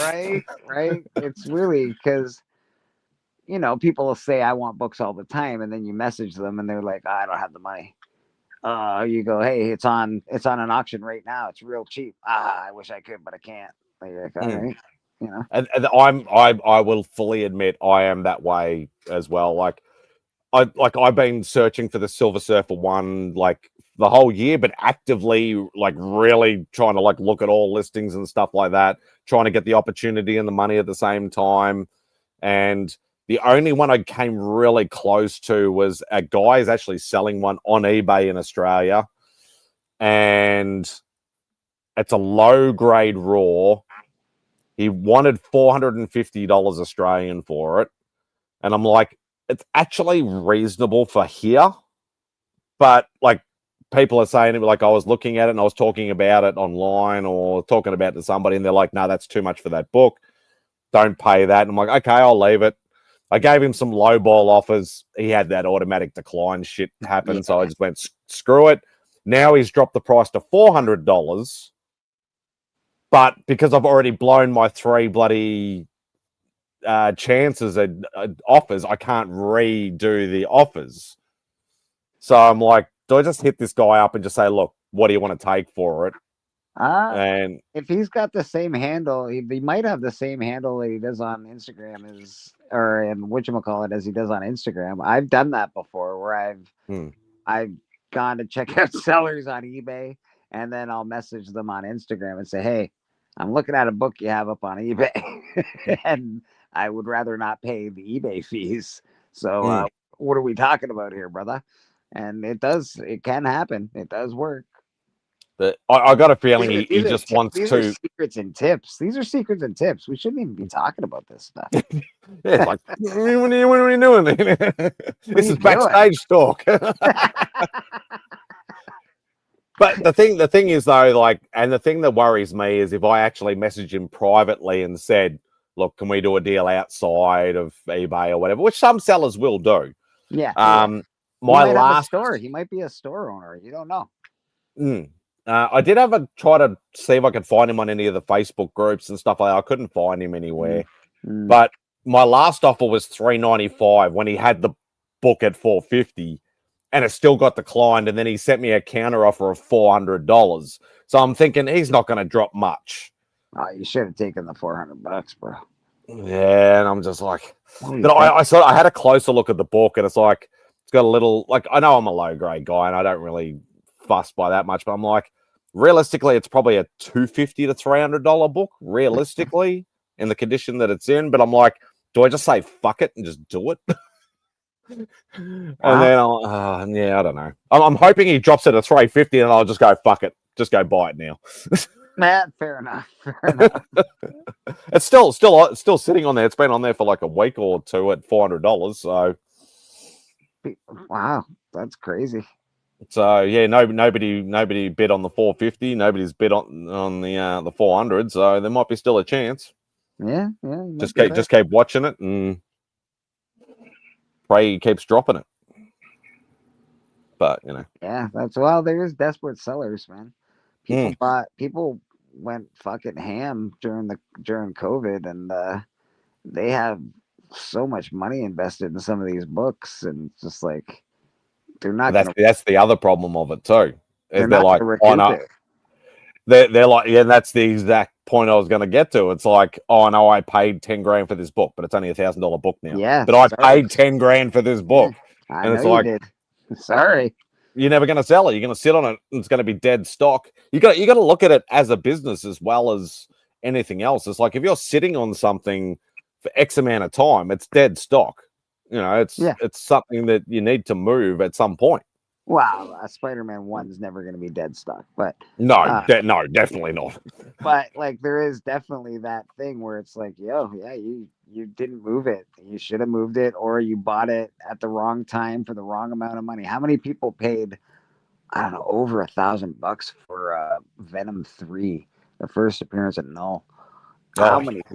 Oh my God, that book went in. It's still a $300, $400, $500 book in a 9.8, which is respectable. But man, people were paying $1,000, $2,000, $1,200 for that. But there was book. a lot of books across the board that were like that though, and it's The Young Avengers #1. That was $1,000 book all one. day long. The first appearance of Gore. Oh God yeah, Butcher. that was a huge book. that's one of the another biggest book. Books in my whole collection, and it crashed the hardest. Oh, rough. That is it's a another great book that I though. want. Another book that I want, but still being asked ridiculous price, like $100 or more over here. Still, It's a good. and I'm The like, whole run that run had 2 copies. I traded one off. that run should be worth money. It's one of the best stories. It's one of the best Thor stories. It's one of the greatest stories told in comic books. It's a fucking good story. I just to be perfectly don't honest, have- I love the covers. I'm a big I East Ed don't have Ribic the fan. Jane Foster. I wish I had the Jane Foster, but I just have Gore. Yeah, I just love East it's Ed like the Ribic's art. first 12 issues. And then Jane Foster comes in like issue 13. Interesting. Yeah, and then they had that like Thor #1 that's got her on the front instead, sort of thing. And yeah, her story arc, it did happen right after Gore, but the movie still was just trying to pack in too much into the movie, and then I don't know, just bad writing. Terrible writing. Seemed rushed. It's awful. And even the guy that played Thor knew it. He was like, I don't want to fucking do any of these movies if you keep doing this shit. yeah, that's what Chris Hemsworth said. He's like, if I'm going to be Thor. Thor again, I want a serious, proper, comic accurate, like like old school Thor story. Like I don't want any of this fucking funny bullshit anymore. I didn't hate Thor 2 like everybody else says it's I the didn't worst mind it. one. I didn't I mind thought it. I thought it was a lot like the comics. The worst one is the 4th one, but I like Ragnarok. I like the 2nd one. I like the first one. Malekith was a cool villain. I didn't hate it. No, I think I like Thor though. I'm a Thor guy, so it's hard for me to. Yeah, I'm kind of biased too. I'm a little I've biased. liked Thor ever since the Lou Ferrigno teamed up with Thor in that TV miniseries.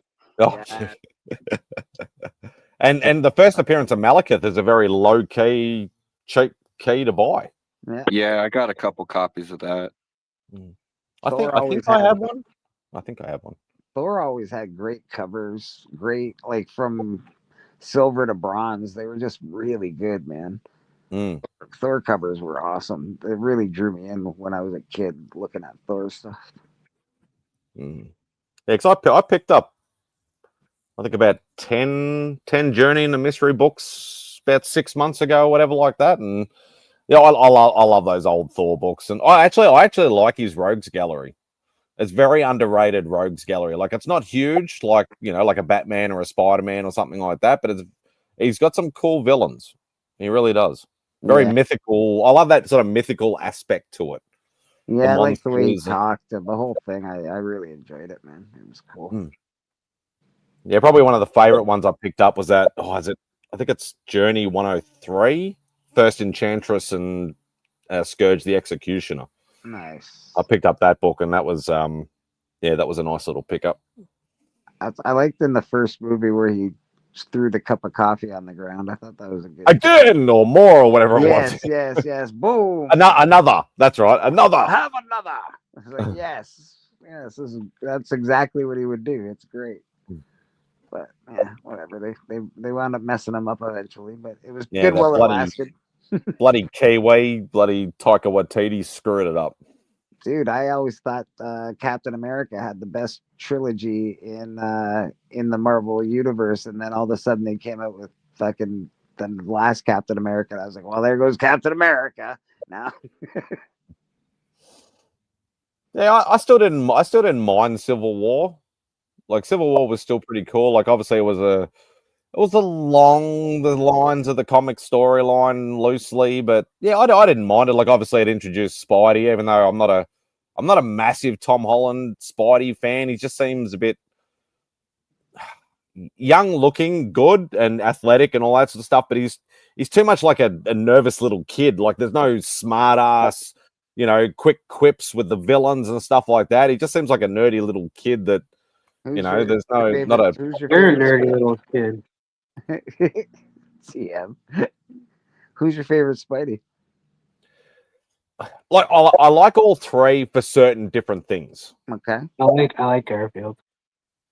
I really I like Toby for like his sort of physical size and he had some of the smart ass quips and stuff like that, but I think Andrew Garfield was more of a smart ass in the Spidey suit than what Maguire was. Yeah. But I think Tom Holland has the look of a young Peter Parker, so he actually is like more age appropriate, I suppose you could say. But yeah, I didn't really like Andrew Garfield's Peter Parker though. I think I preferred Toby's Peter Parker. That's what I would say as well. I think Andrew Garfield was too cool for school, man. He didn't quite play the nerd Peter Parker that I knew. But that being said, they sort of changed him now in like comics and cartoons. He's not sort of the same anymore. So yeah, he's a bit more sort of grown up, I suppose you could. Yeah, he's a little cooler, but not still a nerd, I guess. I don't know. Yeah, I'm sort of like, because when I used to be a big reader, obviously I'm more the Silver Bronze Age, Spidey reader and things like that. Obviously up to the early 90s and stuff like that. And he still had that same sort of like high school nerd persona, but a real smart ass, badass in the Spidey suit. Even in all the cartoon renditions up to this date, he'd sort of been that nerdy, maybe not the 70s one. He sounded a little old in that one, but the like most of our renditions growing up where he was like a nerd, always late, couldn't get a date, and then he sort of became a little cooler, but still couldn't get a date. And he keeps getting a little cooler, I guess. And then obviously in later times, they're like, let's give him a tech company and he's sort of grown up now and, all this sort of shit. And you're just like, what the fuck? Listen, he should have a fucking tech company and they shouldn't have taken it away from him. But regardless, you got to let Peter Parker win at some point in his life. He's one of the best Marvel superheroes with the most strength. He's awesome. He's a great superhero and he never win. Like, you got to let him grow up and be like, I don't know, Spider-Man. No. As a comic book reader, I want him to be miserable. It's like the running joke between general consensus, but a lot of Spidey, fans and stuff like that is like, you look at the first 100 books from the Amazing Spider-Man run, and nearly every single cover he is getting beaten down, getting his ass beat, bro. His fucking ass beat. That's what people want. They want to see their heroes getting the crap beat out of them. Spider-Man needs to be like the leader of a team or the leader of some spider people, or I don't know, he needs to be like Batman at this point. Spider-Man is he's an awesome, he should have way more. He's super intelligent. He's fucking Spider-Man. Come on. Give me a break. This guy should have money. He should have a team. He should have all sorts of cool shit. But he should have MJ and stay with MJ instead of this freaking never happened shit or freaking they break up and all that sort of crap. It's like, just fuck off. Just let them be together. Yeah, man. That's fine too. I like the MJ thing. I always enjoyed that when I read it in the comic strips and the newspapers. Him and MJ, man. Oh shit, that's hilarious. Hey man, I look forward to that comic strip like every day, bro. Spider-Man, it was awesome. I actually remember when Spider-Man stopped in the newspaper and they were like, no more Spider-Man. I was like, what? I don't think I've read a funny page since, to be honest. That's what I need to do. You're right, Spotty. And then they'll call it Spider-Man and his Spectacular Team. Something, man. Just something. They need to give Spidey, I don't know, a wicked leadership role in the MCU somehow. Also, Marvel, if you steal that idea and that that title, and that idea was Matt Spidey's, but that title was mine, and I'll sue. And I've And, been and talking, we've got 100 years with it. I've also been talking about it for like this whole time, so I think it's partly mine now too. So I'm so Yeah, and you know what? Rad's here too, so it's just yeah, it's we're all this entire streams, yeah. So like Marvel, watch out. Yeah, watch so it. give us 10 million bucks each. Yeah. I want my I'll take- amazing fantasy 15. and you know what? I'll take 500 grand. Never mind the 10 mil. I'm a cheap bastard. You get your house of secrets. And, and I just need 500 American dollars. That's 500 grand in American dollars. That's a lot of money in Canada. That's almost $1 million. So I'd be all right. and Well, I'm good with 100. And if I get my 10 million bucks, I'm flying you guys down to Heroes and we're meeting up next year. Damn right, baby. Damn right. That'd be amazing. Yeah, that'd be so cool, dude. Even the smart ass on the screen next If you fly me over though, chances are that I'll just stay in the US. be one of those 4-hour illegal drive. aliens. Yeah, Yeah, they'll I'll never, just be a they'll never floater. bust him, no, he's super white. Ice won't get him. Yeah, that's true. That is true. They'll be like, that guy's all right. Well, if you ask Ian, I'd be like, Ian, what color am I? He'd be like, pink. Well, he's got a point. We'll just hide you in Biggie's basement, TM. Oh no, no. I have places I can stay in Utah. I have places I can stay in Kansas. I have multiple places I can stay in Kansas. Kansas or Kansas City? Kansas can be a home for you. I hear. Yeah. It could be. You're gonna sleep with the cats at Beckman's place. Yep. That's some good pussy right there. Yeah. I'd be able to go to screeners and be able to hang out with like Swagda and be like, yeah, let's go to the movies. What movie are we gonna go see? I'd be like, I don't care, let's just go. You'd have comic book shops. That would be pretty cool. Yeah, dude, I'd be at every one of them. And like I have an inn at Clint's. I have an inn. They've moved locations, so they're at a better location, so I'd have an inn there, and who knows, I could just work there. We have a question in the chat from Mr. Flynn. Blake, do you collect Bronze Age Conan? That's that's Jeffrey. I do collect Bronze Age Conan. I'm currently after. I love Conan. I love all of Conan. I have a pretty decent run for Conan. I'm missing some of the later issues and some of the early issues. I do not think I own one Conan book. I own 24. Surprisingly. You know it's a good buy right now? Go buy fucking Conan 23. That shit's cheap as fuck right now. That movie tanked, bro. Tanked. Is that the first Red Sonja? Yeah. People. Yeah, that movie was like, and it sucks too because I heard the actress is good, and there was one other actor, I forget his name. I think it's Ed, maybe. He played he played I forget his name now. Klaus on the Umbrella Academy show, and then he was also, yeah. I don't remember the actor's name, but I know the guy. Yeah, Yeah. I know who you're talking about. Yeah, he was in the movie, and I really like him. Like I've followed him, his career because he was on the show called Misfits, and then he was in a movie called Killing Bono, and then he was on that show Umbrella Academy. He's a really good actor. Like in Misfits, he's hilarious, man. He's just like, so what'd they get you for? Oh, they got me from getting some snaps and some mixing pics, and then there's just like nobody believes him, and then they do a flashback episode where it's literally like he literally just puts his hand in some kicks and mix, and starts eating it and stuff, and then it's like, oh, you can't do that. What are you doing? Yeah, put that back.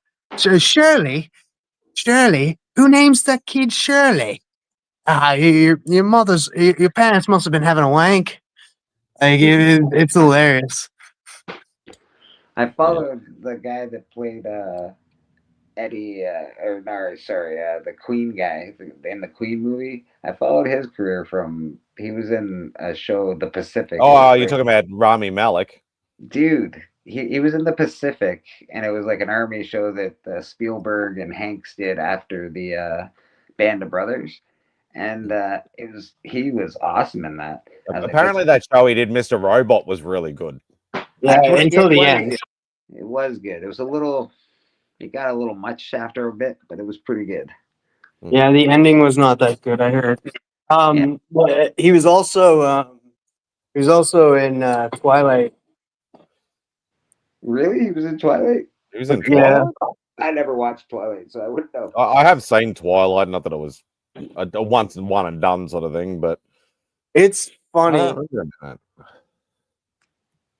I like Especially once you I go like into vampire it. movies, but yeah, that was like, You get into it, like, yeah, and it's funny because you get like you go and watch it and you laugh at the fact that you're just like everybody was like who was it, Edward and the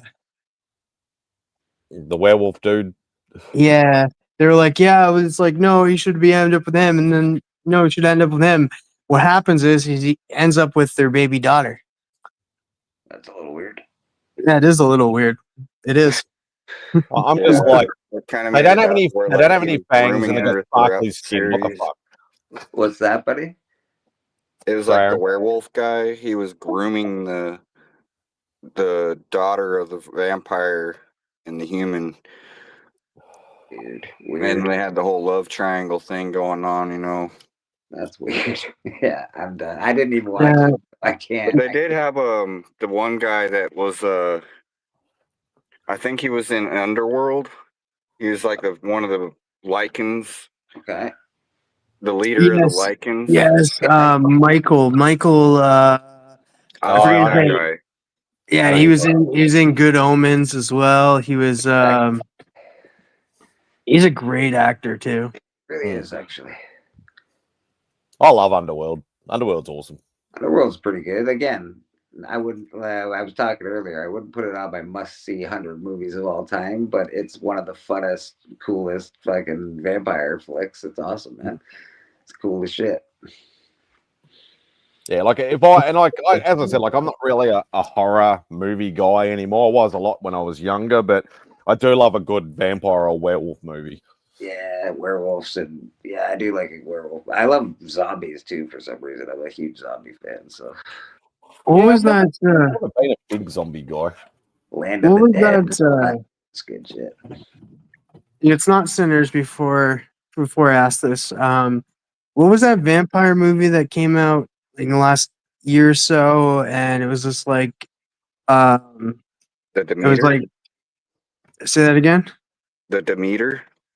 No, The Demeter. Oh, right. That was actually a pretty cool flick, actually. Was it no? it was where like they had to like they were like, oh, we're gonna go rob this place and stuff, or no, we're gonna kidnap this little girl, and then it turns to find out that it was Oh, planned. yeah. They kidnapped that little girl because she's I a forgot vampire. the name of it. It was Dracula's daughter. Yeah, man. Like, and she just like, and it was so good. Whoever that little girl was that played that, like, she killed it playing That like was a good a movie. vampire. I can't Yeah, remember the name of it to save my life. I don't Yeah, know. I it was don't good, know what though. it is. I think it was Abigail or something. Oh yeah. It was called Abigail. You got it. Oh, I did hear of it. I just thought it was like a weird horror movie that I didn't. No, it's really good. It's really good. Maybe I'll check it out. Yeah, 'cause it's like one of those like action mixed with horror, kind of like movies can be sometimes with a lot of Yeah. action. Yeah, I like that kind of a movie. Action. I like Train to Busan. What do you think, boys? I think it's 20 after 5 in my time. I think it's time to get out of here. What do you think? No, Yeah, I just finished my job. I'm I heading got home now. I got one more thing to say. Oh, say it, man. Say It looks like we're gonna get a Battle of Alita Angel 2. it. Yes, they They've said been that they talking about signed that for a while, Boleto to make a sequel to Alita Battle Angel 2. I love that movie, dude. I I love that movie. I've seen it a lot actually. I watched the shit out of that movie, but the CGI really takes me out of it. A lot of it. But The I original like the the original designs. anime Like, is the I way to guess go. because I watched the original anime. Yeah, that's the way to go. Yeah, I would have to. I don't think I was biased. I should watch that. I originally owned that on VHS. I And did then too. Yeah, love Well, anime. on that note, everybody, y'all got some homework. Go watch Alita Battle Angel on. I don't know, anime Battle Angel. That sounds pretty awesome. Actually. It is. It's very dated because it was done in the late 80s, early 90s. So it is very dated, but it's still a very cool one to watch. Yeah. Nice. And then once you're done watching that, go watch Chainsaw Man. I've seen that. Hell yeah! I still want to see the movie. I think it's off the cinemas already, unfortunately, but I missed it. Oh yeah, check out Bronze Age Nerd, Heroes for Heroes, auction tonight. Mission 22. Yes, for veterans, it is a charity auction. All proceeds go to I think Mission 22, I guess. So check them out. And anybody else got anything they're doing that they want to plug? Oh, you're gonna be on live tonight, I would imagine, Spidey. Yeah, I'll be live in about 14 hours. Nice. Something like that. 14? Something like that. So yeah, swing by. Spidey's Outback, open hangout. You can jump on if as long as I know you or someone can vouch for you. You're more than happy to jump on the panel and just chill out and talk some shit and go from there. I never get an invite. I've seen Vampire. No, you always get invites, but you never frickin' turn up, you little prick. Oh, can you send me a link? I'm gonna jump on, and then nothing. Rad, same as usual for you, I'm guessing. Commissions are open. You're an awesome artist. What else is going on in your life? That's it, man. Yeah, and just come watch me draw Sandman and Death Sunday at church. Yeah. Oh, what did you just say? What did you say? What?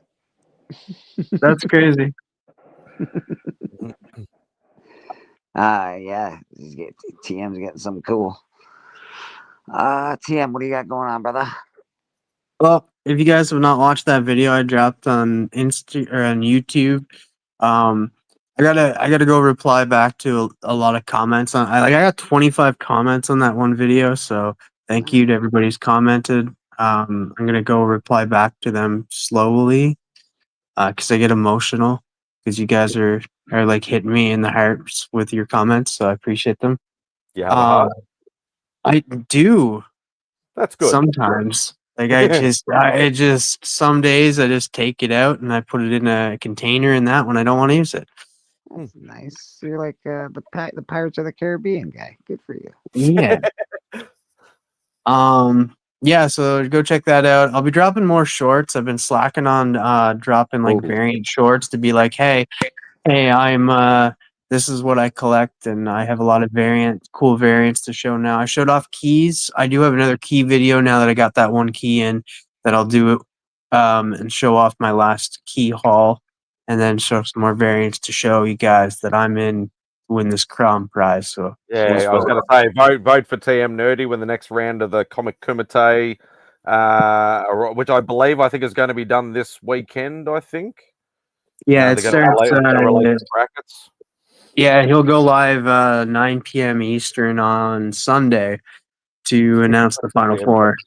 I was gonna say that's why TM doesn't really take his avatar off too much. He's always dropping his shorts. It's a little weird.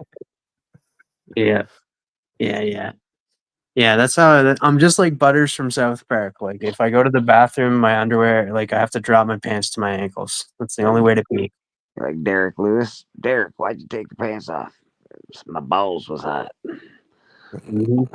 He's a fighter in the UFC. He actually did that and said that live on television. Awesome stuff. TM, I know you got more shit going on though. You got like a plethora of shit. What else do you do during the week?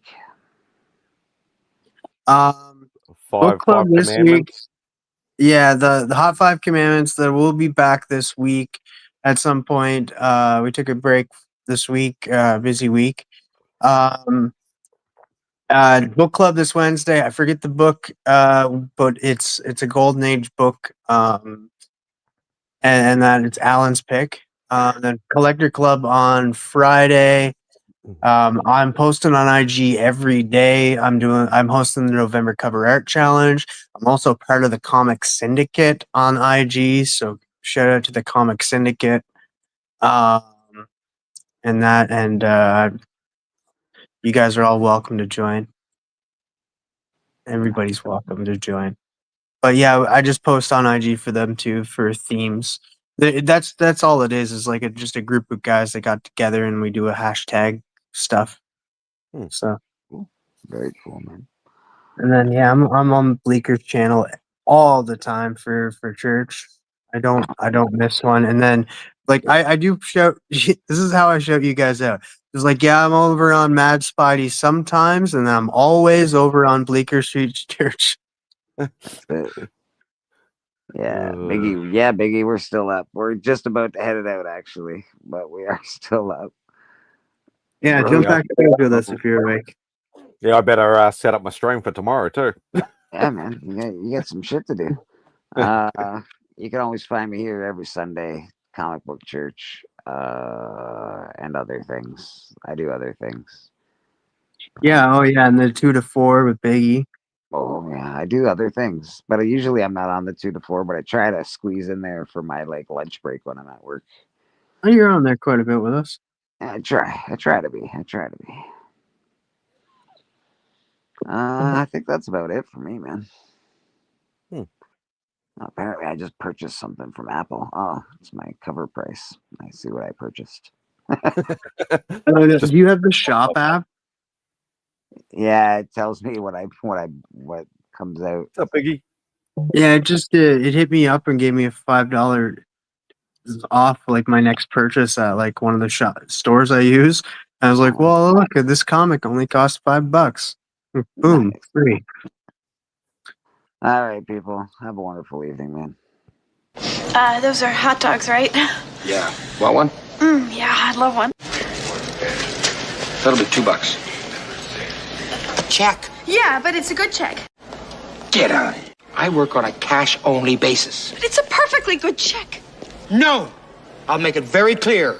You slip me the cash, and I'll slip you the wiener. But I don't have any cash. Then I don't have a wiener!